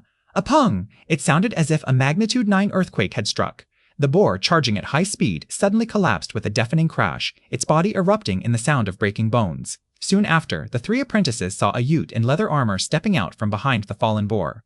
Several black shadowy ropes bound the fallen beast, leaving not a single weakness in the restraints. Are you all right? Leyland asked, his smile gentle. The 3 apprentices stared at him, their expressions stunned, and opened their mouths to speak. Nong. Leyland's smile faltered, and he sighed. This is really not the common language of the continent. What Leyland had just spoken was the common tongue of the Southern Coast magicians, but the language the 3 apprentices used was one he didn't recognize. This language's endings sound familiar to Mattia, but the syllables in between resemble the Highlands tongue. Leyland wasn't surprised by the differences. After all, since the ancient era, the subterranean world had been isolated from the surface. It would be strange if their languages remained similar. Hello, I am a nomad. Can you tell me what this place is? Leyland immediately switched to another language, the ancient Byron tongue. The ancient Byron language carried a strange power. It held dominion over rules and regulations. It could draw upon the energy particles in the atmosphere and formed the foundation of all magic spells. Thus, the ancient Byron language was a universal language all magicians were required to learn. Whether in the surface world or the subterranean world, its usage remained identical. Sure enough, upon hearing Leyland speak in the ancient Byron language, the 3 apprentices reacted instantly. Finally, the male apprentice stepped forward to reply, Respected sir, hello, this is the woody wastelands of the Eastern Twilight Zone. He gave a respectful salute. Though Leyland's actions seemed suspicious and his initial language was vastly different from theirs, the way he had effortlessly subdued this massive 6-toothed boar, almost a complete wipeout for their team, made it clear the other party's strength far surpassed theirs. In the wilderness, the strong preyed on the weak. If they offended Leyland, they would be killed, and no one would ever know. Thus, the male apprentice's manner was unusually deferential. Eastern Twilight Zone? Leyland frowned. The AI chip quickly accessed the storage database but found no details related to this place. You might need this, Leyland pointed at the Grand Knight who had been sent flying and hurled a blood-clotting medicine toward them. Thank you. The 2 fallen female apprentices stood up and one of them immediately grabbed the medicine, smeared it on the Grand Knight's wound, and then hesitated for a moment before bowing to Leyland. Hiss! Hiss! At that moment, a snake composed entirely of black gas slithered forward, emerging from its mouth to spit out an armored Grand Knight who had lost consciousness. This one is also your partner, right? I had picked him up conveniently. Leyland pointed at the Grand Knight just spat out, and the 3 apprentices, who had been startled by the sudden appearance of the massive black snake, stepped back several paces. This coward! Leyland heard the female apprentice mutter under her breath, but he merely smiled indifferently. After that, he asked, Oh, by the way, do you know which towns are close to here and where the Magi's Bazaar is? The 3 apprentices exchanged glances, and the male apprentice, noticing Leyland's calm demeanor and polite speech, gathered his courage and stepped forward. The closest town from here is Potter Town in the west, about 1.5 days away. As for the Magi's Bazaar, the official meeting point is located only in the capital city of the Twilight Zone, Chapter 29.1, Treasure. As if puzzled by the kind smile on Leyland's face, the acolyte mustered the courage to ask, My lord, are you, perhaps not from here? Might I know your name? I am Aaron. Me? I'm obviously not from around here. Leyland laughed as he looked at the 3 acolytes. Though there are still many things I'd like to ask you, I suddenly realized it would be much faster to see it for myself. Due to the way Leyland was staring at them, the three acolytes began trembling, as if being watched by a predator. "Let's go," Aaron shouted, stepping in front of the two female acolytes and chanting incantations. "What a joke, you're too slow." Leyland shook his head, and 3 streams of black air shot out, entering the foreheads of the 3 acolytes. They staggered, unable to speak, and collapsed unconscious. Leyland approached the male acolyte named Aaron, his right hand pressing firmly on the top of the man's head. The acolyte's eyes turned pitch black, and even his pupils vanished. A flood of images and voices, like a video, replayed before Leyland's eyes. The AI chip worked at full speed, collecting all the information it deemed important and organizing it. This spell functioned like searching through one's spirit, allowing Leyland to peer into the memories of lower-ranked magi. However, the spell was not particularly useful. It only worked against beings weaker than official magi, and the targets couldn't resist. When Leyland had first seen this technique in the library at the Four Seasons Garden, he had merely recorded it in passing. Unexpectedly, he found a use for it here. Though sneaking into this team and gathering information was a simple task for him, he had no interest in doing all that. He didn't want to waste time. Additionally, no matter how hard he tried to conceal it, there were many differences between magicians from the southern coast and this subterranean world. Acting couldn't easily mask those differences. Rather than being suspected later, it would be better to address it now. Gathering information regarding subterranean language, named the Twilight language. Storing in database, the AI chip first collected data on the language, organizing it and transmitting it to Leyland's memories. After some practice, Leyland would quickly grasp the language of this world. Next, he needed to gather information about the geography and factions here. Though Aaron was weak and had never left the Twilight Zone, his memories provided Leyland with a better understanding of this subterranean world. Once he'd collected all the valuable information, a cold glint flickered in Leyland's eyes. He forcefully began altering Aaron's memories, erasing all traces of his existence and the events of today. He left behind false memories of a high-ranked Magus with indistinct features who had suddenly appeared and helped them subdue the six-toothed giant boar. The acolytes held nothing Leyland found useful, and he no longer wanted to kill. In a situation where he faced no consequences, Leyland didn't mind doing some good deeds. After all, he wasn't the homicidal maniac who killed for fun. However, this method carried a high risk. Leyland ignored Aaron's original memories and forced the change. If there were no after effects, his luck would have to be unbelievably good. Afterwards, he repeated the process on the other 4. Though the information was the same, it formed a complete set. "This six-toothed giant boar shall be your compensation." Leyland laughed, looking at the unconscious acolytes on the ground. The black ropes binding the boar suddenly tightened. Splat! Blood splattered in all directions. A long time after Leyland left, Aaron awoke, clutching his head. "Ugh, my head hurts. Where am I?" Fragmented memories entered his mind, scenes flashing before his eyes. "We met a six-toothed giant boar. That guy, Blake, actually ran away first. We were lucky a lord passing by saved us." Aaron stared at the corpse of the giant boar, whooping with excitement. How many magic crystals would such a massive amount of raw material fetch? I've struck gold. Ha! Fine streams of air streaked past Leyland's ears. The scenery around him blurred into long, stretched images, then distorted into streaks of light. He hurried toward Pottertown, recalling the information he gathered from the 5. This was indeed the underworld, the first layer closest to the continent's surface. It was a pity this region was disconnected from the rest of the underworld. This area was called the Twilight Zone. Surrounding the Twilight Zone, if there weren't gathering points for fearsome, sinister beasts, there would be a vast lava ocean. These dangerous regions isolated the Twilight Zone from the outside world. Without the power of a Morningstar Magus, escaping the isolation caused by these regions was impossible. The only pathway connecting it to the external world had long been abandoned. Legends claimed that thousands of years ago, 2 Morningstar Magi had fought near the channel. The resulting tremors caused the Earth's crust to collapse, sealing the channel with massive rocks weighing hundreds of millions of tons. This severed all communication between the Twilight Zone and the outside world, turning it into an isolated island. Fortunately, the Twilight Zone itself was large. Based on Leyland's estimates, it was roughly half the size of the South Coast. However, its population was only about 40 to 50 million. The resources were self-sufficient, allowing it to maintain itself until now. Based on Aaron's memories, this place is called the Twilight Zone. It can be divided into the East, West, South, North, and Central regions, making 5 in total. It is governed by regions, and there is no such thing as a kingdom or realm. From Leyland's perspective, every city here could be considered an independent power. With the vast land and sparse population, it was no surprise that organizations would rise and fall quickly. Hence, the region remained chaotic. Leyland had no interest in battles between mortals. What caught his attention was the information regarding the Magus world here. In the Twilight Zone, the Magus world had preserved ancient traditions, continuing to evolve by taking in personal disciples and forming schools of thought. Academies or similar institutions were never mentioned in Aaron's memories. Aaron and those 2 female acolytes were taught by a single mentor, and the Grand Knight was an assistant they had hired for the expedition. However, what excited Leyland the most was the information about high-grade meditation techniques in Aaron's memories. That's right. In Aaron's memories, there were mentions of vast amounts of high-grade meditation techniques. His mentor had once promised that if he proved to have enough potential, he could even apply to obtain the qualifications to train in one. Compared to the situation in the South Coast, where large organizations were strict about this matter, the Twilight Zone was evidently much more relaxed regarding restrictions on obtaining high-grade meditation techniques. These Magi schools of thought built their foundations on different types of high-grade meditation techniques. Basically, all high-ranked Magi in a given organization trained in a single high-grade meditation technique. The earliest schools of thought were formed by groups of Magi who trained in high-grade meditation techniques. To facilitate the exchange of ideas, they established their own organizations. A high-grade meditation technique, a flame ignited in Leyland's heart. However, he quickly regained his composure. The underworld was the most similar to the ancient era and had inherited much from the ancient Magi.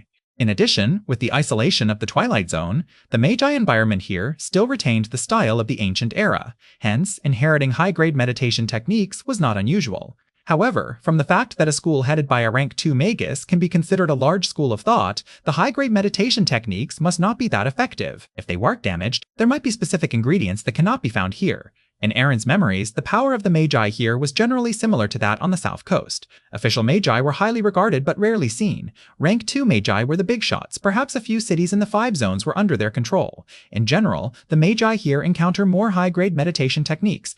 However, since these techniques are the core of every school of thought, only a few specific individuals could obtain them in full. Most Magi or acolytes would at most receive a simplified version. This was the case for Aaron's meditation technique. While searching his mind, some memories about meditation techniques were naturally recorded by the AI chip. Through comparisons, Leyland found that the meditation technique Aaron trained in was quite interesting. It had an ancient aura, similar to that of Kemoyan's pupil and sacred flame. However, the requirements were all lower, and it lacked the ability to truly enhance any abilities or affinities toward elements. After a careful search through Aaron's memories regarding the meditation technique, Leyland discovered that he was training in the high-grade meditation technique from his mentor's school of thought, Egalis. It was the simplified form of the core's flame technique. This simplified version was far more effective at cultivating spiritual force compared to the willpower-based runic meditation techniques used by acolytes on the South Coast. After hitting a bottleneck in spiritual force, there was a certain chance of surpassing the limit and becoming an official Magus by using items to aid the process. This probability was significantly higher than for those who relied on grindwater. Additionally, as he trained in the simplified version of a high-grade meditation technique, he wouldn't face any obstacles if he later obtained a genuine copy and practiced it. Hence, these simplified high-grade meditation techniques were distributed to identify acolytes suited for advanced training. A treasure trove. The Twilight Zone is a vast repository of high-grade meditation techniques. Leyland's eyes suddenly gleamed with an intensity that was almost intimidating. Chapter 292. Potter Town. The high-grade meditation technique Leyland trained in had been inherited from the great Magus Serholm, Kemoyan's pupil. This technique had extremely strict requirements, as only warlocks with the bloodline of the giant Kemoyan serpent could train in it. Moreover, there were only 3 levels available at the moment. Though the great Magus Serholm had hinted at another section of the central continent, Leyland had no idea where this region was. He decided not to set high expectations. To create a contingency plan, Leyland had long since assigned a mission to the AI chip to simulate the second half of Kemoyan's pupil.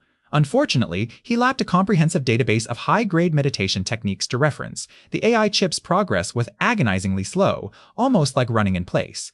Leyland had discovered the high-grade meditation technique Sacred Flame, which intrigued him greatly, but it was even more incomplete than the others. Practicing it had left him with a series of residual effects that made him recoil. Now, it seemed possible to fully restore these 2 meditation techniques.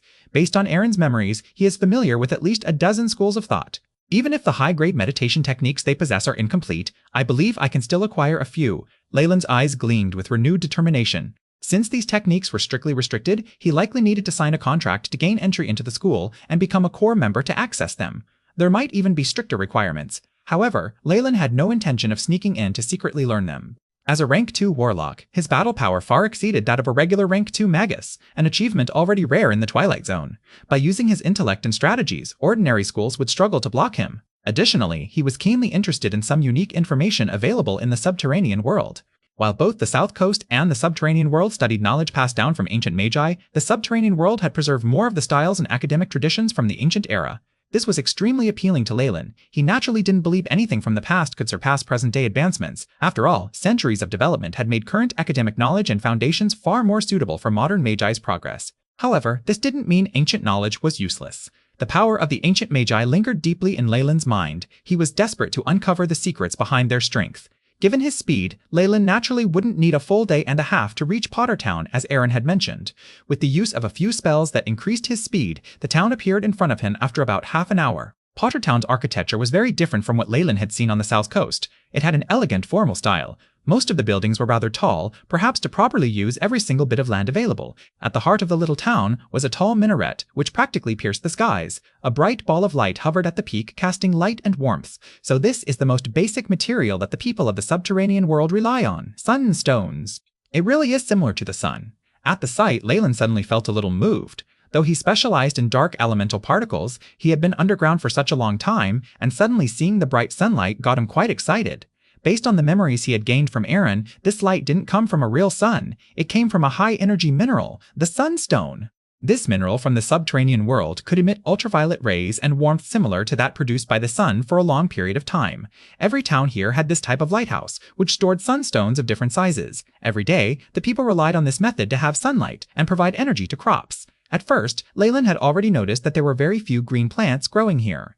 This was because there was no sunlight, which meant no photosynthesis could take place. Carbon dioxide and similar gases were absorbed by a gray moss, which could perform the conversion to oxygen. Here, however, he finally saw a bit of green. At the side of Pottertown, there was a large area of densely packed farmland. Since the range of the light produced by the minaret was limited, every bit of space was important. At the place closest to the town, a type of oat similar to that which grew on the south coast was grown, though it did not seem to be growing well. In the area where the sunlight was directly shining, a type of large mushroom was being cultivated. This mushroom was very large, even reaching Leyland's calf. It was gray on the outside and looked extremely juicy. This mushroom made up around 80% of the crops being cultivated in the outer regions of the town. This was a terrifying ratio and meant this mushroom was probably the staple food of the residents here. This was the truth.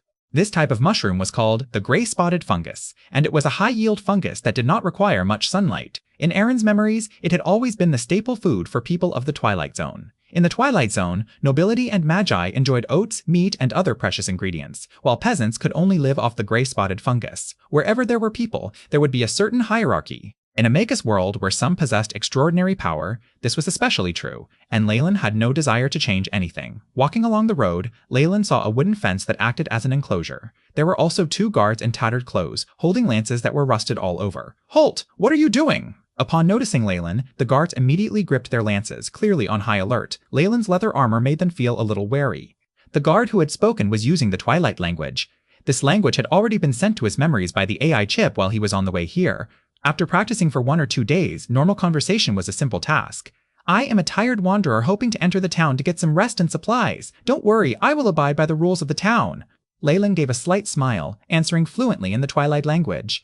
Hearing Leyland's words, the 2 guards dropped their wariness. This also had to do with Leyland's harmless smile and handsome face, which easily earned him a favorable impression. "Of course! If you show your identification documents to prove you aren't any of the fugitives, it's fine." The slightly shorter guard curled his lips. "Of course, I know the procedure." Leyland grinned, producing a piece of parchment and dangling it in front of the 2 guards.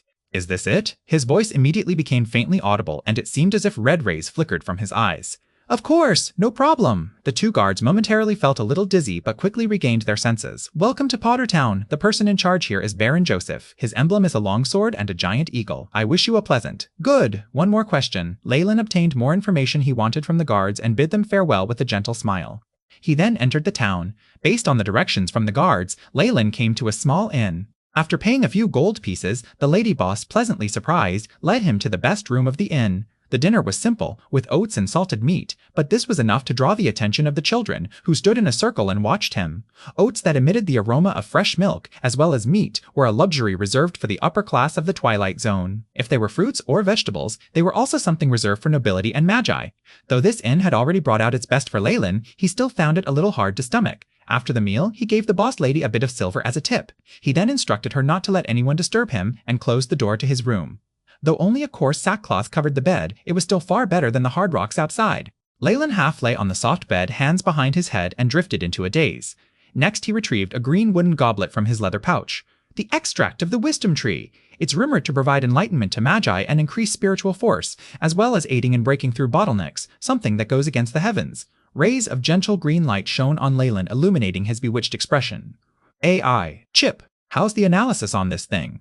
Leyland contemplated in his mind. Pure extract from the wisdom tree, possessing a powerful life force, can increase vitality and help a rank 2 Magus break through to a certain extent. Nature unknown. The AI chip sent out some information. The essence from the wisdom tree, coupled with the goblet made from the body of the wisdom tree, definitely would not only have one effect when they're combined together. Leyland focused on the green wooden cup, eyes filled with regret. It's a pity that this sort of thing will be wasted if I use it now. It can only increase my spiritual force by a bit. At most, it can only let me reach the level of a peak rank 2 Magus. As for advancing to the bottleneck to rank 3, Leyland had only recently advanced to the rank of a Warlock. He was still far from the peak.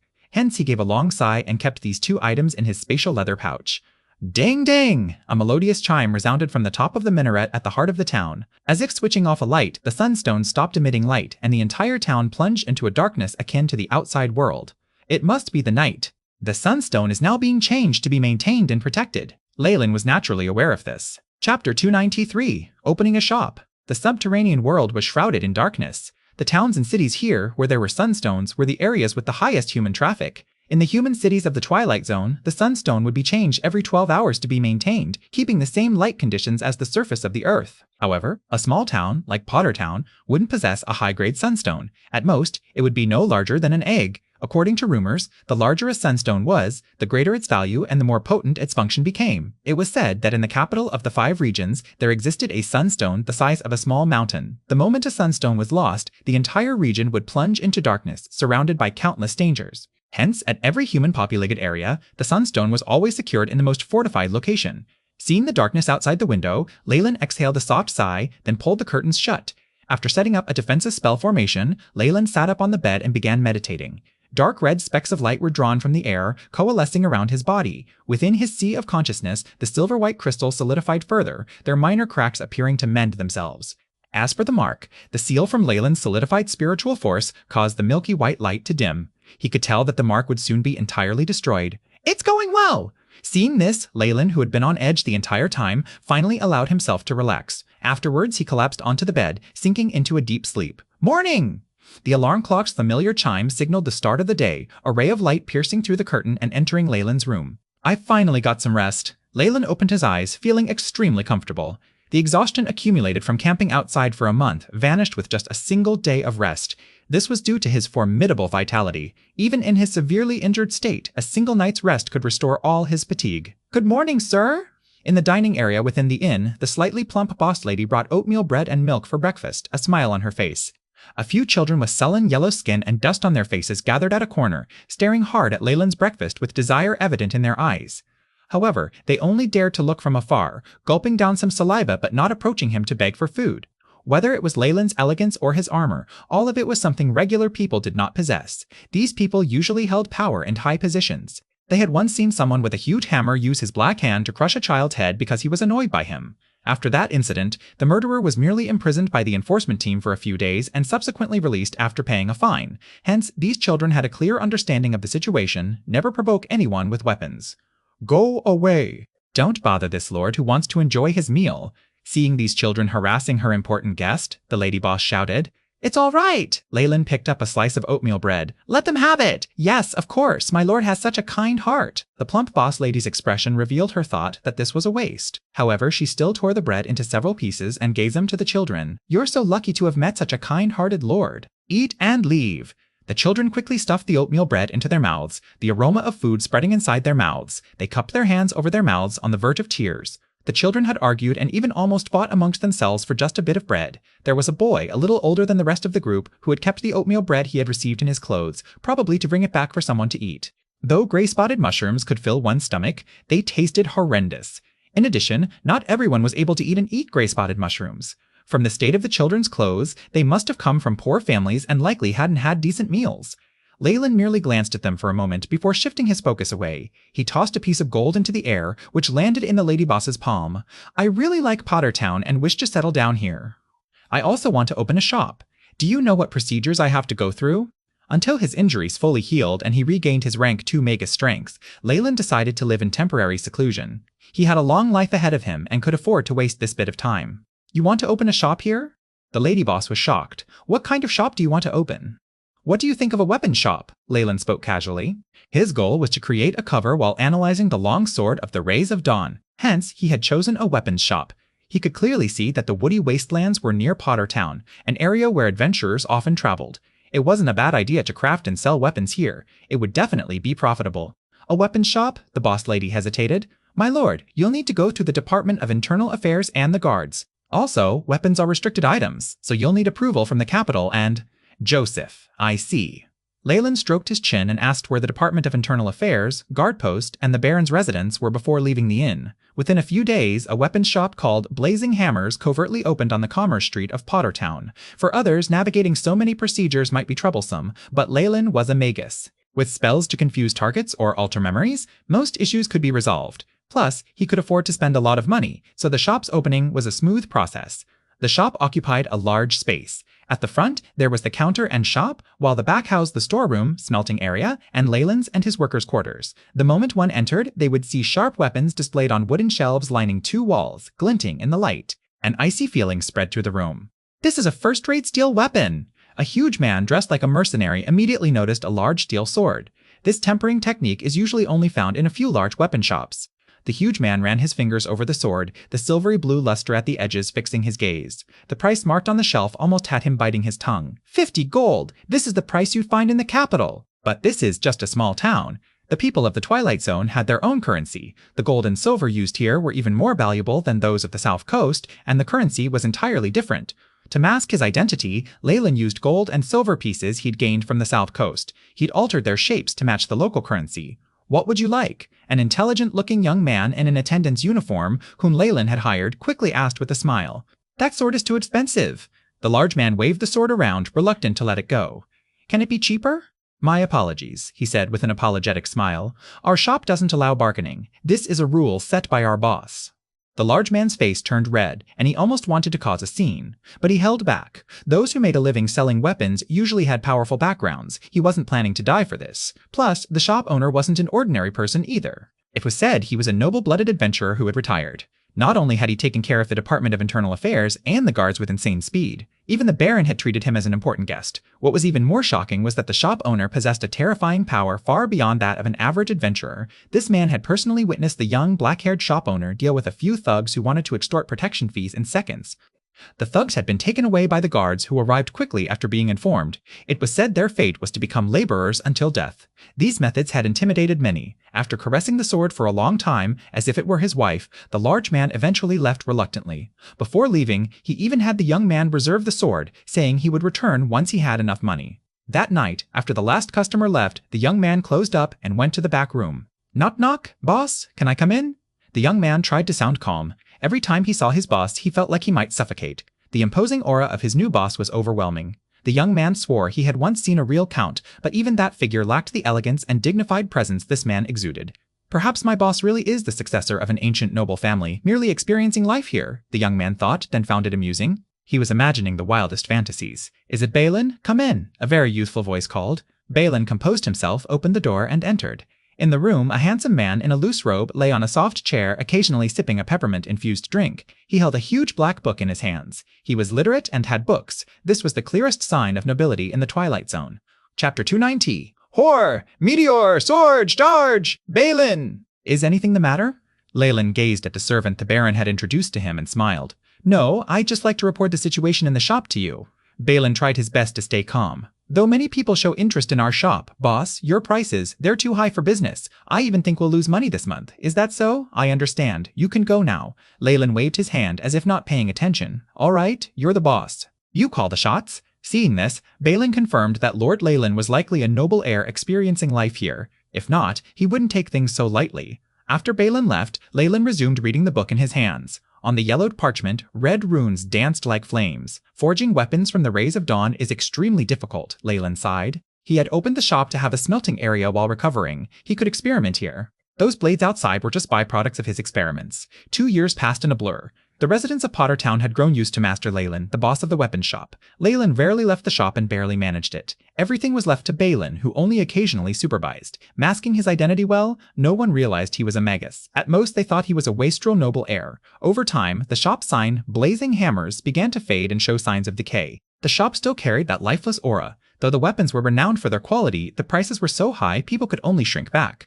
Leyland had no intention of relying on the shop for income. If the prices were too low, not only would business pick up, but the other shops in the same industry would become jealous. Though he wasn't afraid, Leyland didn't want to stir up trouble over these small matters. "Brother Balin!" "I'm here again!" Along with the voice, a boy with brown hair walked in through the shop's entrance. He wore a linen short-sleeved shirt with some patches, his intelligent eyes gleaming. "So, it's Longbottom." Balin had no choice but to greet him. "Hee, Brother Balin, let me help you." Longbottom snatched the cleaning rag from Balin's hands and began wiping the wooden shelves and cabinets. His movements were practiced, and he was very familiar with the areas often overlooked. Evidently, this wasn't the first time he'd done this. After polishing the shelves and cabinets until they sparkled clean, Longbottom looked expectantly at B, waiting for a reward. "Ugh, not again, not again." Balin held his head, helpless. "I told you, you're only allowed to use it for 5 minutes, and you can't tell anyone about this. You especially can't let the boss find out. If not for this little kid's beautiful sister, Balin wouldn't have bothered with him." I know. Longbottom quickly nodded his head like a chick pecking at rice, then moved to a shelf and pulled out a silver crossblade. This crossblade was quite short, perfectly fitting Longbottom's stature. It was about 2 fingers wide, with a hilt made of pure silver. A red diamond was even embedded within, making it look exceptionally luxurious. Clearly, with Longbottom's financial background, he'd never be able to afford it, no matter how much he saved. Longbottom held the crossblade carefully, as if clasping a precious treasure. "Ha!" Longbottom slashed forward, gripping the blade with both hands, delivering a clumsy attack. "Sigh, little Longbottom, I'm not trying to be mean, but you'll never become a knight by training with normal soldiers." Balin couldn't help but shake his head. Pottertown was a small place, and only the Baron's guards were knights. The rest were peasants, so what power could they have? This Longbottom had dreamed of becoming a knight since childhood. For that reason, he'd secretly watched the soldiers' training. After discovering this place, he'd come here for free, with the price being that Balin lent him something in the shop to play with. Among everything in the shop, Longbottom's favorite weapon was this crossblade. Brother Balin, then who should I learn from? Longbottom held the blade, his expression desolate. "I'm only the son of a regular hunter, and we can't afford the expensive fees for training." Longbottom had someone in mind. Ever since he'd learned that the shop's boss, Master Leyland, was a powerful knight, he'd become even more diligent in coming over. He might even become like the main characters in knight stories, someone with great talent, eventually earning Leyland's favor. Sigh. Balin could only sigh. In the Twilight Zone, it was nearly impossible for a regular person to rise above the rest. "Little Longbottom, I think you should give up on this impossible dream and come here to learn how to read from me every day," Balin proposed seriously. "Though I don't know many letters, it's enough for you to read the accounts. When the time comes, you'll be able to find a bookkeeping job." "Thank you, Brother Balin." Longbottom was deeply touched. Even if he wanted to study with someone, he'd need to pay exorbitant fees, yet Balin was willing to teach him for free. This was something he was extremely grateful for. It's nothing. Balin turned red. "It's for my own sake, too. If Boss were to see this, I might not even be able to keep my job. See what?" Leyland's voice echoed, and Balin was stunned. Balin stiffly turned around to face Leyland, who had just entered. "Boss, why are you here now?" The smile on Balin's face was painfully stiff, and he stammered as he spoke. He had let others play with the shop's products, an offense so severe that Leyland could fire him on the spot. Yet the pay here was too good for Balin to consider quitting. He grumbled inwardly. Leyland had always been reclusive, often retreating to his room or the smelting chamber. He rarely made himself known for days at a time. How could he appear now, witnessing this scene? Thud! Longbottom's hands trembled, and the crossblade fell, striking the floor with a dull thud. Master Leyland!" Longbottom called out, his voice shaking. For a regular person like him, Leyland, the boss of a weapons shop, was an extraordinary figure. Now he felt like a thief caught in the act, his legs trembling. "Oh?" Leyland glanced at the blade, then smiled at Balin. "It looks like you've been having a lot of fun while I was away." "Boss! No, my lord!" "Please forgive me." Balin knelt instantly, too terrified to speak, while Longbottom's body went limp, his voice reduced to a whisper. "I'll settle this matter with you later." Leyland glared at Balin, then addressed Longbottom. "Kid, you've been touching things in my shop without asking for permission. How do you intend to make it up to me?" My lord." Longbottom's teeth chattered, his voice breaking. His family was made up of ordinary people, perhaps even of lower status than others. What could he possibly offer Leyland? "All right, starting tomorrow afternoon, you'll report here and do odd jobs for 2 hours daily as compensation." Leyland leaned back, his decision made. Longbottom stared in shock. What terrified him most was the possibility that Leyland might demand money and have him arrested. Odd jobs? What kind of punishment was that? "What are you staring at? Quick, thank my lord." Balin grabbed Longbottom's shoulders, forcing him to bow. "Thank you so much, my lord." "Thank you so much," Longbottom finally reacted, his face alight with gratitude. For someone like him, the chance to touch the shop's weapons was a dream. Even the idea of connecting with Leyland, a legendary, powerful knight, was beyond his imagination. "All right, come and work here starting tomorrow afternoon." Leyland nodded, turned, and walked toward the back of the shop. In truth, he had long noticed Balin and Longbottom's actions, but had ignored them. However, a few of his experiments were progressing well, and his mood was good. After entering his room, Leyland mused, AI chip, how's the progress on the weapon blueprint simulation? Beep, weapon blueprint simulation 100%, completed setup of blueprint and runes. The AI chip intoned, then projected an image before Leyland's eyes. It was a black crossblade that appeared unremarkable at first glance, yet the cross-section was lined with intricate energy loops and runes.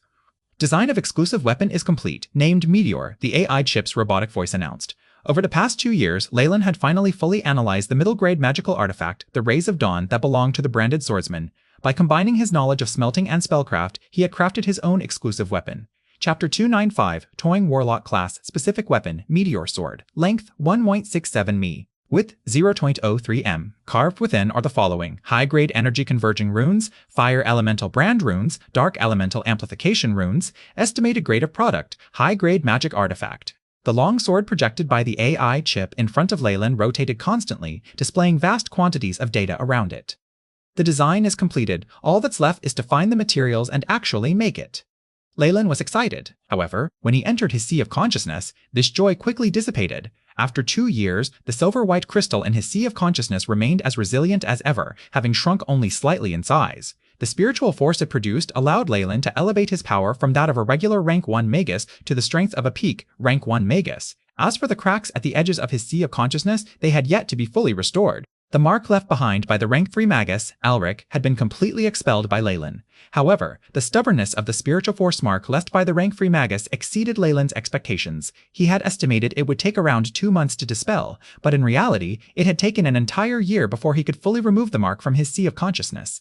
Perhaps I should find an opportunity to make contact with the Magi of the subterranean world. Due to his serious injuries, Leyland could only display the strength of a regular rank 1 Magus, hence he had chosen to lie low. However, now that he had regained enough strength to reach the peak of rank 1, he could be considered the best in the Twilight Zone. It was natural that he would want to explore. In addition, the progress of repairing his sea of consciousness was proceeding far too slowly, which made Leyland furrow his brow. He was prepared to find methods out there to accelerate this process. If not, relying solely on time, he had no idea how long it would take. At this thought, Leyland began to feel jittery. His expression twitched and he untied a black water flask, taking a drink. His facial muscles relaxed and he forced a smile. Also, I have to find a way to control the overly emotional side effects of being a warlock. For warlocks, the ancient bloodlines granted them formidable power, but they also negatively impacted their emotions. These emotions lay dormant deep within one's blood or even one's spirit, occasionally causing trouble and dragging the warlock into a state of extreme emotion. For the Magus who sought truth and control, this was intolerable. Hence, Leyland had been searching for a method to solve this problem. The inheritances found in the South Coast are only useful up to a certain point, and the items left behind from the ancient era are very few. There is very little information regarding warlocks, and it seems there are no methods to address this. But this place is different. Leyland's eyes shone with hope. This is the Twilight Zone, a part of the subterranean world. Due to its lack of connection with the outside world, it has minimal external influences and preserves the inheritances from ancient times in their entirety. In other words, aside from the central continent, there are still places that might contain research material regarding warlocks. This must be one of those areas. At this thought, Leyland touched his chin. Pottertown is in a very remote area, and the resources at the woody wastelands can, at most, attract only a few acolytes. I haven't seen any magi here. It looks like I have to go deeper into the Twilight Zone. Pottertown was merely a small town within the vast expanse of the Twilight Zone. Though he had stayed there for over 2 years, Leyland had seen very few magi. Beyond this town, there was an even larger city. If he advanced layer by layer, he would reach the eastern capital. Leyland was certain there were many magi in the city. The rules in the subterranean world were different from those on the south coast. The existence of magi had been made public. They would not hide in some unknown location and isolate themselves from the world. Magi who wielded power naturally held high status. Even the nobility had to bow to them. Though the population of the Twilight Zone is only half that of the South Coast, the widespread use of high-grade meditation techniques and their simplified versions has led to many instances of magi appearing. The hierarchy of magi is similar to that on the South Coast, though I don't know how many rank 3 magi there are, or if there are any Morningstar magi here. Leyland propped his chin on his hand, sinking into deep thought. The candle on the table burned with dull yellow flames, casting Leyland's long, flickering shadow onto the wall. During the afternoon of the next day, little Longbottom arrived at the shop on time. "You're very punctual. I like kids who obey rules." Leyland was bored to death, so he took over Balin's position and yawned at the counter. He pointed toward the storeroom at the side. Your task is to move those metals over there to the backyard. Boss, is this? Balin endured for a while, but couldn't take it any longer. He pointed at the storeroom as he spoke to Leyland. Every single one of those metals is heavier than Longbottom's own body weight? Following his finger, one could see through the half-open door to the storeroom chunks of metal the size of a human head. These were the raw materials Leyland used for smelting. They were incredibly dense, and their weight was terrifying. When they had been transported here, Leyland had called for 3 strong men, and it had taken an entire afternoon for them to move them. In Balin's eyes, Leyland was obviously making things difficult for the little kid by assigning him such work. It's his choice whether he wants to do it or not. Leyland shrugged his shoulders, found a chair, and began dozing contentedly. Brother Balin, I want to give it a try. Seeing the mountain of metals, he gulped, but at the sight of Leyland beginning to nod off, he made up his mind and started working. The metals were extremely heavy. Just lifting 1 centimeter off the ground caused Longbottom's arms to tremble. Thud! Longbottom curved his back and slowly moved the metal to the open space at the back, the object thudding as it fell. Just moving 1 piece of metal was enough to make Longbottom pant, large drops of sweat dripping from his face. Longbottom, you can't continue or you'll sustain long-term injuries. Balin naturally knew that the sheer amount of work he had to do would permanently harm or even disable a growing child's body. Even if he wasn't doing this for Longbottom's pretty sister, Balin felt he couldn't let this youngster he'd gotten along with continue like this. No! Longbottom looked in the direction of Leyland, who had stalked off with a resolute expression on his face. Throughout that whole afternoon, the residents of Pottertown could see a strange sight at Leyland's weapon shop. A petite young boy was slowly working, moving pieces of black metal half his size. That day, after 2 hours of work, Longbottom's arms and legs constantly trembled, and he had no more strength to fiddle with any blades, dragging his fatigued body back home. This went on for 10 days, and only then did Longbottom finish moving all the metals to the open space in the backyard. You really work very slowly, Leyland judged, clearly dissatisfied. Next, I want you to move them back to the storeroom. Is that understood? But Master Leyland, upon hearing this task, Longbottom's body trembled. This physical labor had caused him a sore back, and the pain was so severe he couldn't sleep at night. Now he had to move them back? Longbottom felt like he would die from the fatigue. He wasn't just having fun here, he still needed to help his parents with work. Boss, you're just toying with him. Balin couldn't take this any longer and leapt out, roaring at Leyland. Shut up! Leyland spoke indifferently, but his glare made Balin retreat, clutching his chest and unable to say a word. I'm the boss here, and what I say goes. A teasing smirk lingered on Leyland's lips. Youngster, you can leave now, but if you do, you'll never return to my shop again. Longbottom remained silent, then walked toward the metals without a word and began working. What an interesting fellow! Leyland poured himself a cup of peppermint beverage, leisurely watching Longbottom move back and forth. He still needed to prepare for a period and was bored. He only had to give brief attention to the calculations of the AI chip and could find time to toy with this youngster. This labor wasn't something a child could handle. Plus, it was easy to sustain injuries while working. Leyland had already noticed bruises on Longbottom's calves and arms. How long can he keep this up? I look forward to seeing it. Leyland touched his chin, a profound smile on his face. For the next few days, Longbottom's eyes were lifeless, and he wobbled as he walked, causing people to worry he might collapse and die. An unexpected visitor also arrived at Leyland's shop. Esteemed Master Leyland, a beautiful young girl wearing a coarse sackcloth skirt curtsied toward him. Could you please forgive my brother? Longbottom has been doing physical labor here for about 15 days, and I'm afraid he might not be able to keep going, the young maiden sobbed, producing a white handkerchief. After unfolding it, Leyland saw silver coins, copper, and a small broken piece of gold, about a quarter of its original size. If it's for what he's done wrong, I'm willing to compensate you. Leyland glanced at the young maiden and shook his head. Chapter 296, Plot Twist. I've mentioned it before. This is a mutual agreement. If your brother doesn't want to do this, he's free to leave at any time. Leyland spoke slowly. If you don't believe me, you can ask him. He pointed at Longbottom, who stood at the side. Sister. Longbottom ducked his head, a little afraid, but his voice was resolute. It's my own choice to work here at Master Leyland's. It has nothing to do with him. Please don't stop me. You? The young maiden was exasperated, pulling at Longbottom's arm to reveal a large bruise. Look at this. How are you still engrossed in these night fiction novels? Cough, cough. Leyland suddenly coughed, interrupting her. This is my shop. If you wish to discipline your brother, please do it elsewhere and don't disrupt my business. Leyland said this boldly, though there were no customers in his shop at the moment. My apologies, my lord. The young maiden covered her mouth, realizing her words had offended Leyland. She bowed, revealing her fair breasts, and quickly left with Longbottom in tow. The sounds of their argument could still be heard. Balin watched her back, looking enchanted. What a pure, kind-hearted lady, don't you agree? Leyland looked at Balin, his smile full of mischief. Of course. Miss Venus is a very diligent young lady who works 3 jobs outside to help with her family's finances. Balin subconsciously answered. I have no right to comment on her kindness, but regarding her purity? Leyland's grin widened. Boss, you can scold me, but you can't tarnish her reputation. Balin clenched his fist, his face turning red. Oh, love, love, how beautiful it is. How vibrant, for it to even attract a moth into the flames, to make cowardly little lambs turn into savage, mighty beings. Leyland recited some proverbs, and without waiting for Balin to ask, he continued. While Miss Venus was wearing coarse clothing, though she had tried her best to hide it, there was still the smell of cheaply priced perfume. It's not from today, and there's still some eyeshadow on her face. Her handkerchief is a high-quality product from Old Walker's shop. She seems to have too much money. In just that short contact with her, she seemed to have tried to entice me at least 3 times. This must be some occupational habit. With every sentence that came out of Leyland's mouth, Balin felt like a sledgehammer had struck his chest, and he staggered back. However, Leyland delivered a fatal blow. If I'm not wrong, you might find Miss Venus at midnight in the well-known Night Warbler Alley. No, what you said can't be true.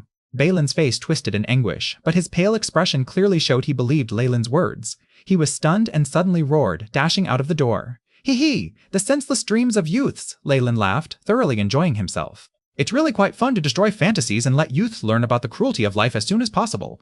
Longbottom returned quickly, his face marked with 2 bright red handprints. He said nothing to Leyland and resumed his daily work. As for Balin, the poor fellow was said to have spent an entire night drinking at a bar. He only came to the shop the next day but was chased out by Leyland, who looked at him in disdain, wanting him to deal with the lingering smell of alcohol lest he wouldn't need to return.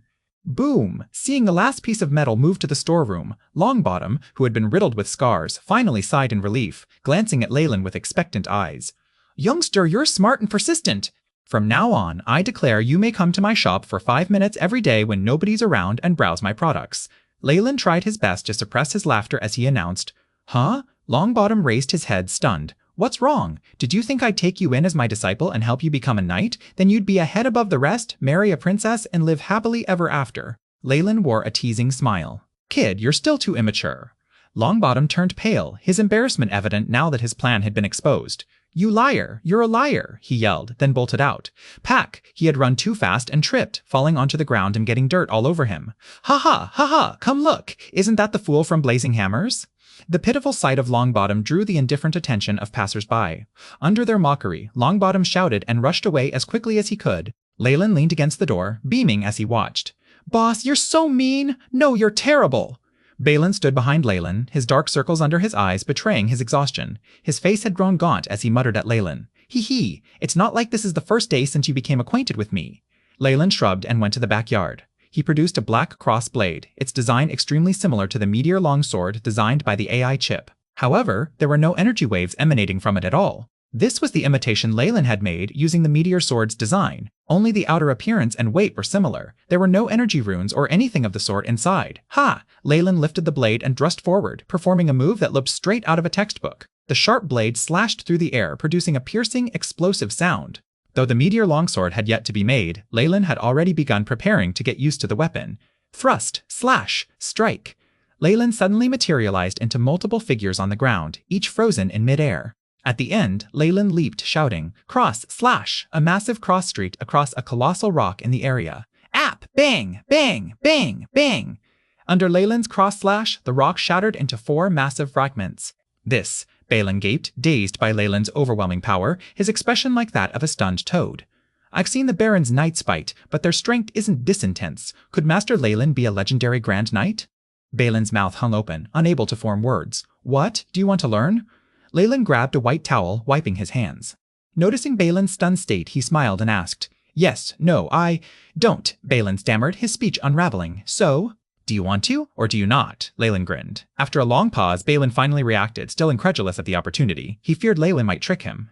Boss! Oh no, Master. I mean, I'm already 19 and quite old. I've never had formal training and only know a few words. Isn't it best to start knight training as soon as possible? If you're looking for a disciple, Longbottom is far more suitable than I am. Yet, faced with such a tempting offer, Balin's breathing grew heavy.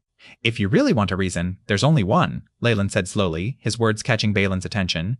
Because I'm happy! Is this reason enough? Leyland beamed. Warlocks were undeniably impulsive creatures. Moreover, Leyland felt suppressing. A warlock's emotions wasn't wise. He needed a way to release his own tension, and since Balin pleased him, he decided to indulge his whims. All right! In the face of such a mighty reason, Balin could only laugh helplessly. If Longbottom found out this was the reason, he'd definitely cry himself to death, Balin thought. So, do you want to learn? Of course, I do, Balin agreed instantly. To refuse now would be foolish. Pack! A wooden sword struck Balin's face, sending him crashing down. Struggling to rise, he groaned. Your footwork is too slow. Sync your steps with your breathing. Understood? Leyland stood before Balin, clad in black. Get up! Understood, my lord. Balin sucked in a cold breath, forcing himself to his feet. Leyland had controlled his strength carefully, enough to hurt Balin but not harm his internal organs. When Leyland first agreed to train him, Balin had intended to call him mentor, but Leyland had rejected the idea outright. After an hour of swordplay, they moved on to breathing techniques. For knights, what they train is their life energy, also known as life essence, Leyland explained, his voice filled with zeal. It lies about 5 cm below the lower abdomen in an inverted triangle shape. This is where we cultivate the spirit. Knight training involves manipulating breathing frequency, adjusting bodily secretions, and generating more life essence. Leyland began teaching Balin his reorganized cross-blade breathing technique. His knowledge was vast, and his mind brimmed with information.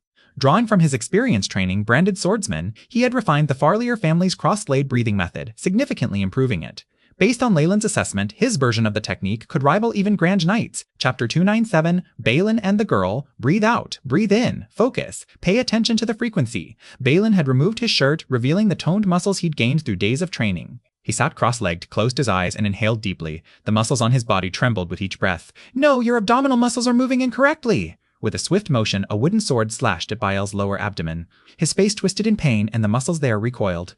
Ha! 2 streams of white air burst from his nostrils. Remember this? This is the feeling! Leyland patted the wooden sword. Huh! After completing a full round of the breathing technique, Balin exhaled a long breath. Black impurities emerged within the white gas he released. He opened his eyes. Are you a pig? It took you 10 days to grasp the basics of this simple breathing method. Leyland scolded, and Balin could only rub his head, laughing and apologizing endlessly. After so many days of training, he could feel his body growing stronger. With the breathing technique, warmth began to flow through him. The intoxicating sensation of gaining power made Balin addicted. Even if Leyland tried to kill him now, he'd stay and fight. Go! 1,000 sword swings and 5,000 squats. Leyland pointed, and Balin obeyed immediately. I didn't think this random fellow I decided to teach would actually have some talent. The corner of Leyland's lips curled into a smile as he watched Balin sweat in the small field. Balin clearly belonged on the path of a knight. If Leyland hadn't used the AI chip, Balin might never have scratched the surface of the improved crossblade breathing technique in 10 days, let alone grasp life essence. But he had. However, I've never had the talent to become a knight. Compared to me, this speed suggests Balin is an unprecedented talent. I wonder how his spiritual aptitude is. The spiritual aptitude of ordinary people was hard to detect. Without access to specific spells or tools, even Leyland couldn't gauge someone's magical potential. It looks like I'll have to stay here for a while. Leyland's expression darkened. Though he planned to search for other magi, his Warlock blood's sudden emotional surge had delayed his schedule. Leyland could only use basic methods to slowly release his inner turmoil. He could also brew only a few high-grade potions beyond the Tranquility Potion to suppress his symptoms. His plans in the Twilight Zone revolved around obtaining advanced meditation techniques. He wouldn't risk wandering aimlessly while still in this emotional state. If he did, there was an 80% chance things would spiral, like when he robbed the Wisdom Tree's essence and provoked multiple people to chase him. Unwillingly, 6 months passed. Unaware of the time, Balin had activated the life energy in his body and become a true knight. This pitiful fellow still believed he couldn't withstand even one strike from Leyland and thought he was just a regular human. Thus, he worked tirelessly toward his goal of becoming a knight. The first effect of his knighthood was surviving a single strike from Leyland before collapsing. As for Longbottom, Leyland hadn't seen him in a while. It was said the stubborn kid, unwilling to admit defeat, had joined a group of traders heading to a city, hoping for luck. It was a pity Leyland had witnessed so many young dreamers struggling outside. Out of 100, 90 would die without reason, and most of the remainder would become beggars, the disabled, thieves, or criminals. Only 1% would be successful. Leyland had listened to Balin talk about this for a while and set it aside. Ha! Balin brandished the large steel sword in his hand, the blade gleaming with a cold, sharp light. He roared as he charged toward Leyland. Kill! The massive sword cut through the air, sending a fierce gale in its wake. On the other hand, Leyland held a wooden sword and shook his head. Too many excess movements. With a single gentle thrust, the wooden sword pierced the metallic rays of light. What appeared to be a slow, deliberate strike from the wooden sword pushed Balin's steel sword away, and the wooden sword pierced Balin's armpit. Ugh! Balin groaned and collapsed. Disappointing. Too disappointing. Leyland coldly struck him down. During his free time after researching, he would tease him. It was one of the many pleasures he had in his spare time. My lord, can't you let me win a little? Balin huffed and puffed, complaining as he sat on the ground. I'm always defeated in one blow. Gosh, I feel like I've made no progress at all. Stop with the nonsense. Continue training. To punish you for being unable to withstand one move, you are to do 1,000 more push-ups. Leyland tried his best not to laugh, maintaining a poker face. In fact, Balin was improving extremely quickly. He was on the verge of advancing to become a Grand Knight. On one hand, this had to do with the effectiveness of the breathing method Leyland had provided. On the other, Balin's talent and diligence could not be disregarded. Leyland reclined on a deck chair, watching Balin sweat. His thoughts, however, were all on the AI chip. Beep! Based on real-time monitoring, the host body's secretion of adrenaline is at a low level and mental status is becoming stable. Estimated to reach normal levels in 30-41 hours. Through the diagrams and curves the AI chip analyzed, Leyland was overjoyed to find that after all his efforts, his emotions were stabilizing. Based on this pace, I'll be able to completely suppress the explosion of my emotions in 10 or so days. Leyland grinned. Boss, is the boss here? At this moment, a young man's voice echoed over. We want to buy something. Is the boss of Blazing Hammers around? Upon hearing this voice, Balin stopped his training. Oh my heavens! Someone's actually coming to boss's shop? Has the sun risen from the west? Due to Leyland's unconventional pricing, only a few items were sold every year, despite the exceptional quality of the weapons in the shop. What are you talking about? Go and entertain a customer. Leyland's sword tapped Balin's head. At this moment, Balin remembered his real identity. He was a worker employed to man the weapon shop. He immediately donned a white shirt and jogged out to greet the customer. Leyland, curious, followed him out. My lady, please come in. Balin seemed to be fawning over a girl of noble blood, wearing sophisticated clothing and adorned with a ring featuring strange inscriptions. He cast a glance at Leyland, signaling they were about to make a huge sale. Behind the noble girl stood an old man with silver hair who appeared to be a butler.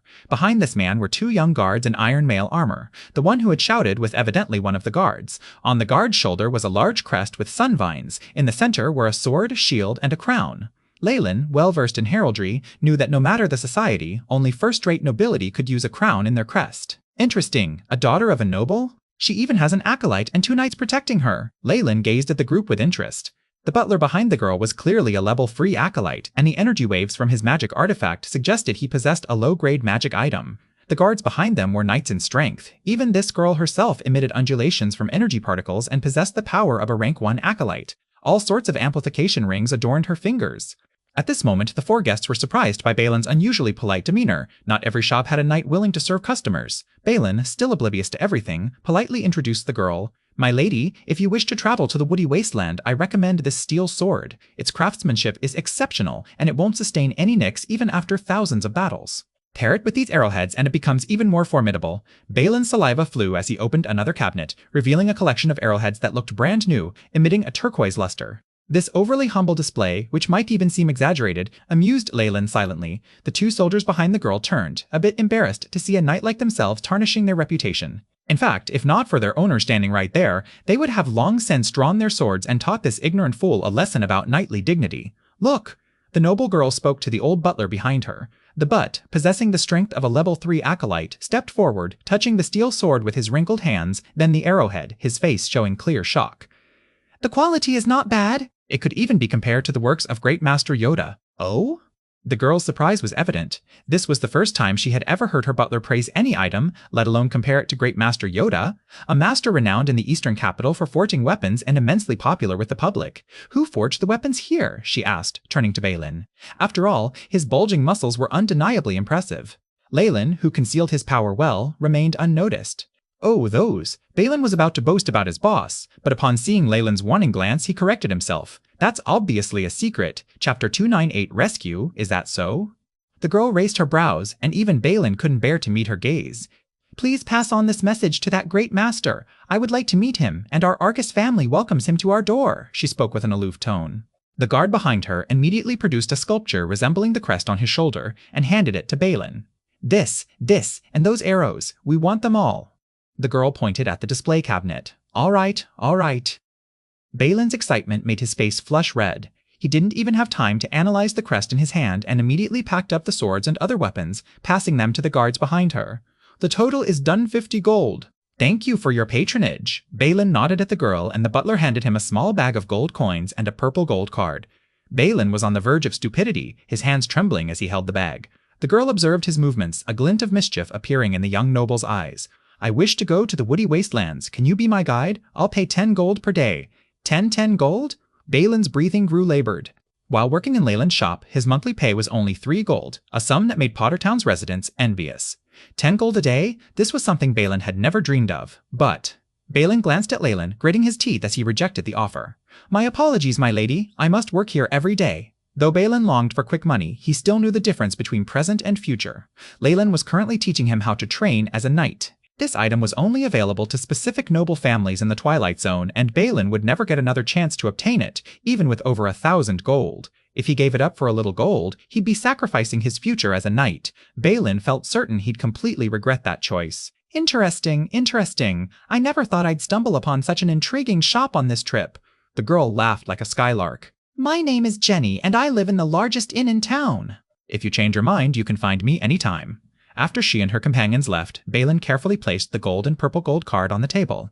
The purple gold card, valued at 1,000 gold. I've never seen this before. And there are so many gold coins here. My lord, we've struck it rich. Balin's eyes sparkled with excitement. Yeah, Leyland nodded, ignoring the card as he kept it.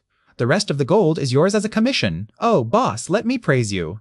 You're truly the master of fairness, the embodiment of compassion, Balin cheered, tossing the crest in his hand. He frowned, puzzled.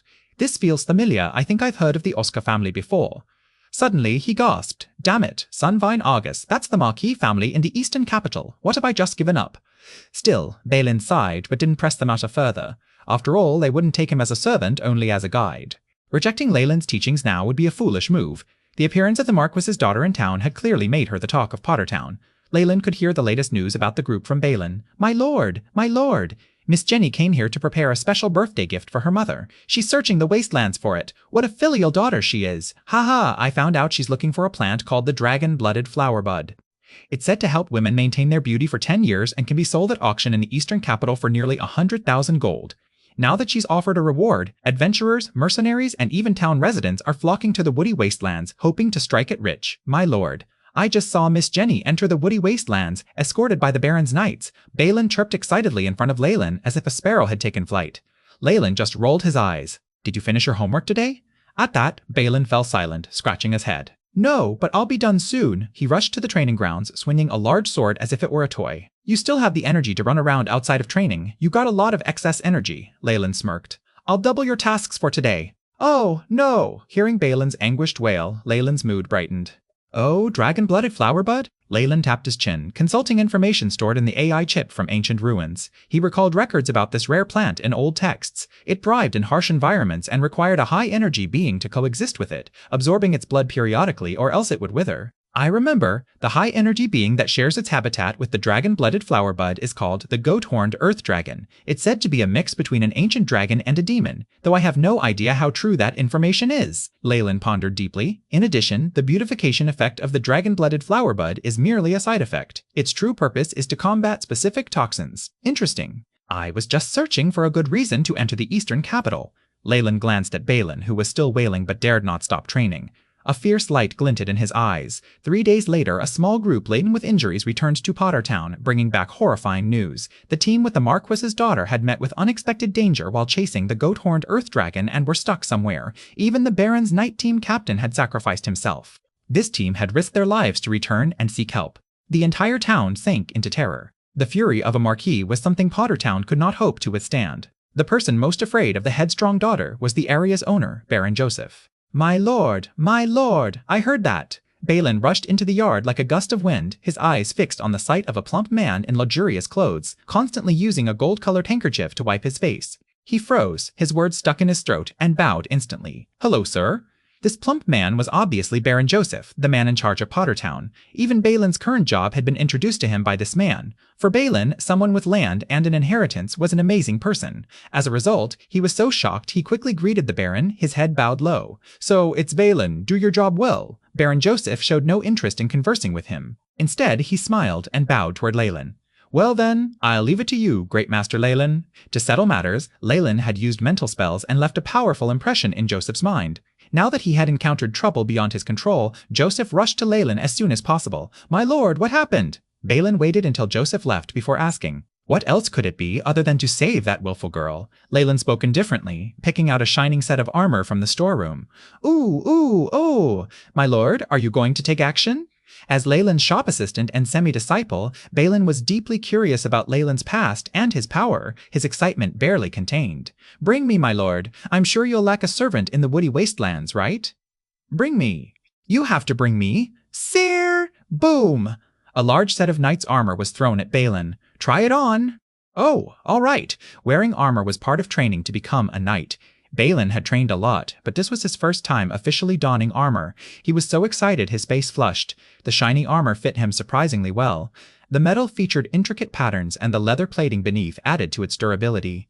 Not only was it beautiful, it could also protect key areas. Balin loved it. After training for so long, Balin had also grown taller. He had strong, beautiful muscles, and in the armor he looked extremely brave and courageous. "How is it? Unhandsome, aren't I?" Balin patted his chest with a narcissistic grin, two pieces of metal clashing loudly. "Next!" Leyland tossed a steel sword to Balin. After he had worn and secured everything, Leyland nodded in satisfaction. "I can relax now." "Of course, huh? Relax? What about?" Balin was bewildered. "Young man, the mission to save the princess will fall to you?" Leyland tried to suppress his laughter, patting Balin's shoulder while speaking in a heartfelt, meaningful tone. Balin was stunned. Huh? Me? You want me to go to the woody wastelands alone?" Balin finally reacted, pointing at his own nose. "My lord, I'm not even a knight. Are you trying to kill me? It can't be helped." Leyland spread his hands. "Someone must stay behind to look after the shop. Youngsters like you need to be more energetic. My lord, forgive me for being so direct, but you sell only a few items per year. It doesn't matter if you watch the shop or not. In addition, there's a big difference between being energetic and sending myself to my death." Chapter 2999, Dragon-Blooded Flowerbud. "Don't worry, you're my employee after all. I won't just send you to your death like that." Leyland waved his arms, saying things that weren't helping calm Balin down. "I've already received more information. Jenny and the rest were trapped in a valley by explosive flaming wolves and won't face any danger for now. I even prepared this for you." Leyland passed a bag of medicinal powder to Balin. Balin curiously sniffed at it, then choked, sticking out his tongue. "What is this? Stimulating medicinal powder! It can mask your natural scent and prevent the explosive flaming wolves from binding you."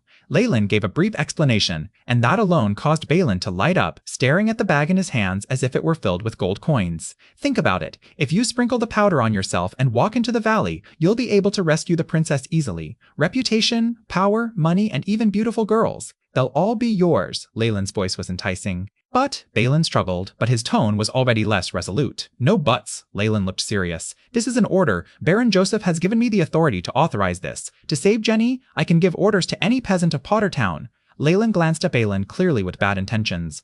"I remember you're a free resident of Pottertown, right? Do you want to go now, or do you want to be demoted to a slave and then go?" Faced with Leyland's mix of incentives and threats, Balin could only raise his arms in protest. "All right, I'll go. That's the way."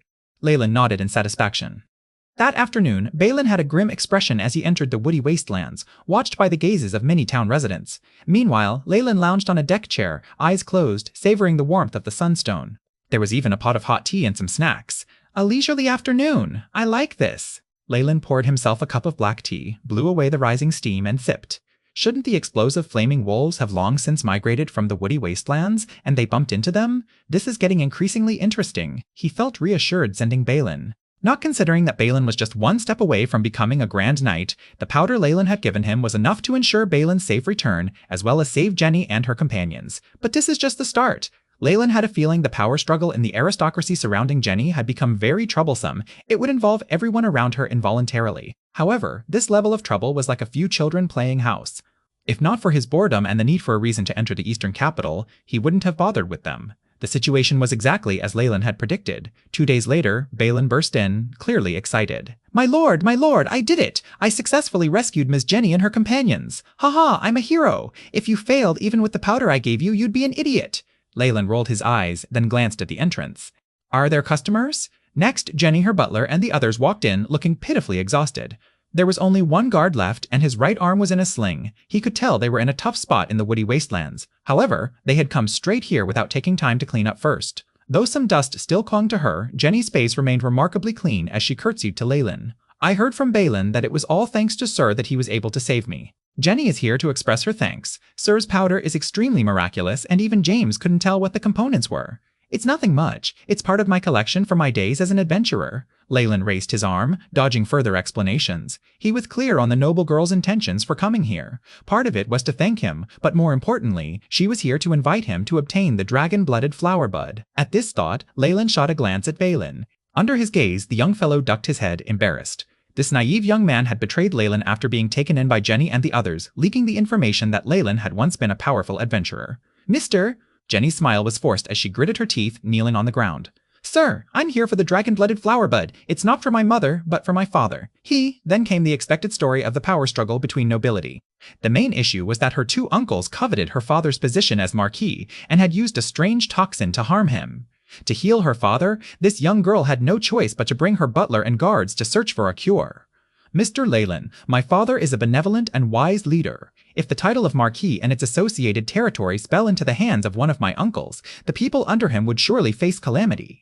Please help them, Jenny pleaded, delivering a thoroughly convincing act of a pure, kind-hearted, innocent victim. Balin had already clenched his fist, while Leyland shook his head. He naturally understood the conflicts among the upper class. Having grown up in that world, even the most innocent child would be influenced. Besides, could there be absolute right or wrong in these power struggles? On the surface, however, Leyland wore a righteous expression. I admire the kind and fair old Master Marquis. I am duty-bound to help. Balin, huh? Yes. Balin suddenly felt something bad was about to happen. This was an intuition he developed after being cheated by Leyland countless times. As expected, Leyland ordered, Go accompany Miss Jenny and enter the woody wastelands again until you obtain the dragon-blooded flower bud. I knew it. I knew this would happen. Balin raged in his heart, but seeing Leyland's grim expression and the pitiful young girl, he couldn't bring himself to refuse. All right then, letting Balin help was clearly not in Jenny and the others' plans. However, after witnessing Leyland's polite but obvious refusal, this bright young girl realized it was impossible to get Leyland himself to act. She could only retreat regretfully. Can you tell if he's a Magus? On the way, and after ensuring no passers-by were around, Jenny spat out coldly. Her voice was icy, her expression haughty. Where was the frail, delicate young girl she'd seen just minutes ago? I'm not sure. I couldn't tell. If an official Lord Magus really wanted to hide from me, I'd never be able to detect him at all. The butler, James, a level 3 acolyte, forced a laugh. Not being able to tell would be the best clue. A retired powerful adventurer who taught Balin to become a knight in a year. His strength is surely beyond our imaginations. Jenny was sharp. Not bad. I probed into this matter and that young lad Balin is quite lucky. The breeding technique he's training in is at least as advanced as that used by Grand Knights. James sighed in admiration. Upon hearing this, the guard behind Jenny's eyes darkened. He had risked his life for the Argus family for years, enduring countless loyalty tests before earning the right to learn a knight's breeding technique. He had only advanced after bloody battles, and hearing this story stirred a desire to kill Balin, but he quickly buried this feeling deep, unwilling to dwell on it further. Supporting Balin meant backing a lord who appeared to be an official Magus. Even the Argus family would not dare offend him. Though the Argus family was a Marcus house with high standing, this was only by commoners' standards. In the eyes of Magi, the Sunbind family was no more significant than a speck of dust. Even within the Argus family, there was only one rank 1 Magus they all respected. There was no need to debate who was more important, an official Magus or a mere knight. My lord. After Jenny and her companions left, Balin immediately turned to Leyland, eyes glistening with tears, like a puppy abandoned by its owner. Give it to me. He stretched his hands out. What? That secret potion? A powerful treasure. Don't you want me to obtain the dragon-blooded flower bud? Balin believed it was only fair he received this. Bang! Leyland struck him hard on the head with his wooden sword, causing Balin to grimace in pain. Balin! Leyland stood, his tone sincere. After this experience, you should know where your strength lies, right? Of course. Thanks to my lord's guidance, I'm now a knight. Now that they were discussing business, Balin's expression grew serious. Though he had survived the pack of explosive flaming wolves with Leyland's powder, the woody wastelands held dangers far beyond wolves. When he had split a large stork in two with a single strike, Balin realized he had been played by Leyland. He had long since advanced to become a knight. Moreover, through conversations with Jenny and the others, he learned Leyland had taught him invaluable lessons. Though Balin still acted frivolous out of habit, he began to revere Leyland more and more. Being a knight is just the beginning, not the end. Leyland placed his hands behind his back, posturing as a powerful figure. Chapter 300, Goat-Horned Earth Dragon. Your goal is to become a Grand Knight. The distant stars are your goal. Leyland's voice carried emotion, igniting Balin's blood with fervor. Though your knight training method came from me and is said to be the best even by Grand Knight standards, you lack something the strong possess. The strong? What's important? Confusion flickered across Balin's face. Exactly. That is real bloody battles and confidence. Knights who lacked your training developed unrivaled confidence through constant, brutal combat, smoothly stimulating their life energy to become knights. You lack this process, hence you must take on an even greater challenge to awaken your potential. Leyland's expression suggested he was doing this for Balin's own good. How about it? Can you see what I'm doing for you? Though I don't understand, it seems cool. Balin clenched his fists. I'll work hard, my lord. Next, this little fool, who had been tricked by Leyland, began earnestly preparing to leave the next day. Watching him in frantic preparation, Leyland shook his head with a gentle smile. Youths forget things so quickly. He was tricked so easily, however, to use Jenny, this noblewoman, to enter the capital. Leyland had no issue helping them. Your sword. Leyland took Balin's steel sword, which he had been holding. Having gone through numerous forges, the blade still held a cold glint, but a chip the size of an ant had appeared on its edge. This kind of nick could only be formed by countless strikes from a knight wielding full power. It was clear that Balin had faced more dangers in the woody wastelands than just the explosive flaming wolves. What's wrong, my lord? Balin's expression betrayed his puzzlement. This sword is too old and unsuitable for your expedition. I'll give you a new one. The corner of his lips lifted into a smile. Thank you. Thank you so much, my lord. Balin was so excited his gratitude bordered on incoherence. After this battle, he finally understood how difficult it was to train a knight. On one hand, there was the secrecy of breeding techniques. On the other, the immense cost of training and acquiring equipment. A sword forged by experts was worth over 100 gold. However, after explosively using his life essence a few times, a chip had appeared. Wouldn't regular weapons have simply snapped? Knights grew through battle, and he wondered how many weapons would be needed for this growth. Balin had originally intended to repair the sword and keep using it. After all, he was used to living in poverty and couldn't bear to waste resources. But Leyland had simply given him another. Don't worry, I'll send the bill to Ms. D. Jenny. However, Leyland's next words shattered Balin's gratitude. She's the daughter of the Marquis and probably has more gold than their family will ever need. It doesn't matter if they pay a little, right? Leyland tossed a new sword to Balin. Ah, my lord, can't you let me feel touched by your generosity for a while longer? Balin lamented, though his hands showed no sign of dissatisfaction as he caught the sword. Clang! He gently caressed the blade, its blue edge etched with intricate patterns, and a cold air emanated from it. Based on his years of experience, Balin could tell this was one of the shop's finest steel swords. What he didn't notice was that Leyland's palm had brushed the blade, leaving behind a dull red imprint. This imprint had been carved into the sword itself and vanished, unnoticed by Balin. Jenny's team had rested and reorganized in Pottertown before setting off. Though most of the adventurers and mercenaries who had followed her last time had died or been injured, there were still plenty of people desperate enough to take the risk for riches. Jenny had simply distributed a large amount of gold and gathered enough recruits. Of course, their strength was minimal. She had little choice. In the Twilight Zone, the goat-horned earth dragon was a rare, high-energy creature. Only recently had traces of it been found in the woody wastelands. If she let this opportunity slip away, she had no idea when she'd encounter it again. Even if Jenny could wait, Marquis Argus, tormented by poison, could not afford to wait that long. Balin, we're counting on you! Another member of the group was Balin, now clad in his repaired armor. He had worked through the night to fix it, and though it wasn't perfect, he could still use it. On his back was the sword Leyland had tampered with, giving him a bold, formidable aura. Even some girls in town had cast him coquettish glances. Now, however, a single word from Jenny sent Balin into elation. Feeling the reverence of the adventurers around him and the earnest pleas of the noble girl, Balin felt as though he'd downed several bottles of strong alcohol, his mind spinning with giddy excitement. I never imagined I, Balin, would have such an impressive moment. Balin nodded, glancing at Jenny. Admiration gleamed in his gaze. Don't worry, I'll definitely obtain the dragon-blooded flower bud. Sigh, that pitiful fellow. James, standing to one side, couldn't help but sigh under his breath. What if Balin was a grand knight? The Argus family's power could summon a dozen of them. The real concern was Sir Leyland, the one backing Balin. In the Twilight Zone, only the enigmatic Lord Magi were worthy of Jenny's reverence. In addition, our young miss is an acolyte. Though her level is low, not just any ordinary person can become one. James exhaled heavier. The path to becoming a Magus was a mystery. Yet, after years of research, Magi discovered that if one parent was a Magus, their descendants had a higher chance of innate talent. If both parents were Magi, the probability could rise to 33%. Moreover, within this group of acolytes, exceptional talent was more common. For this reason, noble families rarely allowed female acolytes to marry outside their bloodline. Their fate was to wed close relatives and produce heirs with greater potential. The Argus family might welcome a peasant with Magus potential into their ranks, but they would never tolerate a Magus marrying outside their family, even if they were merely an acolyte. Of course, neither Balin nor Jenny thought this far. Even Balin had grown serious after entering the woody wasteland, blindly rushing to conserve energy.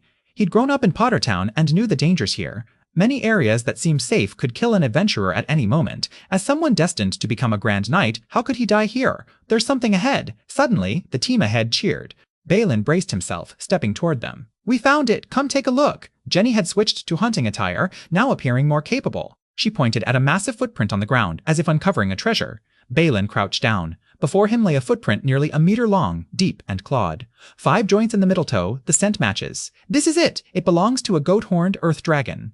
James joined them. After using a strange item in his hand to examine it, he spoke with certainty to Jenny. "What are we waiting for?" She smiled, though her target stood before her. She didn't rush ahead. "We'll set up camp for the night. All scouts must follow the footprint and locate the goat-horned earth dragon's lair." Jenny's goal here was to obtain the dragon-blooded flower bud of the goat-horned earth dragon. This rare plant only thrived alongside the creature, so finding its lair was essential. "I'll reward anyone who finds the lair with 100 gold coins." To secure the flower bud quickly, Jenny offered a hefty reward. The offer sparked cheers. Many adventurers, originally not scouts, left to try their luck. With this prize and their savings, they could practically retire. Balin's face betrayed a look of anguish, as though he couldn't bear to watch these adventurers leave. He wasn't an idiot. In contrast, he was intelligent and understood Jenny's plan. These adventurers had no strength, no special abilities. Their only purpose was to act as cannon fodder and bait. Now that they had entered the territory where the goat-horned earth dragon was active, they would inevitably draw its attention. They'd be able to track the dragon by following the blood-curdling screams or the blood itself. "It can't be helped, Balin," Jenny laughed bitterly. "I'll make it up to their families later." When the sun descended, 3 people did not return. Jenny chased after the direction they had gone, her heart pounding with a mix of grief and determination. "Here!" Balin picked up a rock from the floor, his expression complicated as he stared at the bloodstains and scraps of cloth on the stone. Chapter 3.